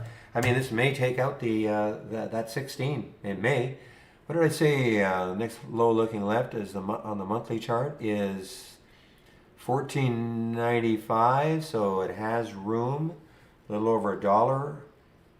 And here it is 15.59. So it's got about 50 cents to that next low looking left. Boy, we're just having another massive sell-off, guys. Just look at the SPY. Massive sell-off.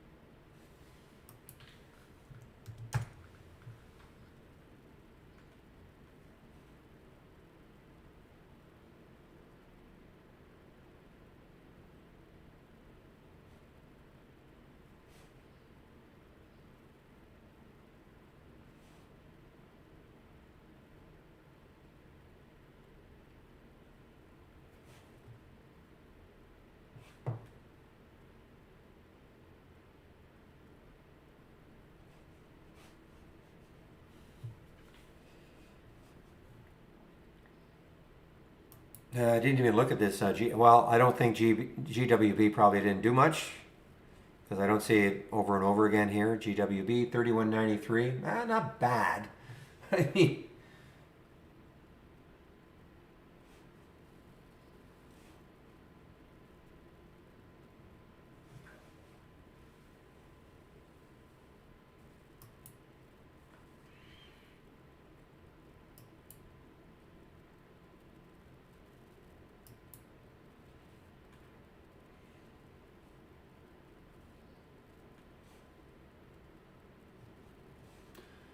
well, even earlier, but that's way earlier. The FSR from that Zach scan. I mean, it did bounce, but I would be real. But this is what the market was doing at the same time.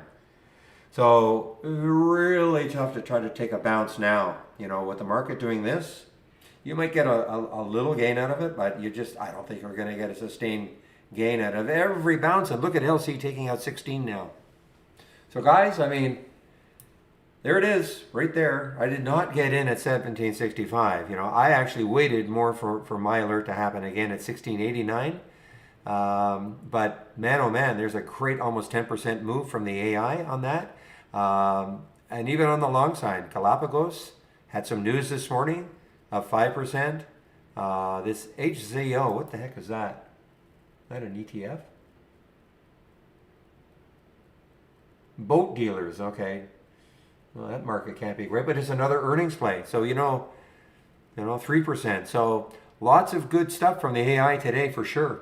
And I think, when we're in earnings season, we're going to see, especially maybe on the short side, you're going to see some of these ones that just get clobbered.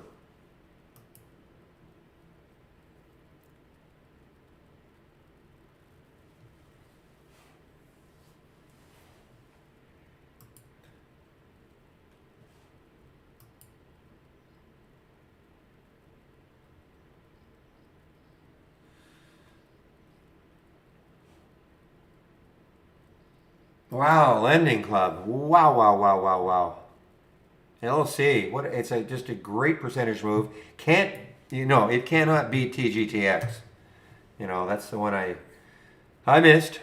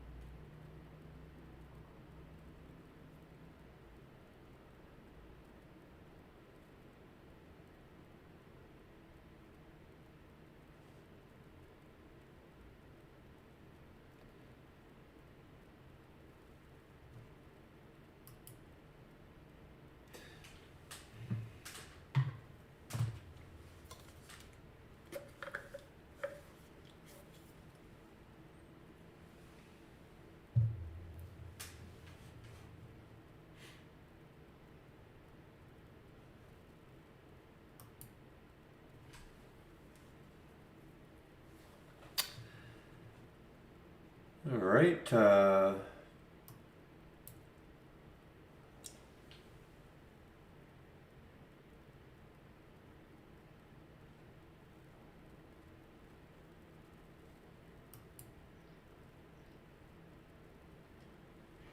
And even here in my option scanner at 12:09 on break, I would have seen, if I'd seen that, I may have taken that. Right here, the option scanner. This is just the flip of this one moving higher. This is moving lower. So there was the alert, TGTX. Nothing in the higher. Very hard filters. Don't want a lot.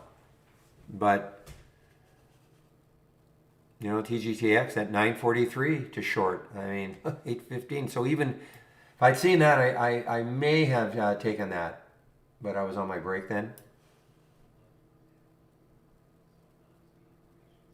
Yeah, so you won't get this, Kenneth. You have to, the only way, first of all, you need, actually that's not, I'm told, as long as you're on the latest beta, Kenneth. Okay, so you have to be on the latest beta. I don't know what you're on. But if you go to our website and you have to be on the latest beta in order to, and then you can go to the channel bar. So if you click on my homepage, oh, I'm sorry, that's the TI homepage.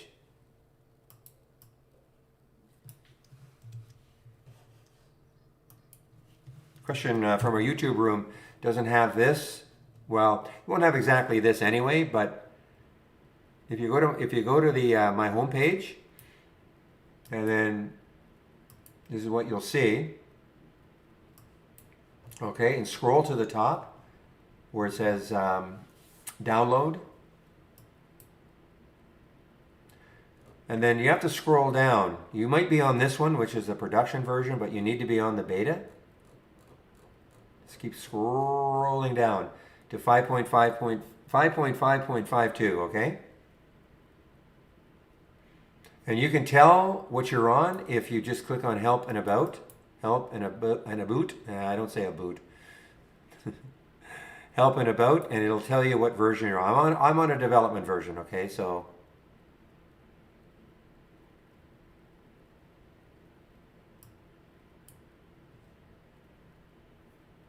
yeah, so you have to download the beta, okay, Kenneth?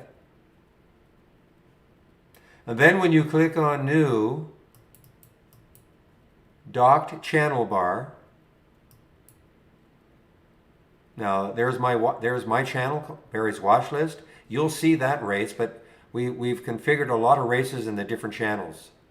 You just have to, I'm not sure they're in every channel, but if you click on my Barry's watch list, you'll see it right here. Okay, but we've constructed a lot of races and now all the different channels.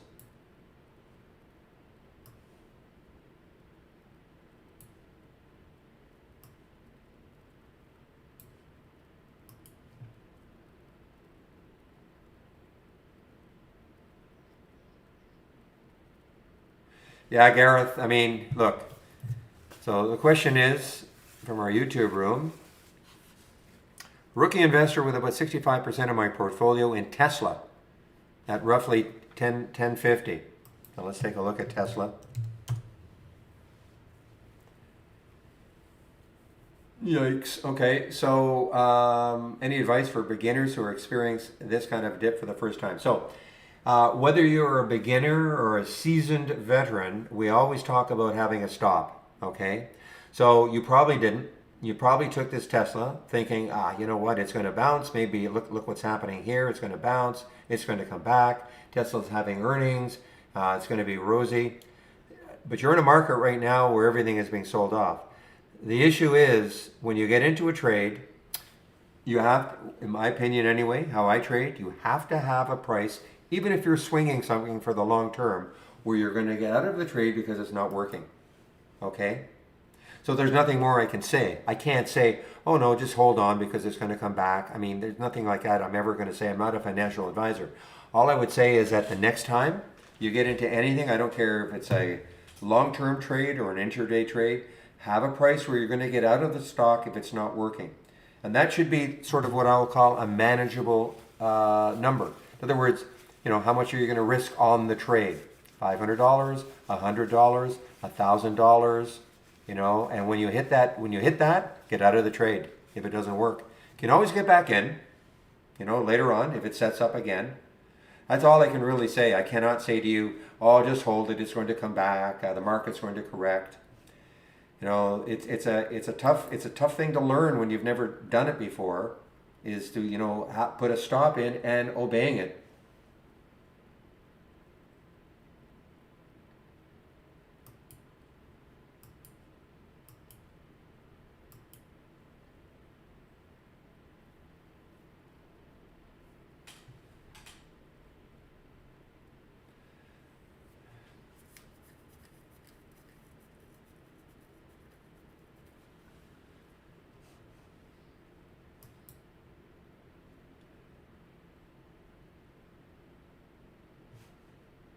But right now we're in a almost sell everything market. You know, you get little days where the market, like even this morning, I mean, the market was up, you know, but the market is in sell-off mode right now. Until that stops, I don't have anybody swing trades anything long right now.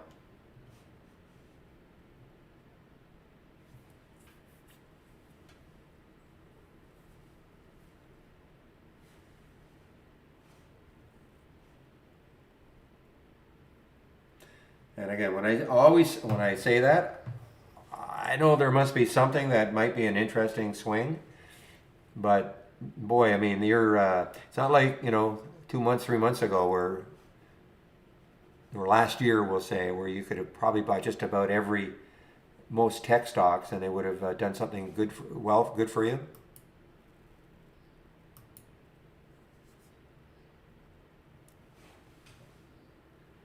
Look at the semis. I mean, look at SOSXL. I mean, this is the bull, right? Moving down. So let's just take a look at the inverse SOX. And look at this. So let's look at the sectors, in fact. I mean, we looked at this about 10 minutes before the market opened. Everything was rosy, rosy, rosy, rosy. You think it's going to look different now?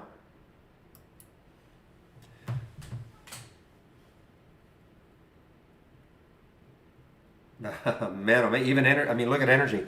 So if you were here in the room about 10 minutes before the market opened, every sector was up for the day, and big. In fact, you know, energy, every single stock was at 100%. That 100% represented the fact that every single stock was above yesterday's close.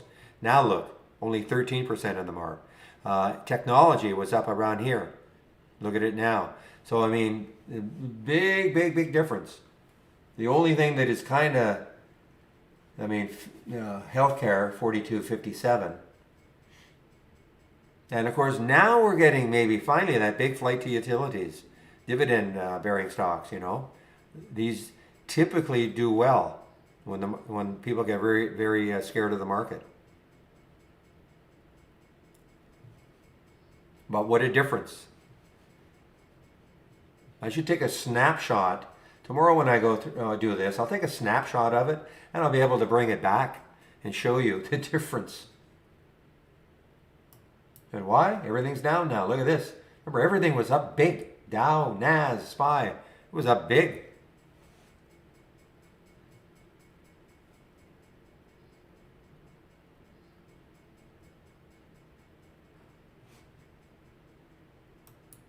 So yeah, for a lot of newbie investors, you haven't experienced anything like that, like this. I mean, it's been pretty rosy from, except for the month and a half of the pandemic, when the market just tanked but came roaring back. But since about 2008-9, I mean, the market has been just riveting.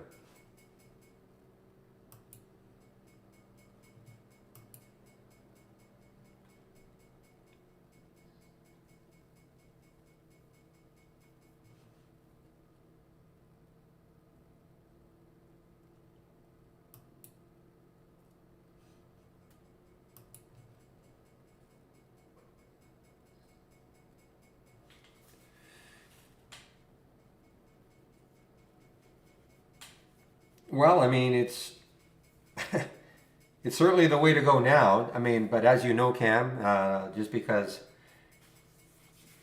I mean, shorting, yes. I mean, you find the right ones. I mean, we seem to have a lot to choose from, but even them can have a pop and knock you out of the trade depending on what your like the position size you've got, where your stop is, and all of that. But yeah, I mean, right now, I mean, it's tough to go long anything.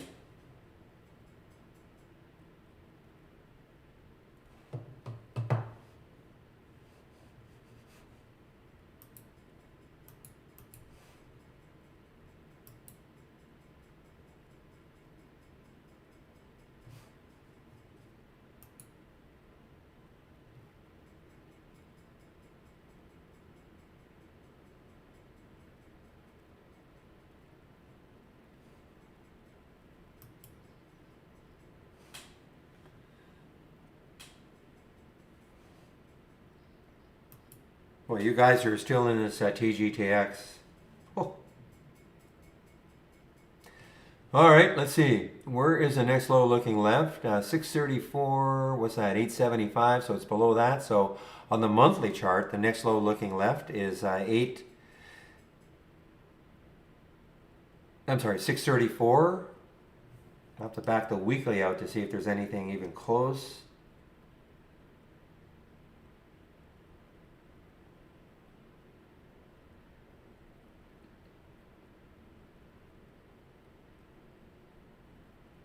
Yeah, it's the same. So you've got to go. We've got to go back to. Well, let's look right here. The month of.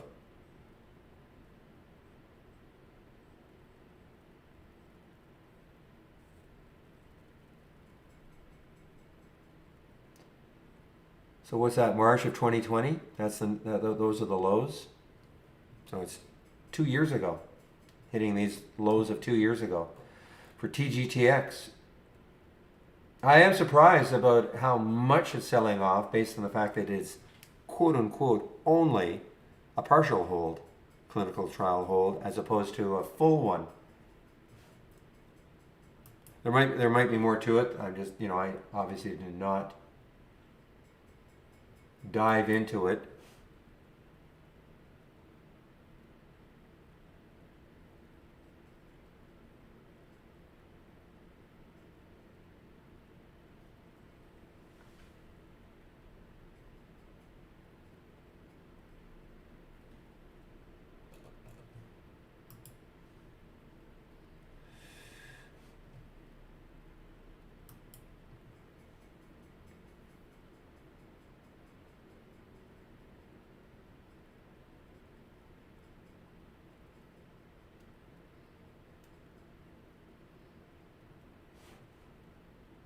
And meanwhile, Intel, INTC, yeah, that showed up early, little, right here, that first 15-minute candle. Now it's making another new low, INTC. So I had a little bit of a pull up here, but even, nothing is safe.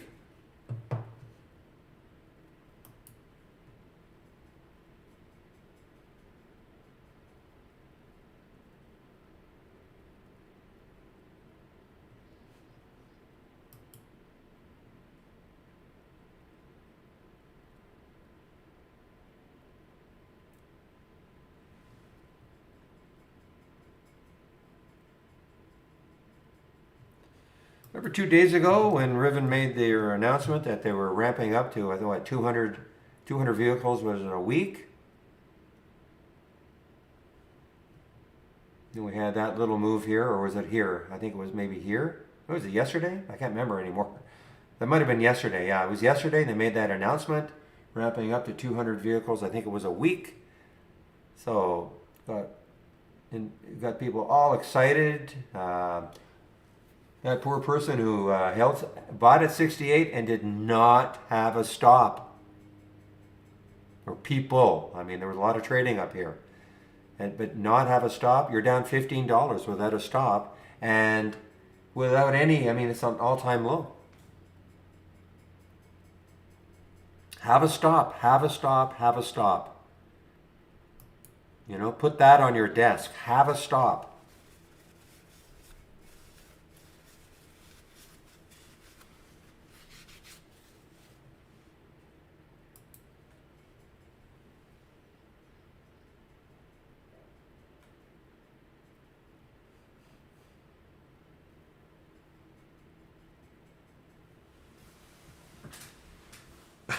The wandering trader into in the wilderness. I mean, it's yeah. If you're new, I mean, this has got to be awfully.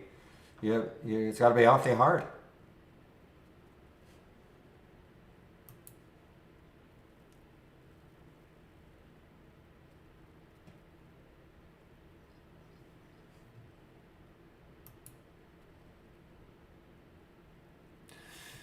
Shoot, I'm missing the boat on the GWB. I mean, a great alert. Look how much it based, and now it's dropping. GWB. Is this an earnings play? And it's an earnings play. Actually, yeah, no, it's after hours, post market, but in advance of its earnings, it's dropping. Now, does that mean short it and hold it through earnings? No, that's not what this means. Or I never hold anything through earnings. Never, never, never.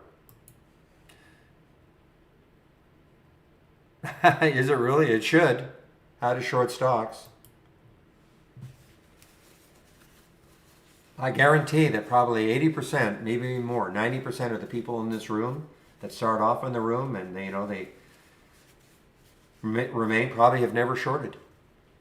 Maybe not in this room because it's a pretty active trading room, but I mean, I would say that 99% of people have never shorted.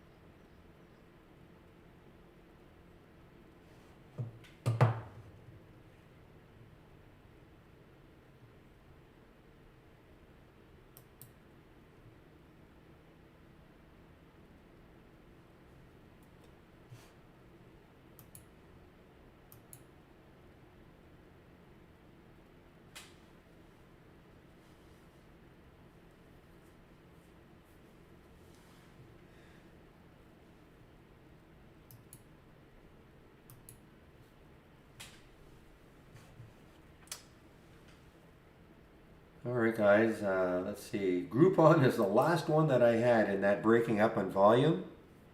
Way back here.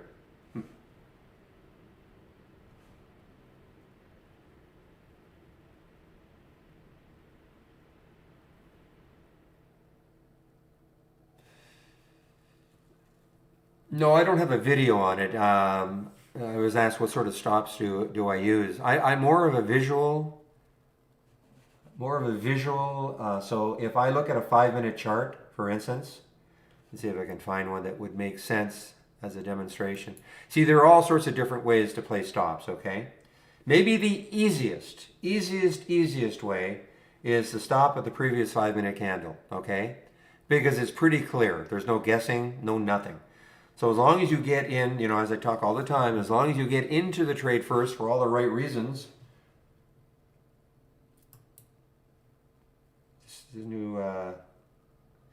all the right reasons. In other words, having your checklist and being able to check every box so to take the trade.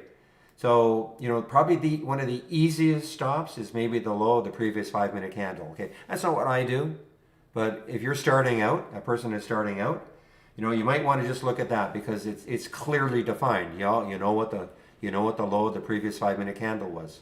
Okay, that's one way of doing it. I'm more of a visual player though. You know, I look probably no less than a 5-minute chart. I check to see how much, you know, if there's a lot of consolidation at a certain price level. So if it broke down through that level, I want to be out of the trade. Okay, but you know, there's also some might use a moving average. If it hits a certain moving average, going to be out of a trade.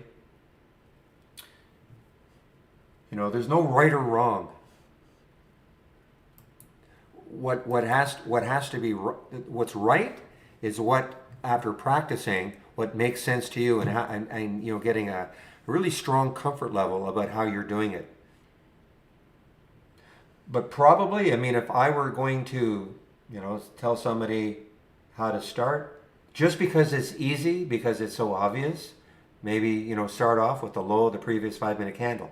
But that also means, though, that you've taken the trade because you've been able to check every one of your boxes about why you would take a trade.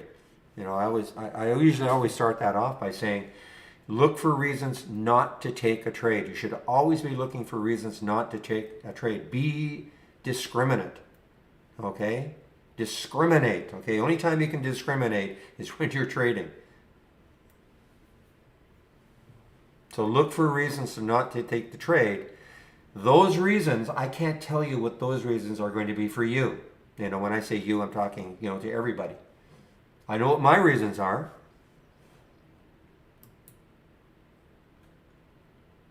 But yeah, start off with the, you know, if you take a trade and it meets the trading requirements that you're in, and, you know, take the low of the previous 5-minute candle, and that's probably a good way to start.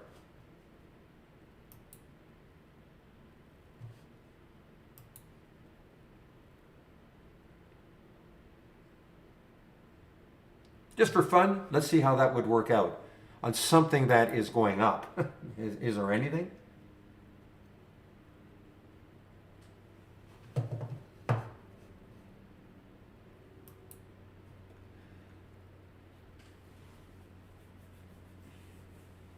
Yeah, that was shortable for me too. You won. I know you guys were talking about it. Okay, Indo's going up. You're right. Indo is going up. Now, I just using this as an example, right? Just as an example.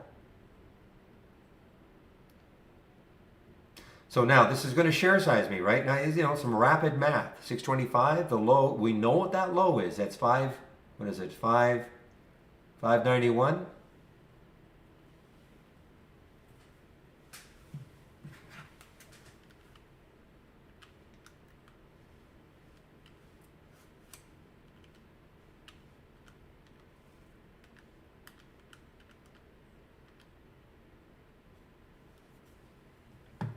So I'm going to take about 300 shares, okay? And I'm just trying to do this on the fly.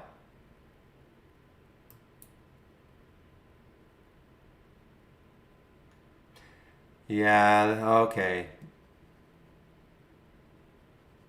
Yeah, I'm on this development version that screws this up. Okay, doesn't matter. I mean, I'm sort of, okay, I'm just going to take, sorry guys, I mean, I know what this is the development version I was trying yesterday. I'm just going to take 400 shares. I'm going to buy it at the market, okay?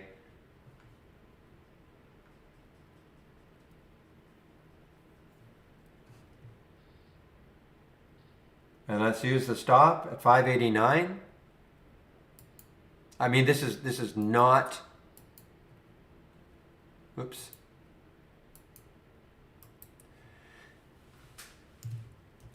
This is not correct exactly. I mean, the stop is correct, but I've not share size correctly. Okay, so in the simulator, what I'm trying to do is have a $100 loss max. Okay, so because I got, you know, a little bit on this bid ask, it kind of screwed me up a bit. I should have taken about 300 shares, but anyway, let's see how it works. Because right now, you know, if I allow myself to get stopped out down there, I'm going to be out to, in the simulator, out $260. I try to demonstrate a stop of placing my stop, and then I would share size accordingly so that, if I got stopped out, I'd only be out $100. In something that is really moving quickly, I mean, that can be hard, of course, because really, what had I got into this one at what did I get in at 638? Sorry, 654. With that stop at 589.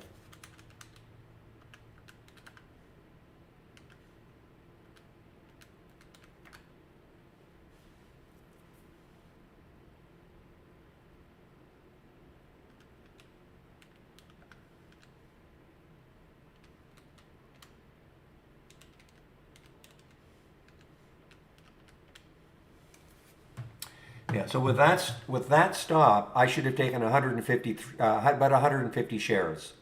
Okay, if I wanted to risk $100.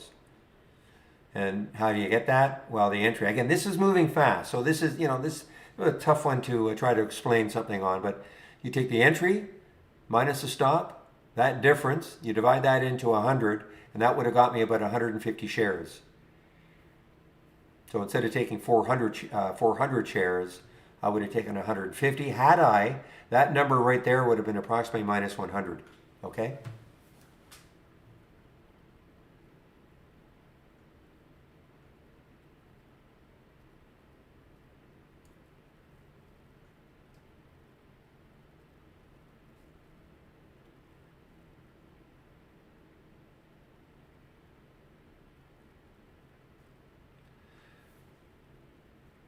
What is the column name of the ranking in the AI?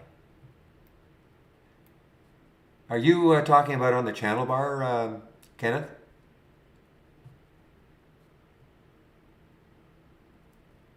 Because I'm going to show you something that I think personally just simplifies everything. I wouldn't look at the channel, okay? If you and I'm assuming that you are a premium subscriber. Now you have access to the AI. This is what I would do. Just click on New, and then click on AI/Holly Strategy Trades window.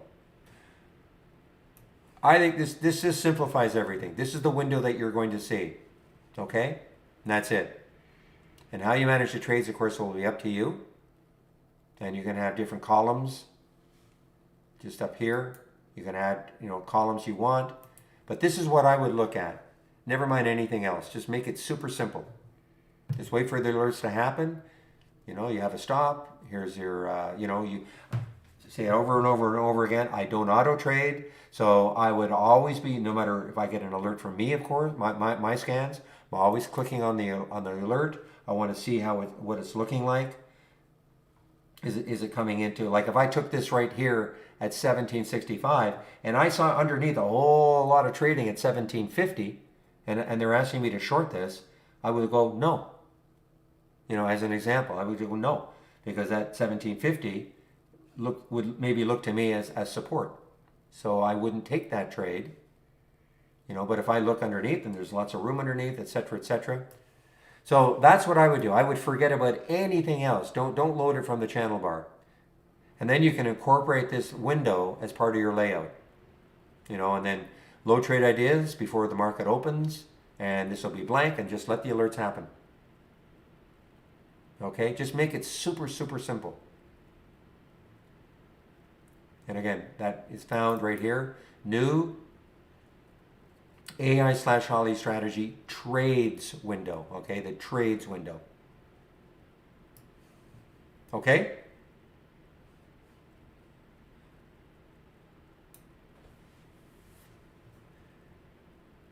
I don't even know what you mean by the rankings in the morning.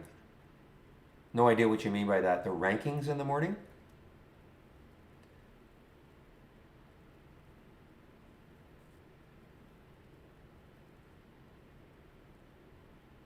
I don't know what you mean by the ranking.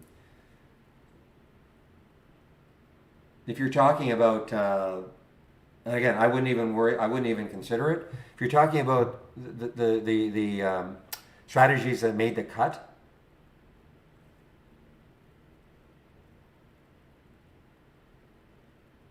and you want to see the win percentage and all that, but I would forget about it. Honest to gosh, I would just completely forget about it. Just wait for the alerts to happen.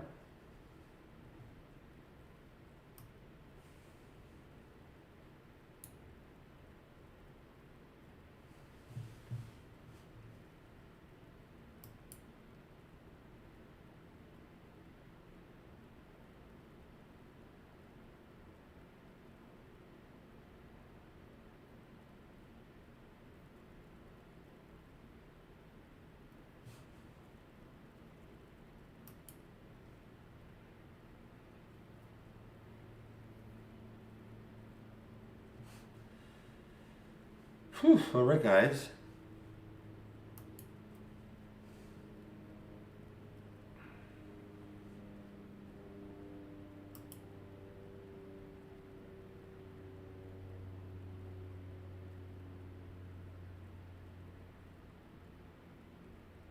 I'm probably Kenneth, I'm probably not going to know. Okay, I've never. So what you should do is, if you want, I'll get to your homepage, the Trader Ideas homepage, and start a discussion right there. Maybe one of the other traders has it or something.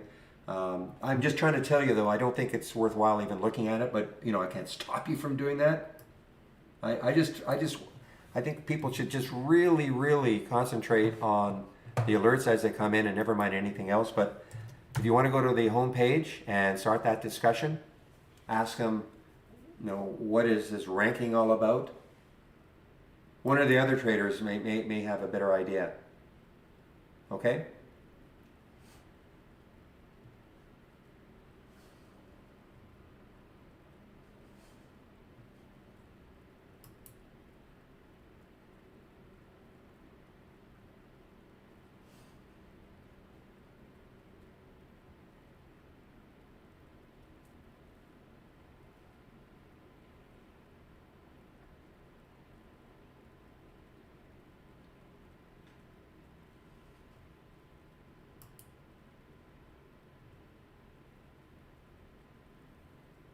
Yeah, Apple After Hours. Now they normally release at about the 4:30. They don't. They're one of those ones that just delay, make everybody wait.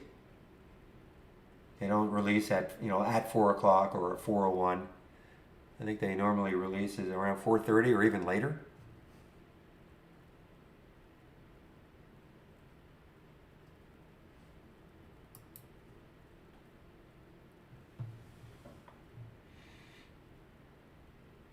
It's at 4:30. Okay, that's what I thought.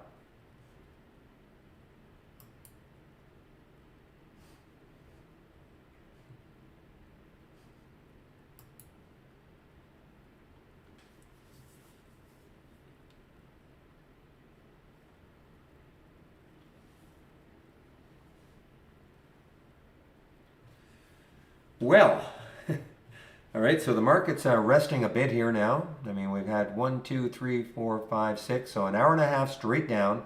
You know, little pause there, but basically an hour and a half straight down. And now market's wondering, well, what direction should we take?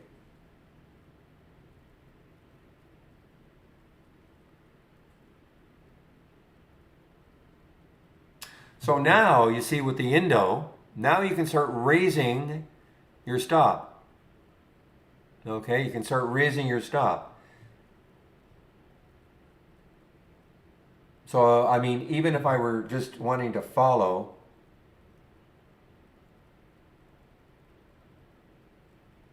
the previous 5 minute candle now, which is a little bit above, but, you can start playing around with this. But what I'd be doing, you see, if I were really in this trade, see, this is, I mean, it's a tough one because, I mean, it doesn't have hardly anything in the float. Very, very low float. So it's going to be wild, all right? So this is probably a bad one to try to explain all this. But let's just put the stop at the lower of that 2 minute candle.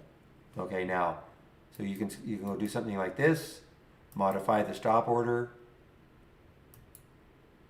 enter the exact price. Now I'll put 620. Now I don't know if I could have done it on the chart.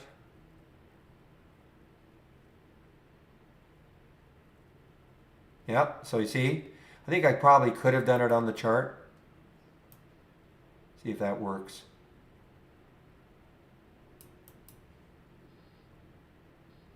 Yeah, it took me out of the trade because it was right there. Okay, so I actually raised it right to where the price was, so it took me out of the trade. I actually just wanted to put it below.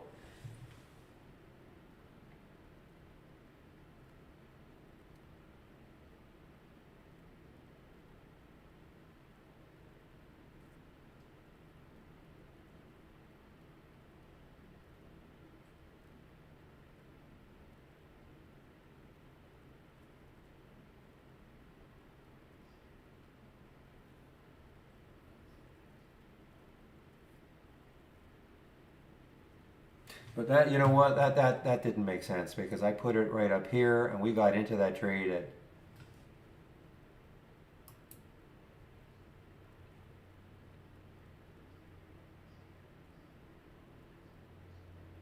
Yeah, I don't know what's going on. I have to admit, this isn't the simulator. This is in this development version that I'm on. It is buggy. Yeah, definitely the simulator is buggy because this should have shown me a 10% profit or 10% a 10-cent profit on 400 shares. Should have shown me, well, it's going to take commissions into effect, but this should have shown me a 40, approximately a $40 profit. No, I'm wrong. I'm sorry. I'm wrong. I think what's happened is it hid this. I mean, I should know this better, but this is a development bill. I don't like this. I don't like the presentation of this at all.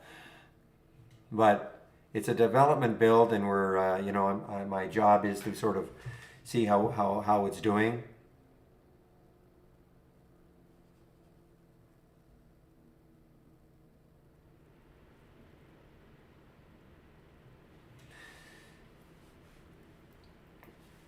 Yeah, but Terry, I mean, if I, look where I had to put my stop. Very, very wide stop on a very cheap stock with a very low float. So, anyway,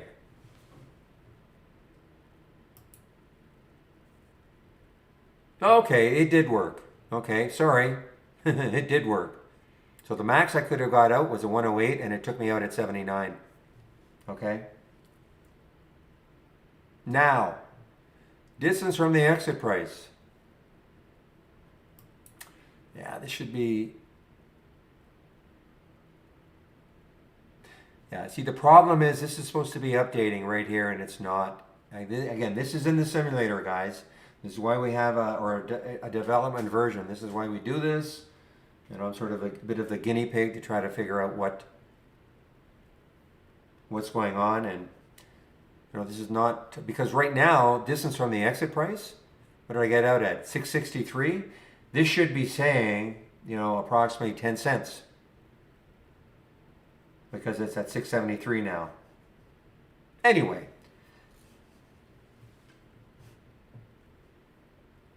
I might have to go back a version until this gets kind of cleaned up.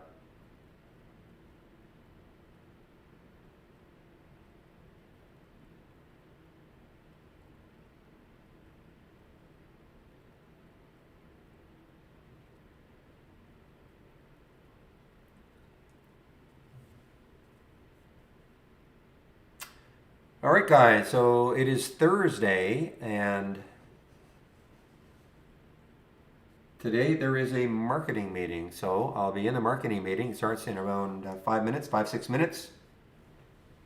So I'll be putting myself on mute.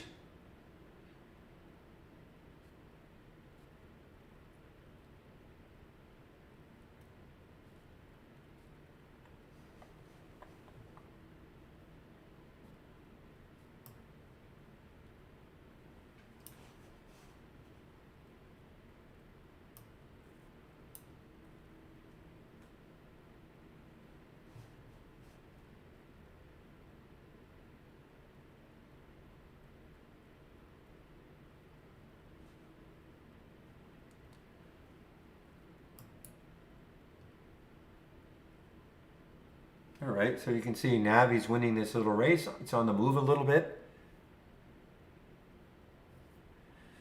So again, I haven't really gone over this too much. Again, this is super development version. The races are more of a way of looking at top lists in a different way. What's happening right now? As most of you, well, if you don't know, top lists update every 30 seconds. That's what they're supposed to do, okay? But what the races do, it takes any top list you've got, and you can have a race. And the race is based on what you want it to race on. So in this particular case, it's racing the change from the close. But if you had, and it's all based on the number of columns, the columns that you've got in your top list. If you had a change from the open, you could race based on the change from the open. So you could be looking at a top list and you could see the top three and maybe they look good, but maybe there's something down below that is really starting to move, as an example, and it's not catching your eye. Okay, so that's what this is. It's racing against other symbols. It's not, well, how much, it's not looking at, well, what is the most up from the close or anything like that. It's just what is happening now in your top list and the change from the close with respect to the other stocks that are in your list. So again, you might only be looking at the top 3 or 4 in your top list. There could be something buried down and it could be really moving for some reason, and it would show up. So, I mean, I'm still trying to figure out a way to use it in order to trade, but that is the concept.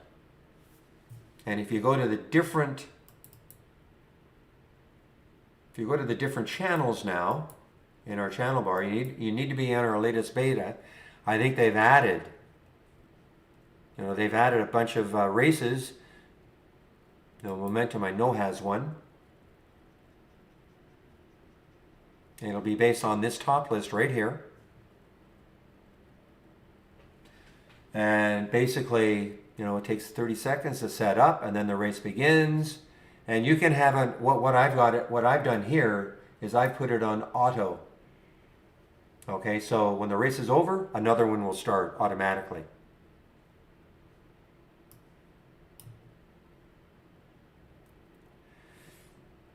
I do, Christine. So in fact, we're getting closer and closer. I probably have a more official link later, but right now you can use this one.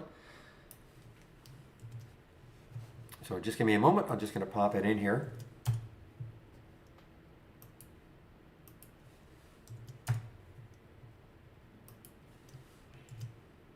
Okay, so I just put in a link called Test Drive.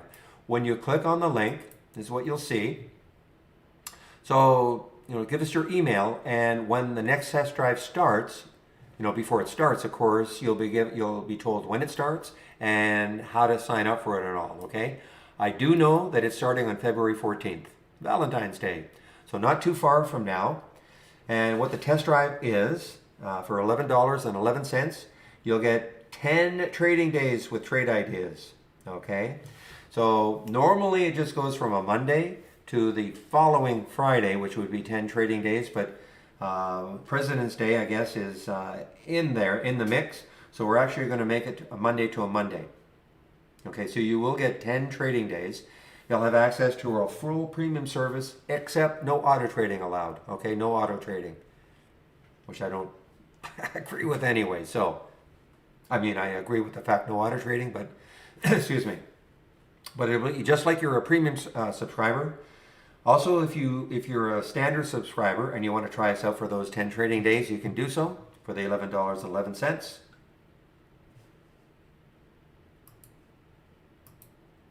All right, guys, this marketing meeting is going to start soon, so I'm going to put myself on mute right now.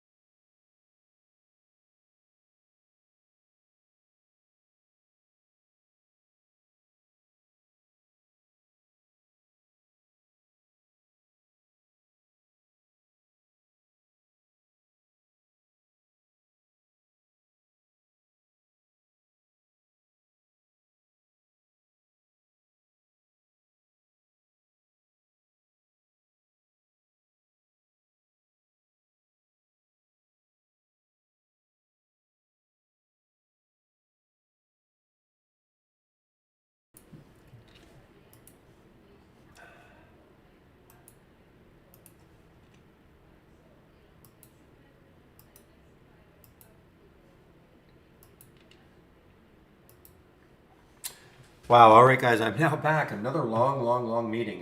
So we're coming up with a new beta tomorrow. Okay, it'll be on our website. New public beta tomorrow. When you look at it, you'll see all the changes. A lot of it is to do with racing, but well, there will be a new public beta tomorrow.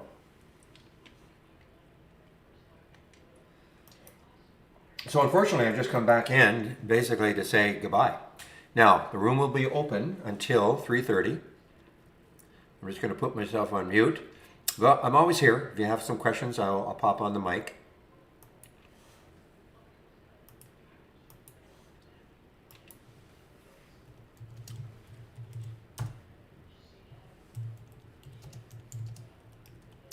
And again, if you want to head over at 3:30 when I do shut down the main room, want to head over to our YouTube room. Chris will be there between 3:30 and 4:30.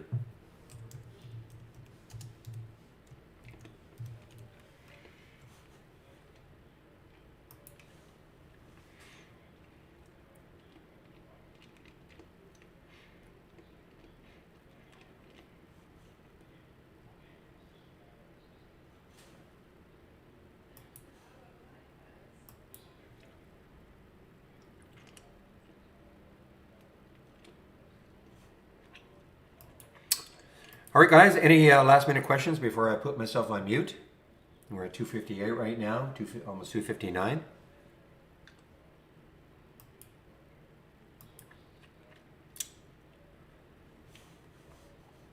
Hello, Martin.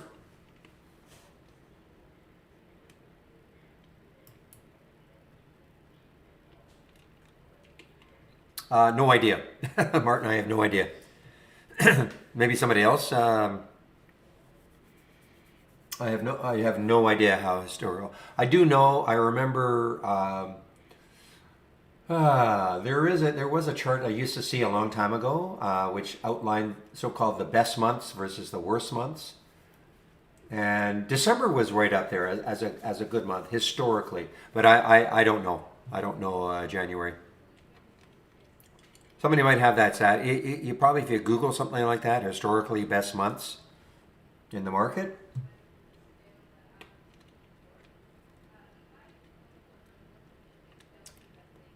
Yeah, but you're talking historically. I mean, today is right now is the. Oh, I see. Okay, I don't know. I'm sure it must be if you Google something like that, you must be able to find that.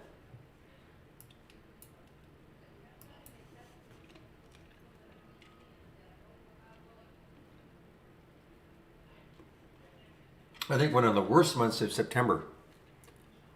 Again, worst. It all depends on For us, we don't care. I mean, if you're an active trader, you're loving this. I mean, it's up and down, up down, lots of action. If you're a long-term trader, yeah, I get it. There's some pain right now.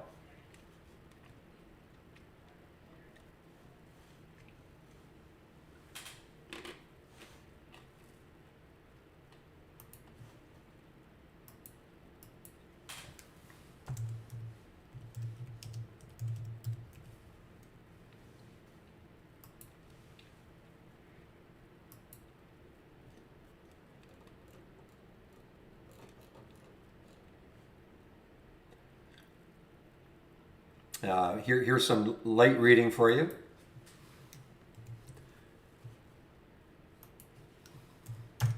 There you go.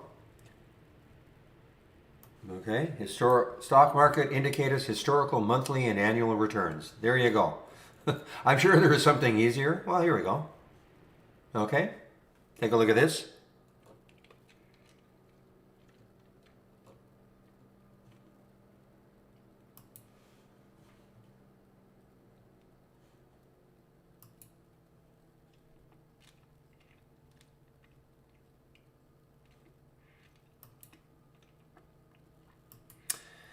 All right, guys. Again, it's now 3:01, so I'll put myself on mute. Again, if somebody has a question and I have to get on the mic, I'll do it.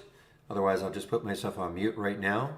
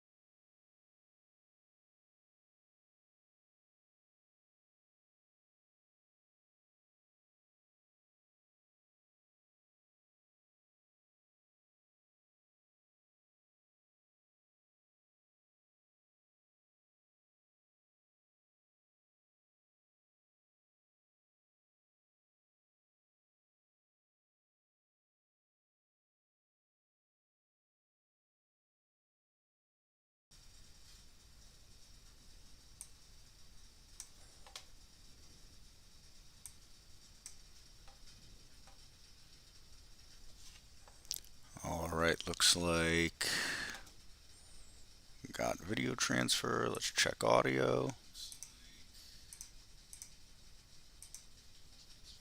All right, audio is good too. Perfect. All right, everybody.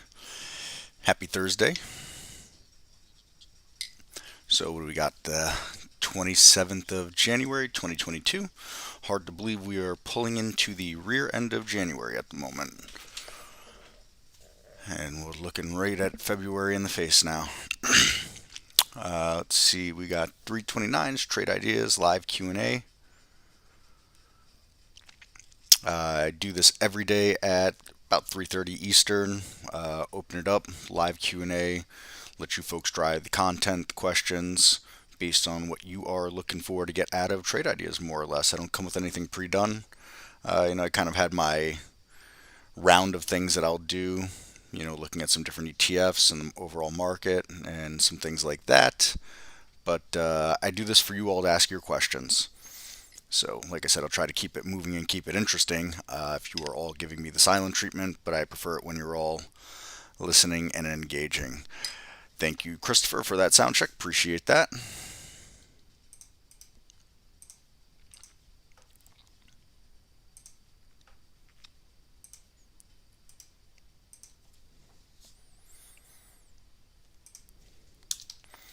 So did anybody do anything interesting today? Find anything interesting? Something unusual in the market?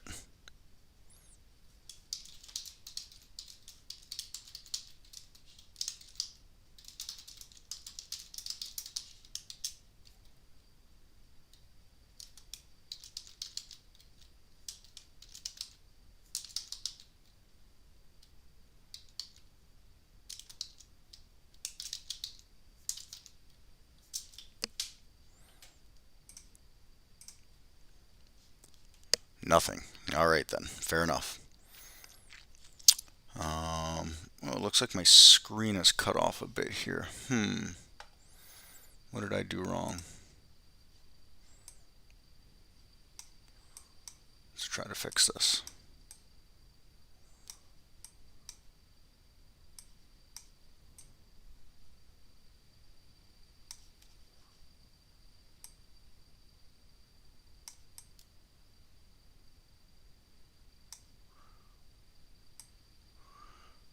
I've been, as Bill was teasing me yesterday, posting my guru videos.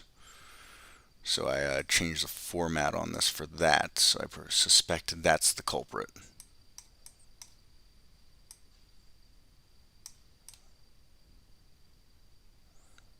All right, that's better.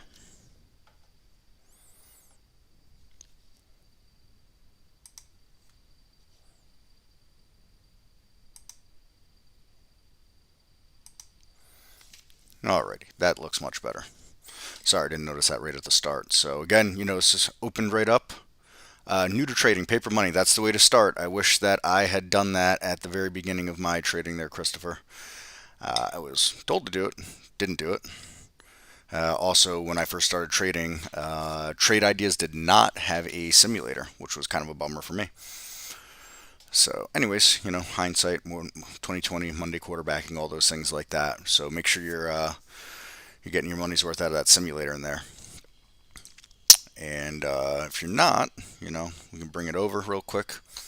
To get that simulator, what you would do, I've already got this open, so this is what will open. But if you open, you go to New and Brokerage Plus here, that's what you'll get. Might look slightly different than mine when you first open it, since I've adjusted mine to what I want to see here. If we right click, you have columns, so the different data that we can display.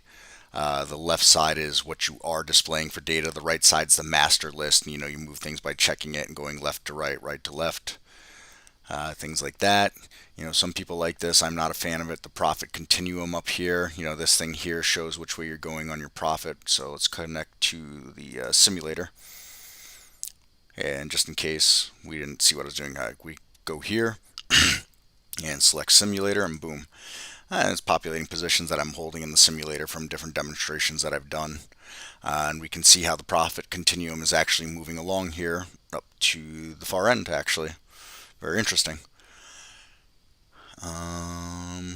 But we can always get rid of that if we want. I'm not a big fan of that. So there we go.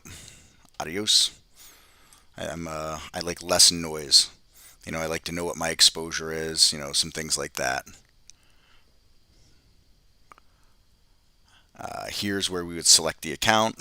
All right, so this is where we connect to the quote unquote broker. Here is where we actually do the account selecting.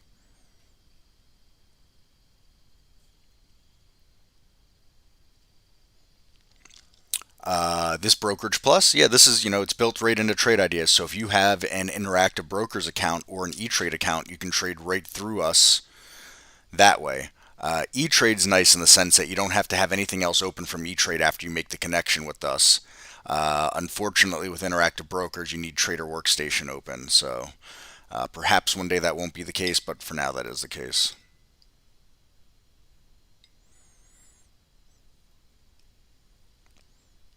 And if nothing else, it's very nice to have, a real live simulator here. And while, yes, there are things that can't be simulated, it's hard to simulate spread and slippage and things like that. This starts to give you a feel for real market action, though, being able to have this. And, there's different strategies you can create in here, saying, I want to buy 100 shares at market, or I want to buy $1,000 worth at market, and, or I want to short 100 shares at market, and, things like that. And you can build your own strategies. You can trade them right off the chart, all those things like that. So if someone starts to get a little more advanced, we always gotta crawl, then we walk and stumble a little bit before we start to run. But all that's within here. And again, open forum here. So I don't know how many people are really here or not. It actually says there's a good amount of people in here.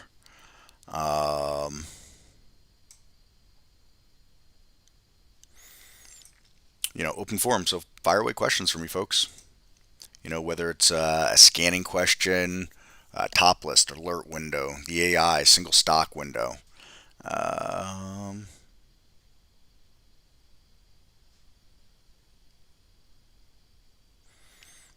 Got some, unless you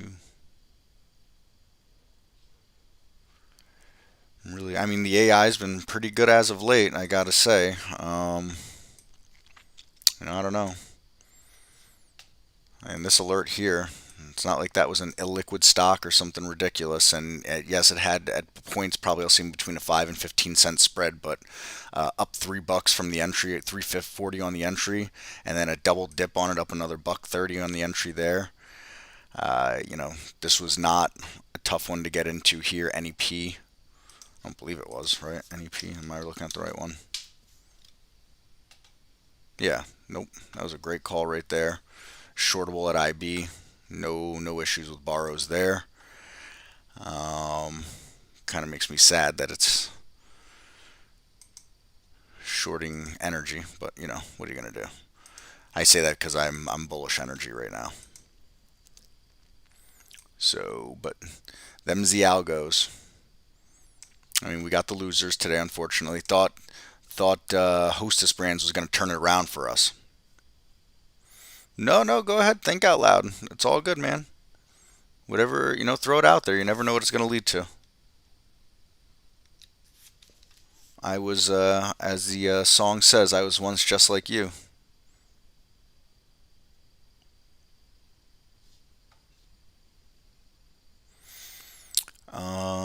I want to put my price alert window as a side window in one of my dock windows. Could you demonstrate how to do that?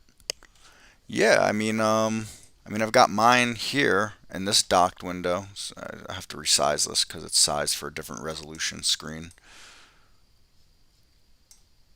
Let's see if, come on.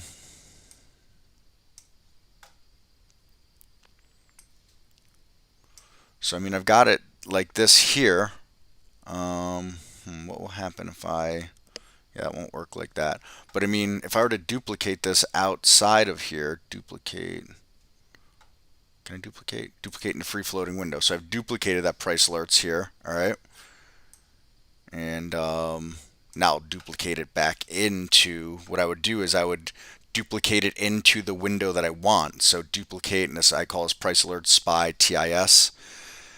So duplicate it into there, and now it's here. And, I could pull it and then, with the tool, decide how I want to set that up like that.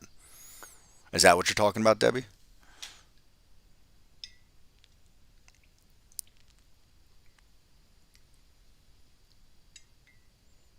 Let me know if that's where we're headed with that. Or like I can even get rid of that. Let me get rid of that. Even if I were to go new and select price alerts window, and then I could duplicate into that window again. Just pick the window you want to duplicate into, and then from there, you decide where you want to go with it.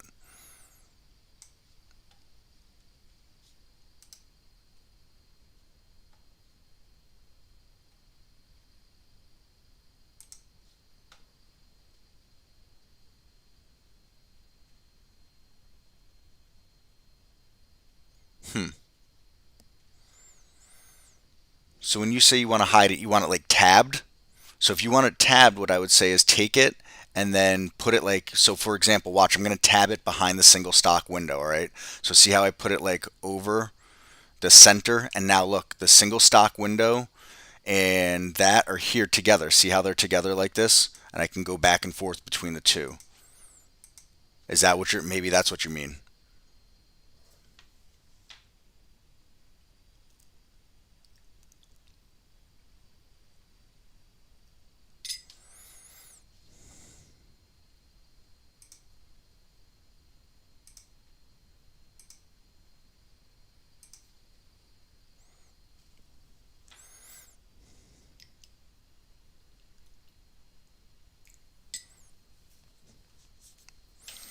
But it'll always be whatever that you're trying to do will always be duplicating it into the dock that you want it into, and then from there, just setting it into the position that you want. And again, if you want it, like I said,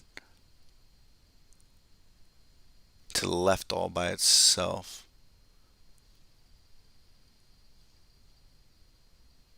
arrow to the left.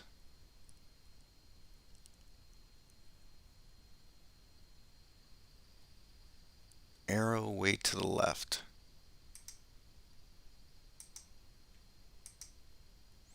Hmm.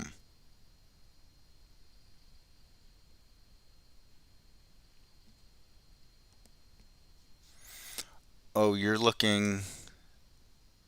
No, that can't be it.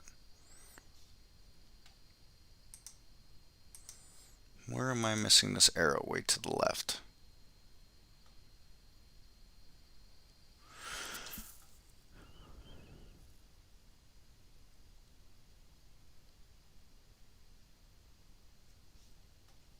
Are you talking about this little arrow up here?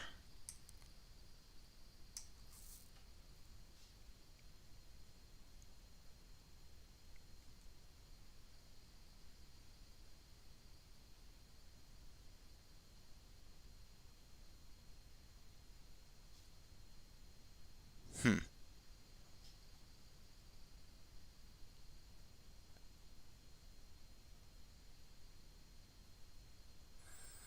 It shows the action on the education videos.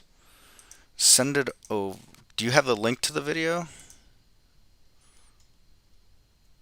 Sorry, I'm having trouble following along on this one.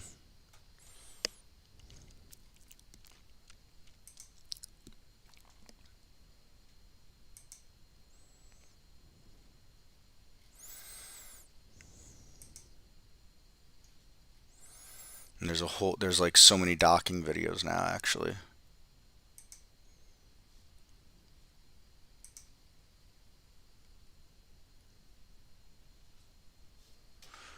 All right, get the position tool. Let's see. Let me pull this out.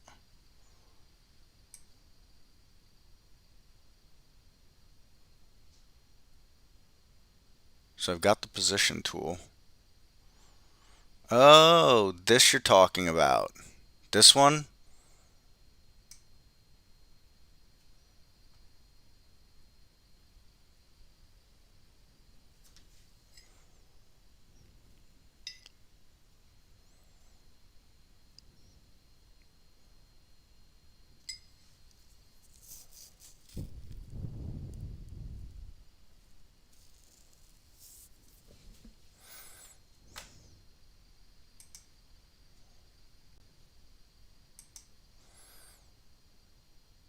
I think this is what you're talking about, right?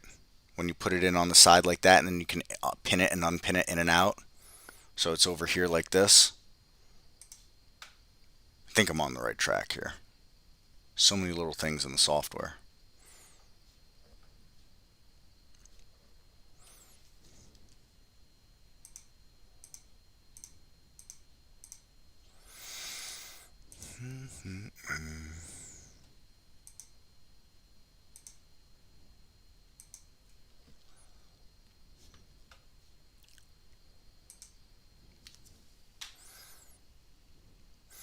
And also, fire an email too at us. Maybe just like a hint on a screenshot.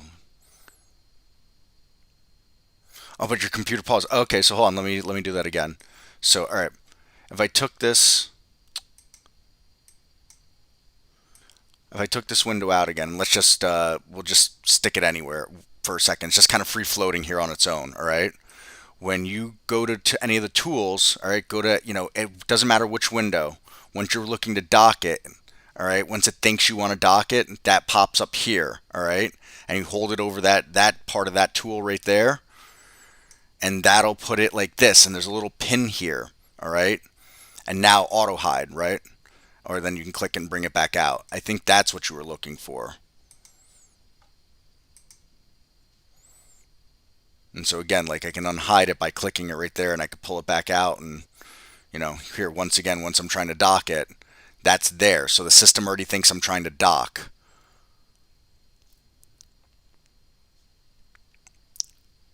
And bang, right there again.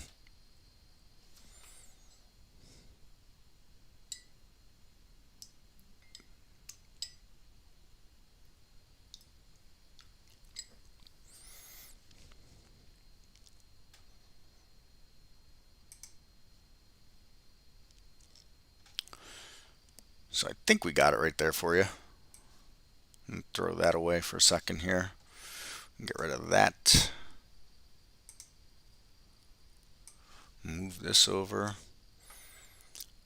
So another a weird choppy down kind of day. And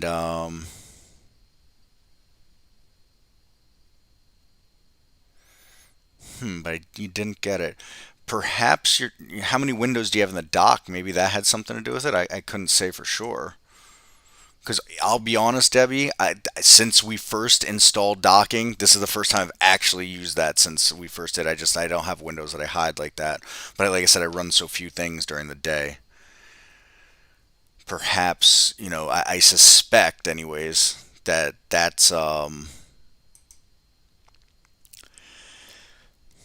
was the issue. That maybe you've got more in there. Excuse my yawning. More windows than it can handle.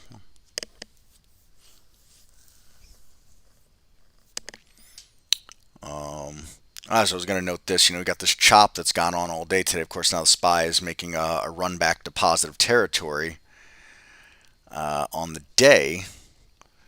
But GSK just kind of continues to hold its own here. Wow, that's really terrible, Chris. And you've got this trend line intact here. Going way back to October. We can even say we're in a bit of a channel. We'll come out of it and back into it. Popped out of it, back into it.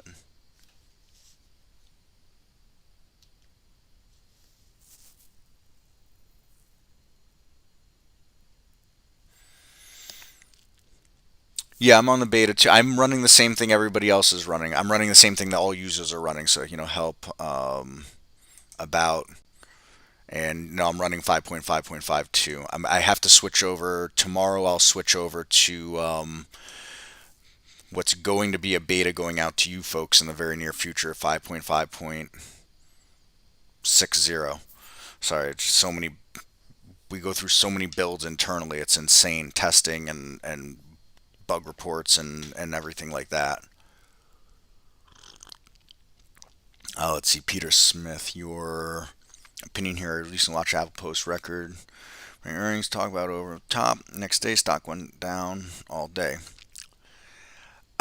Peter, no one can explain that. You listen to one person on TV and they'll say, "Oh, well, the numbers were baked in, and now they're selling on the good numbers," and nobody can tell you why. I would suspect, part of it is the fact that tech is just getting routed in general. Like, look at Apple itself. Um, when do they report? Well, Apple reports today. I was going to say. Um, but essentially, Peter, no one can say why that happens. Everybody will come up with some excuse or some reason that it makes sense that it happened. And the bottom line is, the most simple explanation is the explanation, the fact that there's a lot of people that are ready to sell regardless of what happened with earnings. And like I said, if you go through 10 different analyst calls and things like that on any stock, let alone Apple on it, they're going to give you all these reasons, and they're no more right than you or me would be, to be honest, on what happened and why it happened.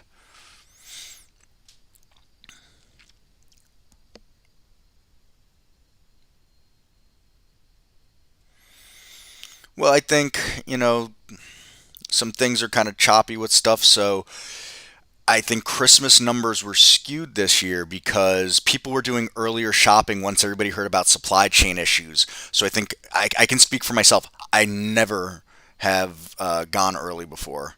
And, the few things that I had to go out and get, I did really early. It wasn't even season yet, and I did it. It was just, I didn't want to run into issues, up against the clock. So, and I think I'm not the only person that fell into that kind of thinking.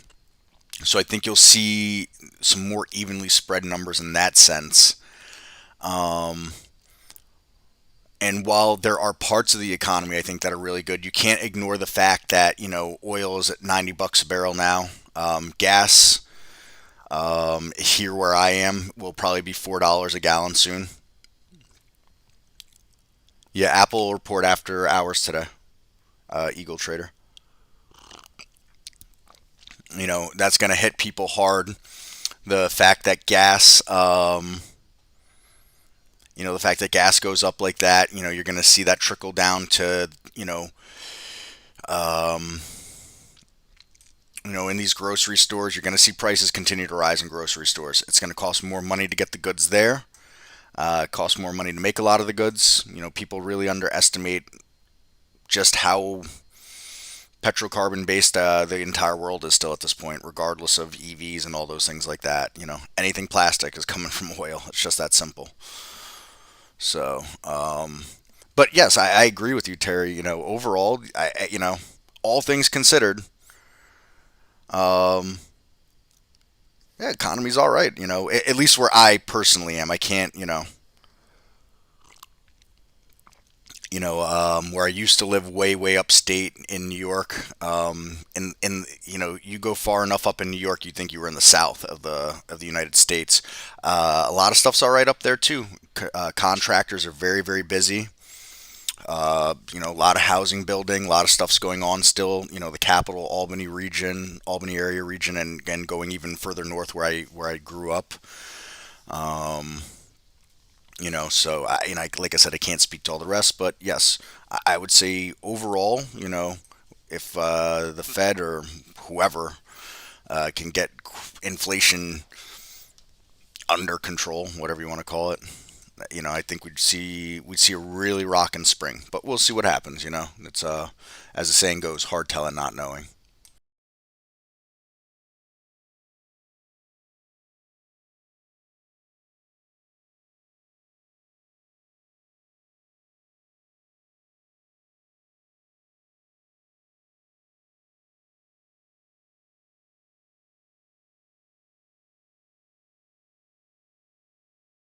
All right, so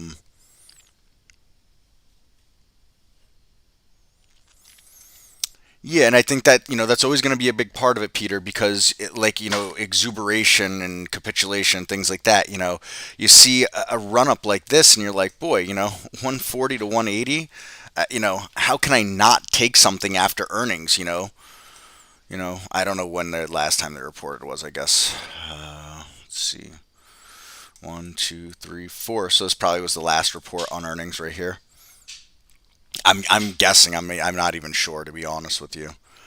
Um, you know, I think we can see a pretty good pattern here play out with Apple. Um, you get these run ups and then you get a sell off and some consolidation. A run up, sell off, kind of consolidates. A run up, a sell off. All right, then the real sell off, some consolidation. All right, so we're kind of seeing a lot of similar stuff. Some moves are a little bigger than others, but generally speaking, we see the same things over and over again. And it looks like sellers are coming in again to the market.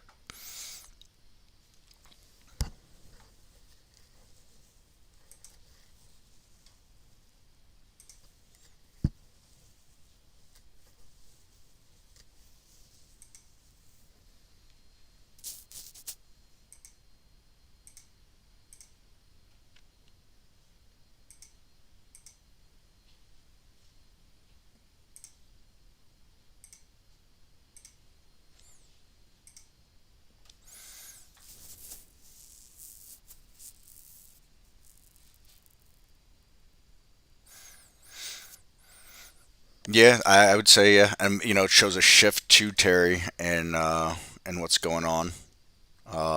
People doing things like that. There's been some shift back out to outdoor life and things like that, but no denying that the world is certainly changed for the foreseeable future.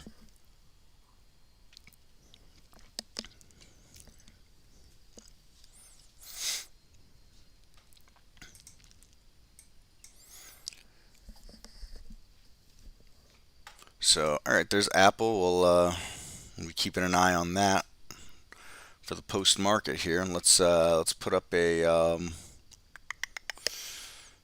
let's put some post market on there. So we'll see what happens here in the post market. We got 3 minutes and change till that happens. So, yeah, some other stuff. Energy overall continues to be strong. Here we go. We've got natural gas distribution and petroleum refineries and I think this is going to be transport. Yep, pipeline transportation. And while this one is beat up a little bit through the day, it gapped up and then gave up. Gave up for most of the day. I still like MGY overall. Almost took it again today, but I just was not. The day after the Fed, I'm just not running into something, at least something like this. Especially we see it's got that rate above it. I still like it overall, but that doesn't mean it's going to go up. And what I mean, whenever I say I like a stock, that means I'm watching it closely.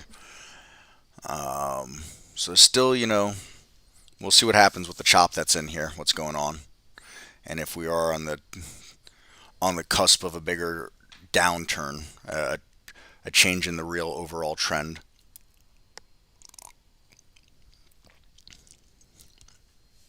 I talked about Brazil a little bit the last few days, and so here, these are two Brazilian airlines. And so there's one. We're still looking okay on that, considering the market's just kind of drifted and chopped all day. Same thing here. I'll continue to watch these names and see if we can't continue this trend up here. Like I said, this is I like that right there.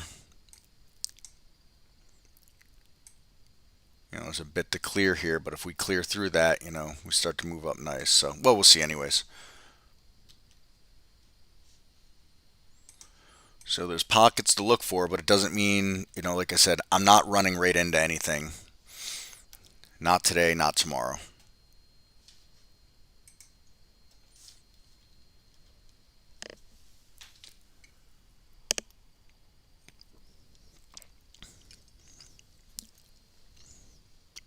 And I'll say this, even though we're in earnings season, Barry's option scanner is usually very active in earnings season. And so, just to give you an idea of the tape we're in, this has not been active. His option scanner today had nothing. My version of it had a couple of alerts on it, so it's just interesting. I didn't see dust, but I did know that gold is getting shellacked. Well, I won't say shellacked, but so only makes sense. Yeah, I mean, just had a wicked sell-off again yesterday. Again, I still maintain I don't get gold. I just don't get it. We've got this, short-term trend line is intact right here for now. We've got this, longer-term trend line going down this way. We're wedging. Eventually, we'll have to decide where we go from here. And of course, if we bust down through this, 160's on deck. I think without any question. Of course, I could be completely wrong, and I'm totally okay with being wrong.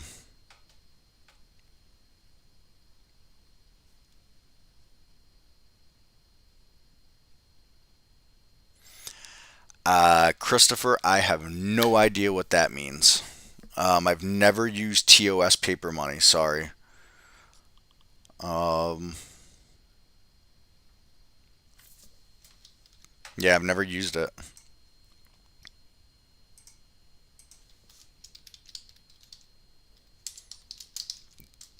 Mm, mm-mm. Oh, Hood is reporting also. Hood rats.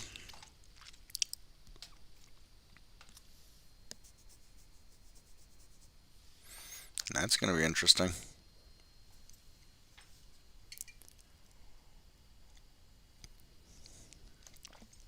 The other thing too, Christopher, is I know nothing about options.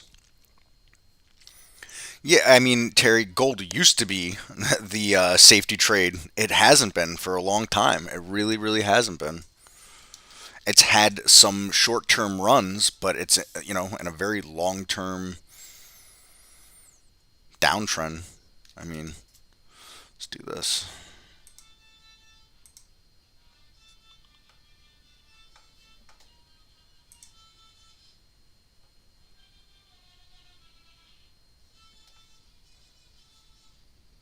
That was not at all what I wanted to select.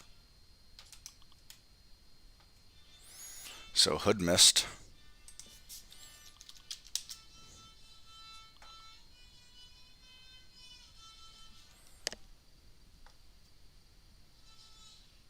Hmm.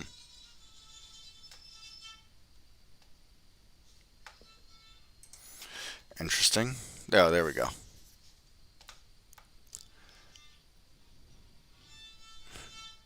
Woof. That's ugly.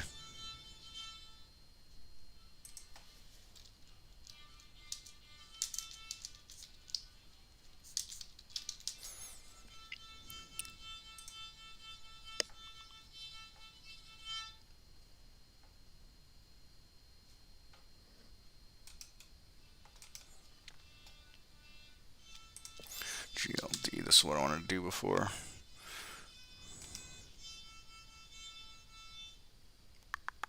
Time frame.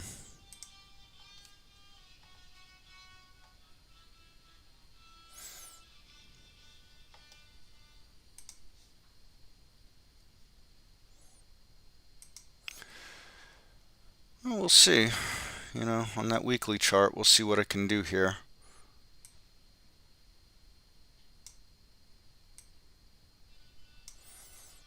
Very refractal pattern right now going on for GLD and this wedge. You can find that on a lot of time frames.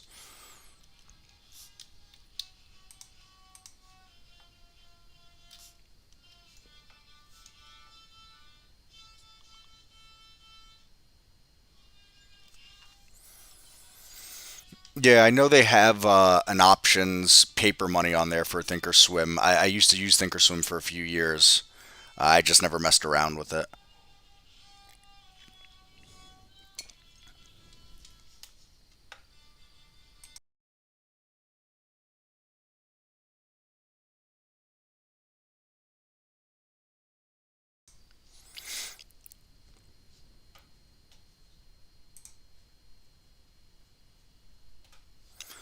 So let's see, hood. Where are we at now with hood? Let's go back.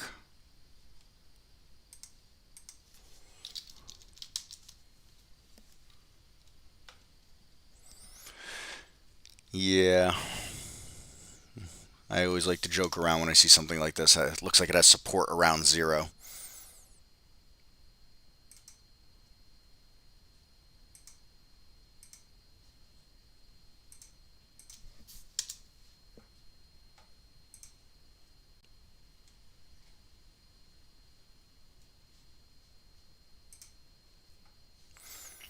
So no, I was making comment before. So Barry's version of his option scanner, no alerts today. I think maybe none yesterday. And in earnings season, usually this thing is on fire.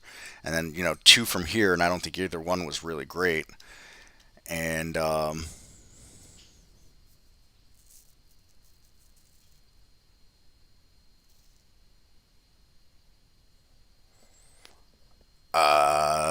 I would tell you, Christopher, like I would tell anybody else, trade your plan.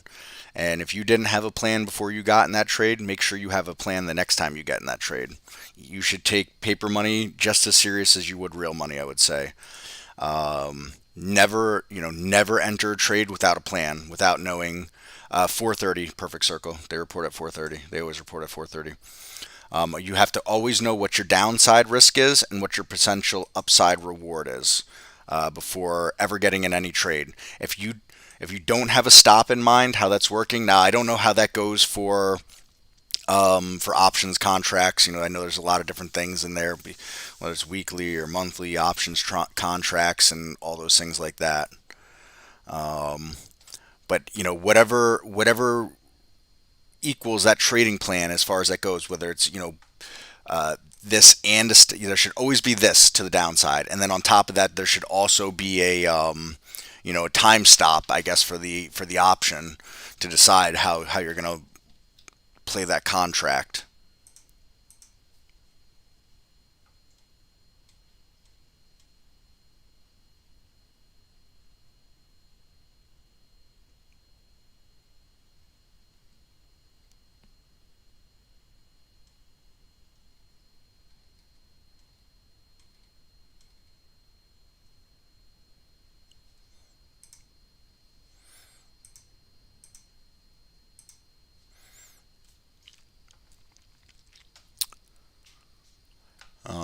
Then one of these other scans here that I've this one that I built that I was discussing the other day about forward testing a bit.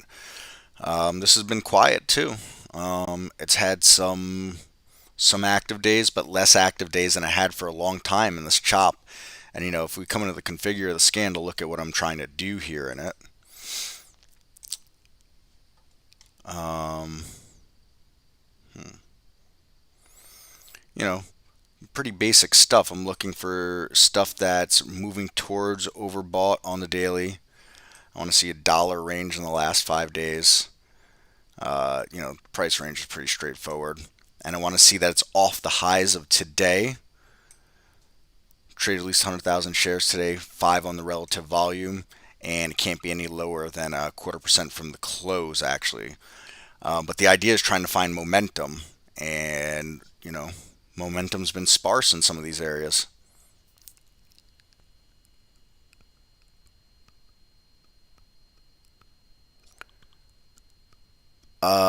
Take a screenshot, send it over to the info at Terry.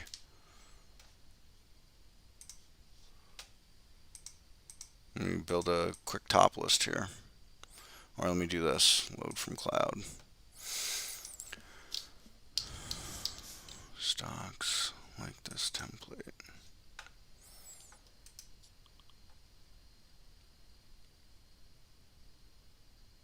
And Verizon beats, it looks like. Configure.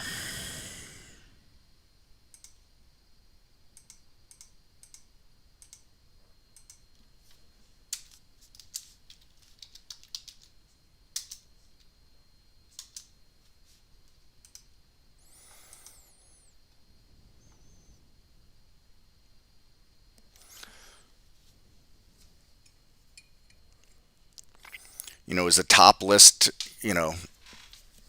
the top list is going to continuously update, where the alert window is a time-stamped alert at that time. It doesn't keep updating, So whatever the data was at that time, is not going to be the same data as right now either. Keep that in mind, Terry. I'm not sure if that plays in anything that's going on there.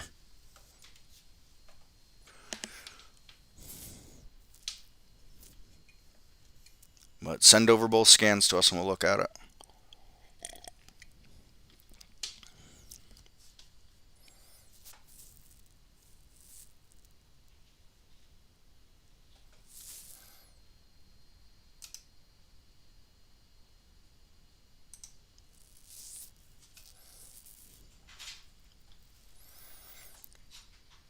So, I mean, last time the stock even made a new high today was at 1023 this morning.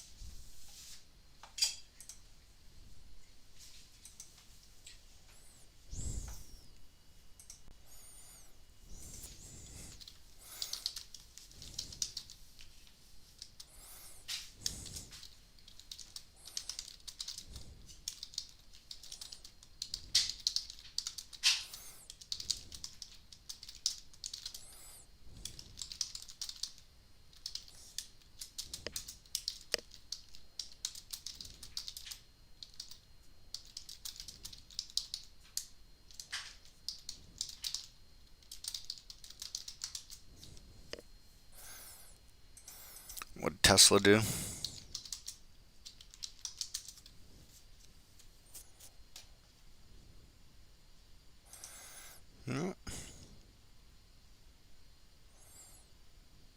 Seems like a big deal. That news with GM probably isn't helping them. I'll tell you that right now.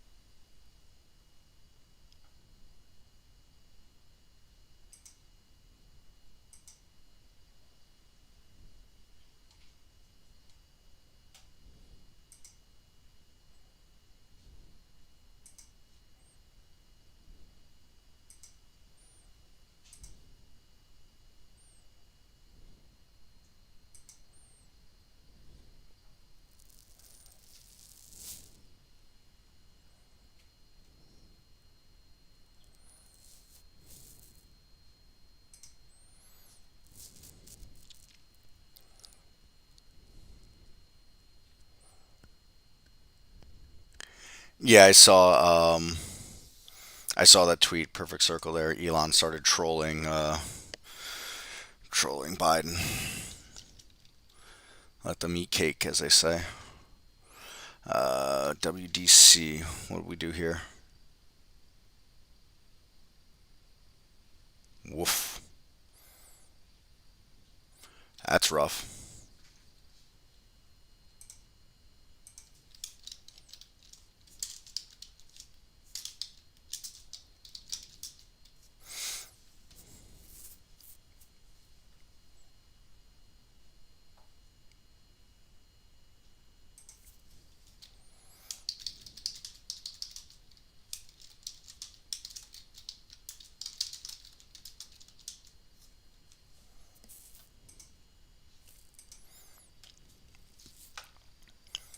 Let's see who else is doing who's got earnings right now. Let's make a quick top list here. Search earnings. Add 0.75 or not 0.75.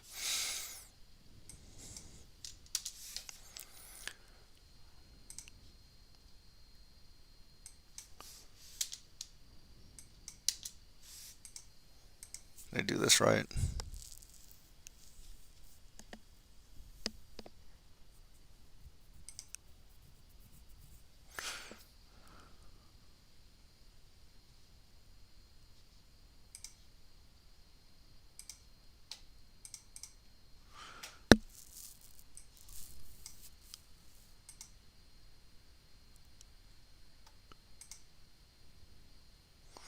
Look at all these companies are reporting right now. Very interesting. Let's take a look. Let's go around the horn.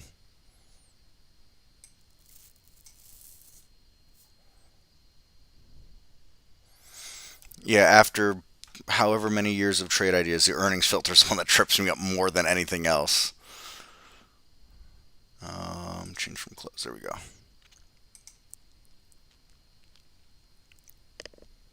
So this is just all day today here. Never even heard of this company, but I had some interest in it way back when. Ball Corporation.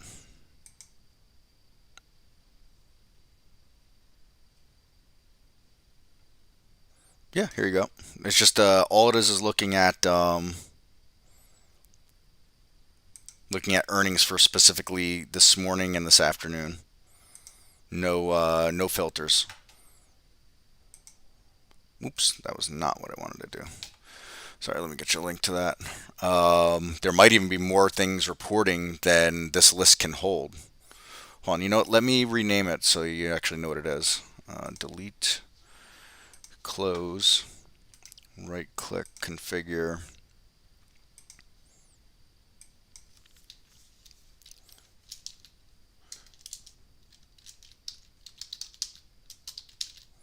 Earnings today. And then let me do this. Let's see if we can get more time frame, set record count. Put it at 500 and see what happens.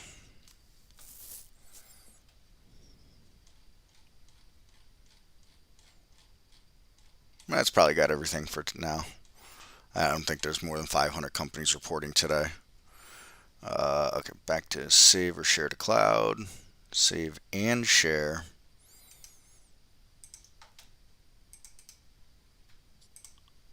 And there you go.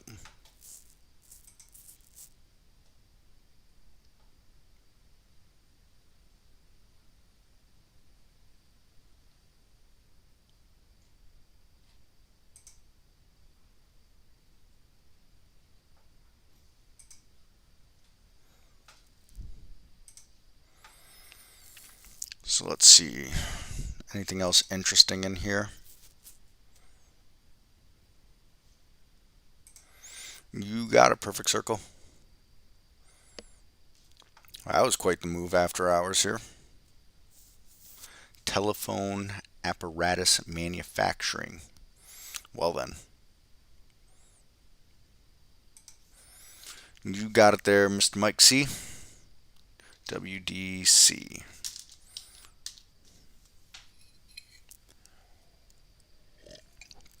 Nope, it is not rebounding.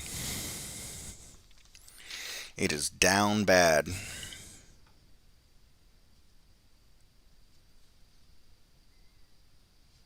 And let's see, what's the volume doing? Not a ton of volume right now either. Looks like the volume's drying up too. Yeah, that's what Michael said. So it continues to be value versus growth. Just that simple.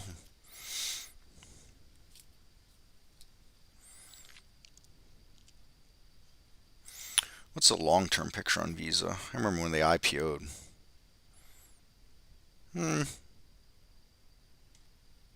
Yeah.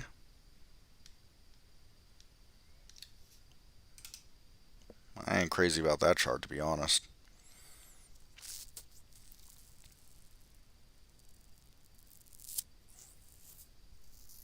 Right. Minus 0.25 to yesterday. Barry had to walk me through it again yesterday. He said he's going to start charging me, I think. I'm just teasing. So I want to go to a weekly chart of this. I want to see how this actually looks. Alright, so very long term. I mean, it's just a straight shot up, to be honest. Interesting. What kind of ant in here right now?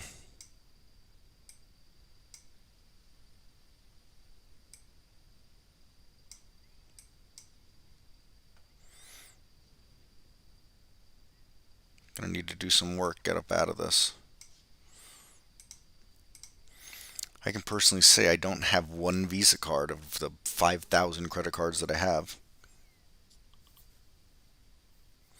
If you save it locally, Terry, yes, it'll save everything. If you save it to the cloud, no. So like if you draw lines on the chart or something like that with the tools and then you save it to the cloud, they won't be there when you load it from the cloud. But if you save locally, it'll be there. So if you go file, save layout, whether you save it as a default or whatever, it'll be saved into that layout with everything that you did with it.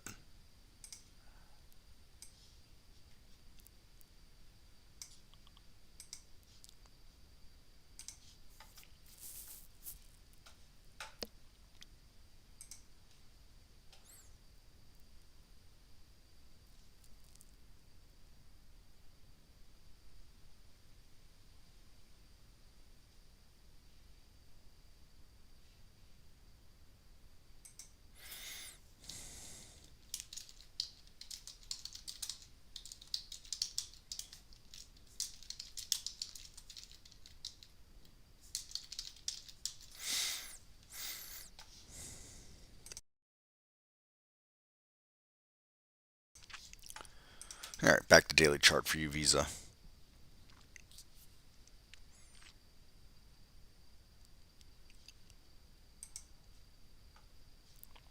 And back to looking at some of these guys here.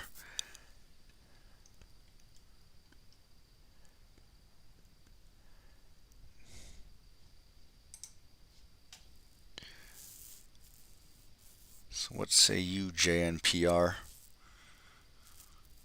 So we liked it, we didn't like it. We're maybe liking it again. This was something I'd been pretty bullish on since back here when it couldn't bust through this support here. Never really took off like I thought it was going to be honest.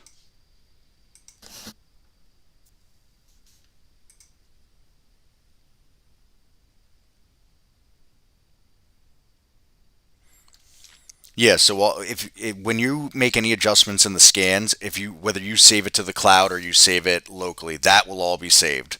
Anything scan wise that you adjust there will be.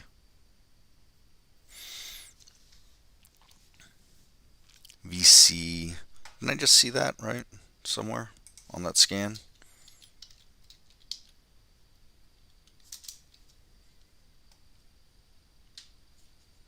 Guess not. A little bit of volume there. Pharmaceuticals, they must have had news. Let's see if IB's got anything yet. $6.6 million private placement. That's it.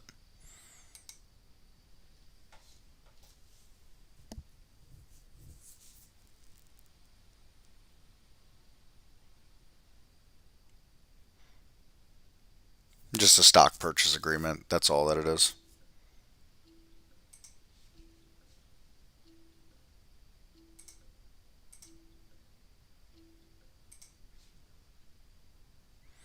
So there's the news for that.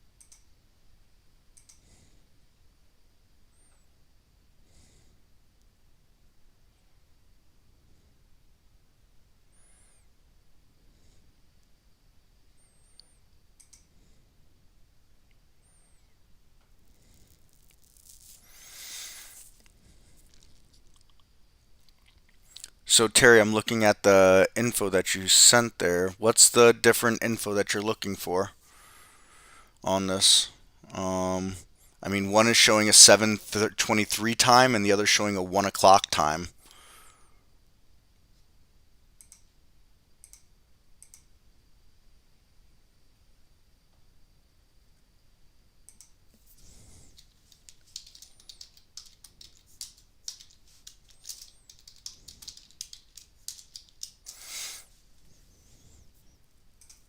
What's the what's the data discrepancy you're looking for in this? You know, they're way off in time.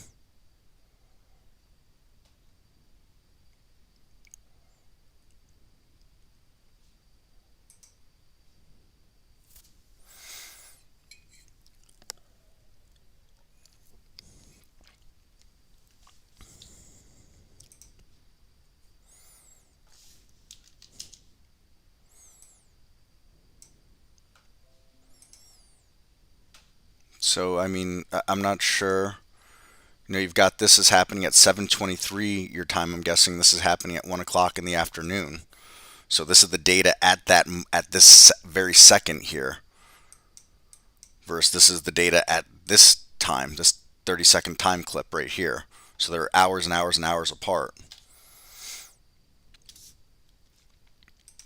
Your West Coast. So let's take a look here. INDO.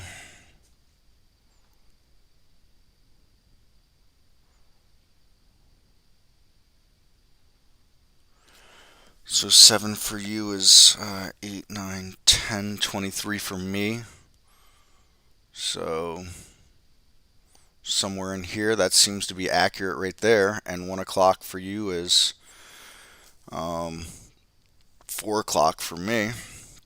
And so you're saying 589 at 4 o'clock.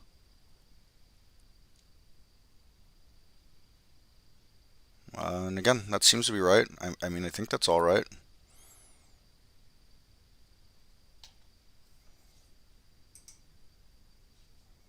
Unless I'm missing something else here.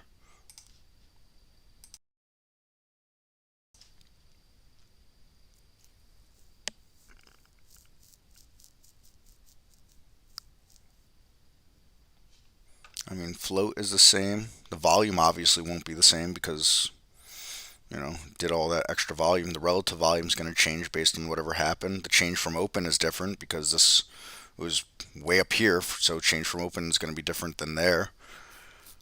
And obviously the price was here at that time. The price was there at that time. Uh, I have no idea what scan picked it up. It was something Terry sent. She just sent a screenshot. This screenshot here. I mean, we could. I'm sure I could come up with something that would have caught that. Let's see real fast before I got to run out of here. Let's go new and alert window. Um,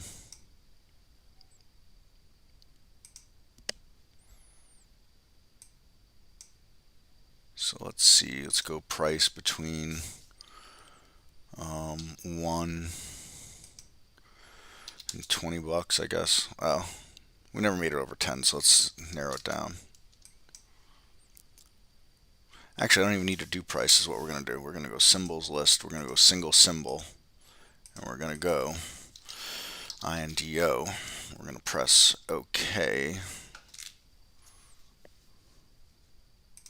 as far as that goes. And we'll go with the new high alert. And let's see, maybe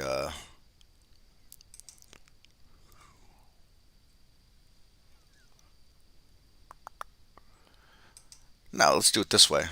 So in this template that Barry had made,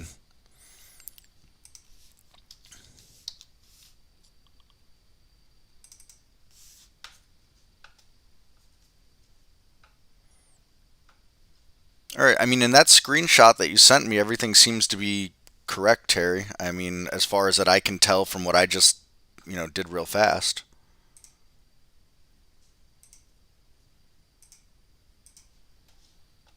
There's just the time difference that's there. Configure single stock. Symbol list. Single symbol, INDO. So Debbie, if you want this, I'll share this with you. I don't know if you have it or not from Barry or not, but what we can do is we can take any stock and stick it in here. And here, these are the columns that he put in, and he's using a new high as the alert, but we could always put a different alert. And it's going to give us all the stats for every time it hit a new high on the day, because there's no,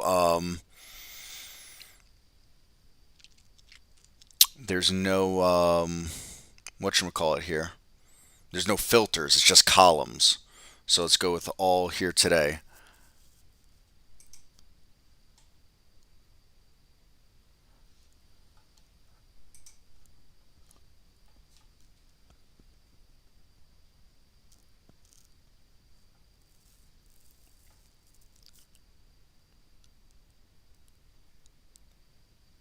Can I share the cloud link?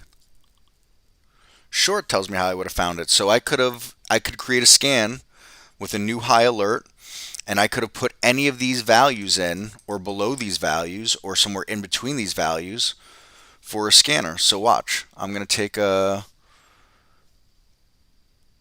Yeah, I mean, obviously stocks with ridiculous relative volume will follow it, but if I go, new and alert window, all right, and I can back build a scanner based on what I'm seeing in here. So look, we can go earlier in the day to try to catch it earlier. Hang on, I'm just going to press OK real fast. Which cloud link do you want, Terry? Tell me which one you want. I'll send it right over. So, if we look early, 9:47, so we can see volume shares traded today, and it started to take off from there. So, configure and Windows specific filters. And let's see, what's he got on here? Change from close. So at that point, it was already up 13%. So let's say a change from close. Just for fun, we'll go with like a 7% change from close. And relative volume, where was relative volume at that point?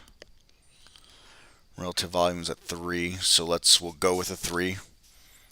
Volume today, we won't even put anything because the first time it hit the scanner was only here. But let's go with 1 minute volume. It really spiked, so let's add search 1 minute volume.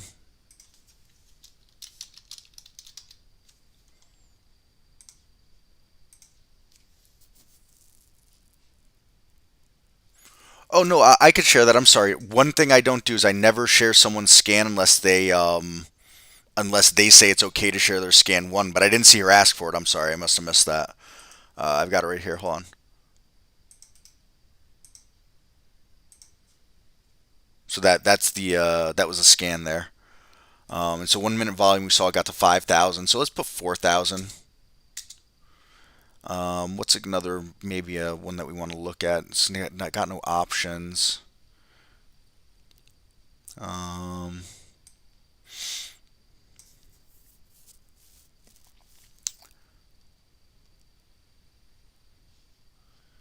2 minute RSI. So all right, let's go 2 minute RSI. You know what? Wait, hold on. I want to change 1 minute percent. So we got to change 1 minute percent in there. Let's go. Let's look for that. Change 1 minute percent. Let's add that filter, and we're looking at a 7.8. So let's put 6 in there. All right. And so, I mean, it's not a ton of filters. It's also not no filters either. And we're just going to call it INDO for 1/27/2022. All right. And we'll see let's take a look at what came through here today before I got to run out the door. So not a ton of stocks came through it, but we call INDO, we would have caught it at 9:47.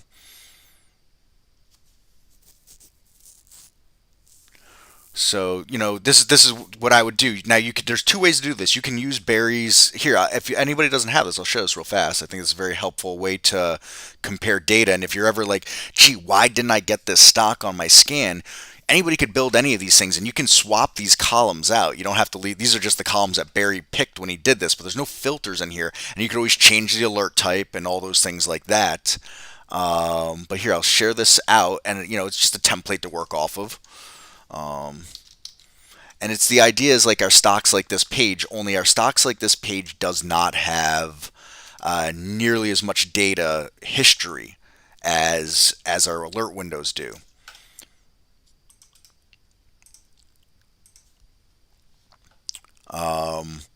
Stocks like this page is great for like looking at today and yesterday, but if you want to go way back and dig under some hoods, something like this is better. And again, you can right click and you can come in here to configure and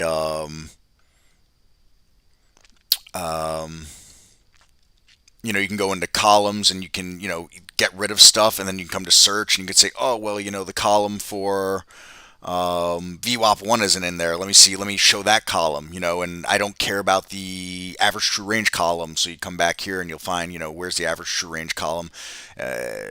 Somewhere in here. And you'll get rid of that, average true range, and then you'll get rid of that one. And, so that's a way to back shoot and say, gee, I want to find this scan based on, or I want to find this stock based on these parameters. And that's, I want to, and that's how you would do that. Essentially, you create an alert window with just the columns, not the columns of the filters. But no, you look, in here in this, there's no filters being used in here. They're all blank. Every one of them is blank. And then I'll share out what I just built real quick. Where's it? Here we go. You can take and use it as a template for anything, of course.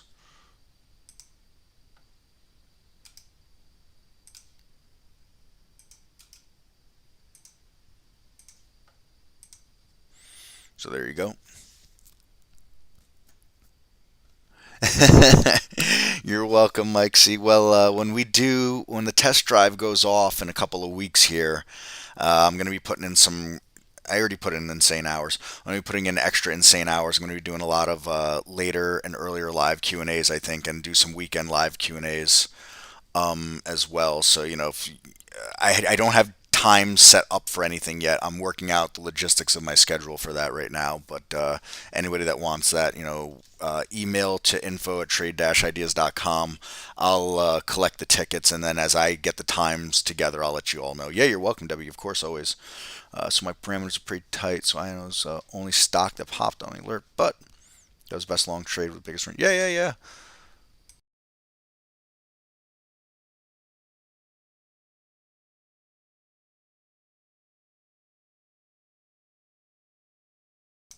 That's the way to do it, Terry. You nailed it.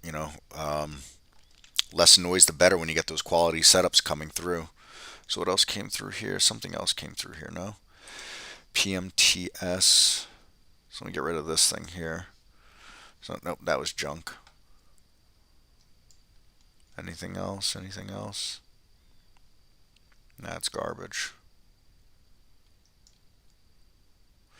GRB.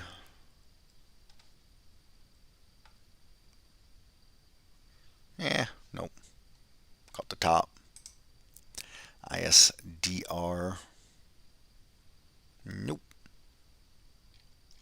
And that's really, IMPP. And again, nothing. Well, alright, hold on. When did that actually come in?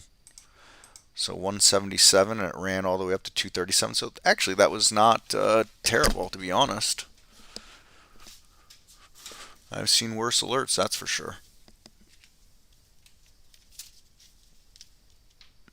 So, alright, that's going to be a wrap for me on the day today. We will catch you all tomorrow. So again, Barry will have this open at 9 a.m. tomorrow. Tomorrow, actually, you get me twice tomorrow. I'll be filling in for Andy tomorrow on the noon session, and then I'll be back here at 3:30 tomorrow. So I thank you all very kindly. Terry, Perfect Circle, Debbie, Mike C for popping in here, giving us a special guest appearance. Eagle Trader. Who else was in here today? I know there's some other names there. MCG. Christopher. We got you all. Did I hit everybody? I think I did. Thank you all very much. I really appreciate you all coming in here, keeping me company, keeping it moving, keeping it interesting for me. So you have a wonderful rest of the Thursday afternoon or evening that you're heading into, and I will catch you all tomorrow at noon, hopefully, Eastern Time.